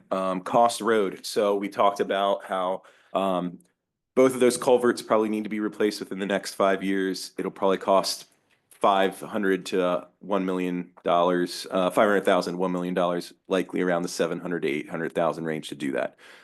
Dave brought up the idea of possibly phasing some things to maybe get the road realignment added in for only a few $100,000 more to get maximum efficiency. We're still looking at whether that's possible or not. What we're struggling with right now, and I'm not saying it's a dead deal, I'm not saying it's guaranteed, I'm just saying what we're trying to figure out is that DEP, when you get these permits for stream impacts to streams because of bridges, does not allow you to increase the floodplain elevation. So when we have in the north side 2 culverts at the same time, it's causing a slight increase in the floodplain, which we would not be able to get a permit for. But we're messing with some of the elevations and designs. So we'll get back to you next month to try and alleviate this floodplain issue so we can phase it and still get everything we want. So no conclusions there, just giving you an update. 2025 sewer roads paving project. This is between the authority and the township. There was a big project, I think most of you are familiar with. This will be HRG's part to actually get the roads finished so the residents have complete roads. Then lastly, Aaron, on that, I don't think it'll change your scope. I just Sure. think we need to make sure that there's some repairs that are gonna be needed and that's gonna be, The need to be authority's part of already that with bid. the base repair. We understood. Okay. Okay. That happens, like, that's why the other reason you shouldn't be in a hurry to put the wearing on them. Oh, I agree with you If we there. would have done that, there would have been potential. We would have failure. lost money, yeah. Yeah, that's. I don't, so most important to me is that it is fixed and then what, yeah, Right. hopefully that's, yeah, the contractor that already did that. Yeah, There's some areas holding water. There's some other like wavy areas. I think we just need to look at those. And that's Agreed. the Yeah. case. We complained, back, Ron Sakari and I both, he's an engineer. Right. We were out, I happened to go out there for another issue. I thought that the workmanship, like for them putting stone sub base in, it should have been a little smoother. It's Yeah. some other things. I wasn't a fan of them bringing their screed up to the manhole. That should have been an apron. Yeah. Sheet peel off. That's sit up to the interesting. mill. Yeah. So, But on that note, a field view is part of it. So hopefully we can I get along really well with Greg Rogalski, the authority engineer. Hopefully Greg and I, or Greg and one of our traffic engineers can get out there. Can and you walk guys, it, figure it out. can you drive it? I'm seriously just. I drive it. Okay. promise you, along with my transportation team, will drive Okay. that road before we do anything. some of that could have been settlement too. Yeah, I think that's Can, part can of I it. take him out in a plow truck and drive it? Yeah, exactly. That's probably why you have water holes. I mean, Yeah, that's the I think other you're right. reason. And we'll scratch the roads Yeah. before we. So leveling course will definitely Yeah. take care of some of it along with the base repair. Yeah, agreed. But yeah, we'll make sure to drive it as well, Carl. I promise Okay. you. Hey, Aaron, just a quick question. Just hearing that there's a possibility that the actual construction paving may not take place till 26. Because From what Dave's possibly. because of the connection Yeah. issues. The Yeah. goal is still to get it done this year. Yeah, the issue we had, our solicitor, the authority had health issue. Wasn't able to get on it. We have a new solicitor who jumped on it. Yeah. We're hoping, it depends on how quick the court system would move for those who just flat out. refuse. Understood. Yeah. So my, what? my question is though, right? This proposal you provided to us early last 2024. Yeah. Beginning of the summer 2024. Right. You've held that price for 2025. Yeah. Can we get like the bid package and stuff done here in 2025? That's exactly what I was. And gonna then the propose. only piece for 2026 It's just advertising it and inspecting it. advertising. Yeah. Yeah. Okay. I'm totally okay with that. All right. And you, We don't know yet. It could happen. I know, I want it to happen this year. It's a pain to plow out there in the winter months, but I just like between us, between HRG, the township partnership, looking that you guys have already been holding this number for us for a betterment of a year, to ask you to go another full year with that. I just wanted to check in to say, like, can we get the bulk of the work done That's on what the I'm engineering thinking. side? I think we'll do it all, sit on it until it needs to Yeah, be done, okay. and then advertise and inspect. Thank you. Yeah, and then lastly, municipal campus compost site MPDS permit. So this one is not an HRG contract, but it's caused by the work out there. We have to get an NPDS permit to help build that site that covers the stormwater and erosion issues with the conservation district. As part of that permit, we have to get a historic review from the Pennsylvania Historic and Museum Commission. They came back with a hit because the hemp farm is a historic farm and there may be artifacts, etc. We cannot touch that site until we clear this hit. So the proposal, again, not HRGs, but we need it to get our permit in, is to have Andy Souter come out and plow it, because that kicks up all the archaeological artifacts, and then have a specialist that the township would contract with to come in and determine the historical value and all that, so we can get our permit approved. That's my update. Dave, I agree with you. I see your face. I agree with you. Aaron, a question on the paving 81. Yeah. There was a discussion about a potential full-time observation. Is this? That's up to you guys. So our contract allows flexibility on that. Our inspection is time and materials. It's not a lump sum. Okay. So right now we assumed 4 hours of inspection per day. If you want full-time, we could. It would double the cost of the inspection. Okay. That's in that So we'll contract. tackle that time and material. Up to you guys. But yes, we don't have to decide that now. All right. Okay. There we go. We're on. Thank you, Aaron. Yeah. We're on to expense approvals. Dare I say we may take these all together if the board's comfortable. If not, we'll go one by one. Take them all together. Okay. Come on together. If everyone's comfortable, look for a motion on 1, 2, 3, 4, A and B. Motion to approve. Nancy moved. Is there a second? Dave second. All in favor, say aye. Aye. Opposed, if any, that motion carries. We can do more of that, my friend. Yeah. Carl, I just would like to publicly thank Andy Souter. What Andy did, he saved us about $20,000+ working with Heberling Associates, who he did with the hemp property. Yeah. So Andy has a great relationship with him, and it should be commended for, I know he's been a longtime resident and longtime farmer, but I just want to thank him publicly for what he did. Awesome. Thanks, Ray. Yeah. All right, we'll close out with staff comments. Scott? I got two things. One, just clarification more for me and for community development as a whole. Talking about the text amendment early, I heard from, multiple supervisors that we should keep the ordinance the way it is and the way that was written, and we don't want to change it. I just want to make sure we're in the middle of a change right now. So if you want us to stop the change, we can, but I just don't want it to look like, what we're doing here is, with text amendments and then saying that we should be keeping things and then not doing other things and then the warehouse coming on here. I just want to make sure we have a full picture to continue what we're doing. That's not, those aren't zoning changes or. They are. They're zoning ordinance changes with uses and conditional uses and everything else. Yeah. So I just want to be perfectly clear. We'll keep going if that's the direction. Yeah, I think it's a more strategic, holistic approach, right? And Yeah.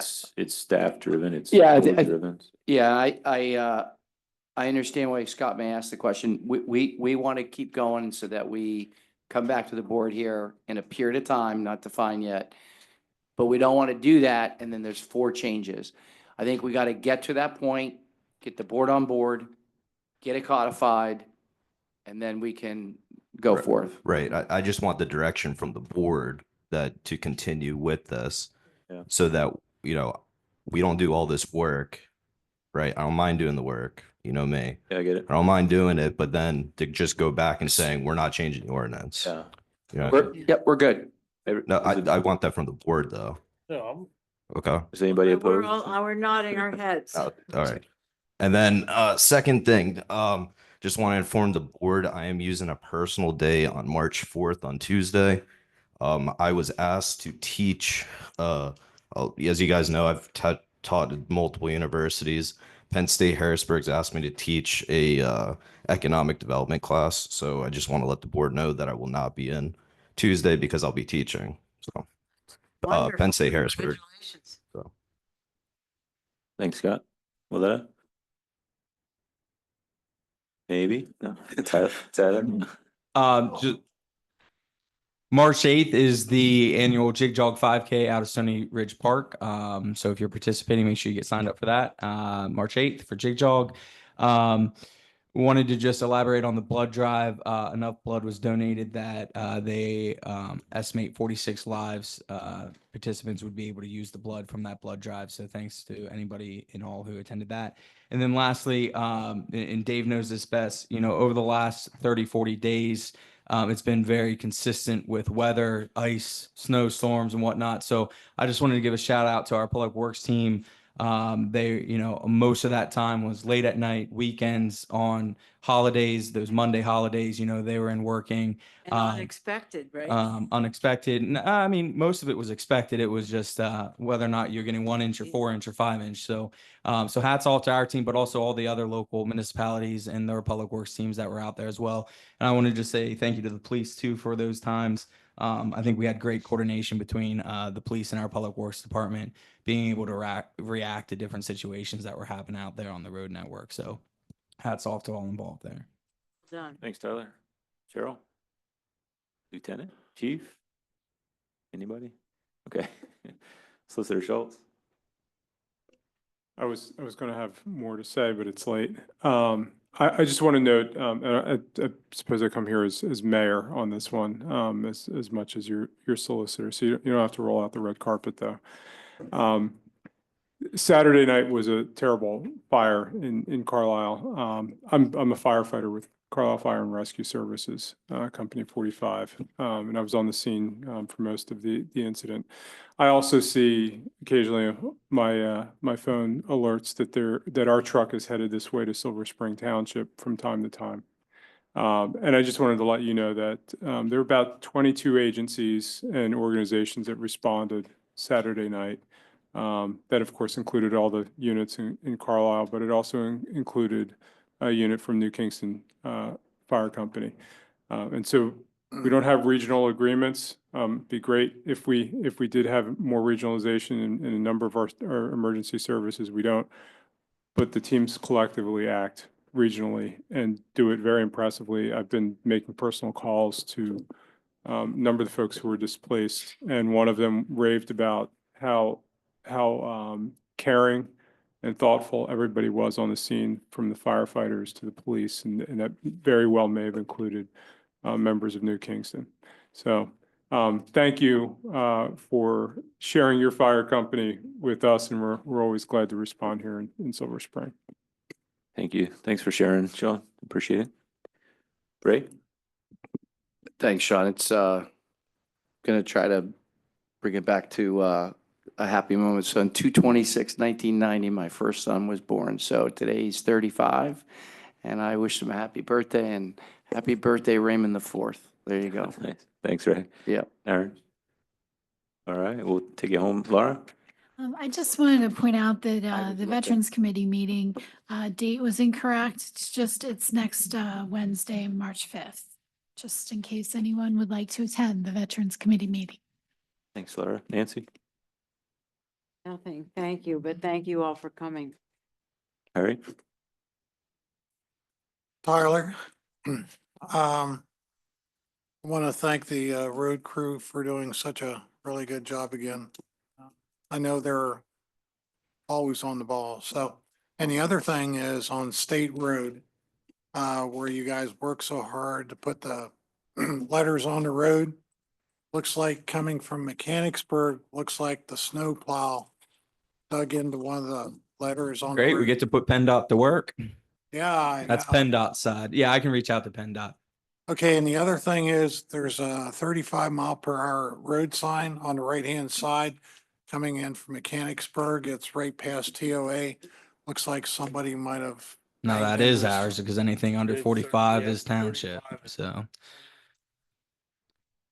Gotcha. All right. Always making me work, Harry. It's all good. We'll take care of that. Yep. I know you can handle it. Yes, sir. Harry didn't tell you he hit that on the way out. That's Sounds like a Truth always confession. comes out. LT, how you knew. he just confessed to hitting it. I Hit and run. You know, the person that tells the other person that they did it usually is the person that's involved. Gotcha. That was Dave. Thanks, Harry. Dave? Lieutenant and Chief, I want to thank you. I heard they had a meeting up there. I knew that was like ripping a Band-Aid off with the towing issue, but I think that, and I heard, I guess, some people were dissatisfied, but they were the appropriate people. I don't care if they pull this up or not, but I know that was a tough thing because I know you're, as a township, and I guess Sean, you were there, and Ray, you're not making, friends out of those people, but we're here to do a job. And I know that was a tough situation. Yeah, my backing, if they have a problem, they can come in. I'll take the heat for it, that we did that. I mean, that's fine. Let them come in. It's not right what they're doing. So thanks. Thanks, Dave. Okay, I have nothing else to add. Final call, any other input? Okay, any objection to adjournment? All right, No. meeting is adjourned. Have a great evening. Thank you, everyone. Thank you, Nancy. This will be a short meeting. Oh, thanks. Do you know staff over there too? Yeah, some of the staff. I know you'll do a good job.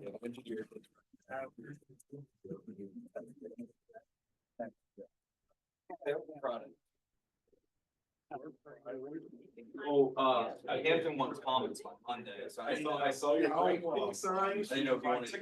Single kids do now today is they go travel. Oh, yeah. He's single. He's in Mexico City. So my former wife and I have a great relationship. She said, I think a lot of that's just like cartels. I said, I hope. Yeah, but that, because it's like a place, like, he's already been to. Yeah.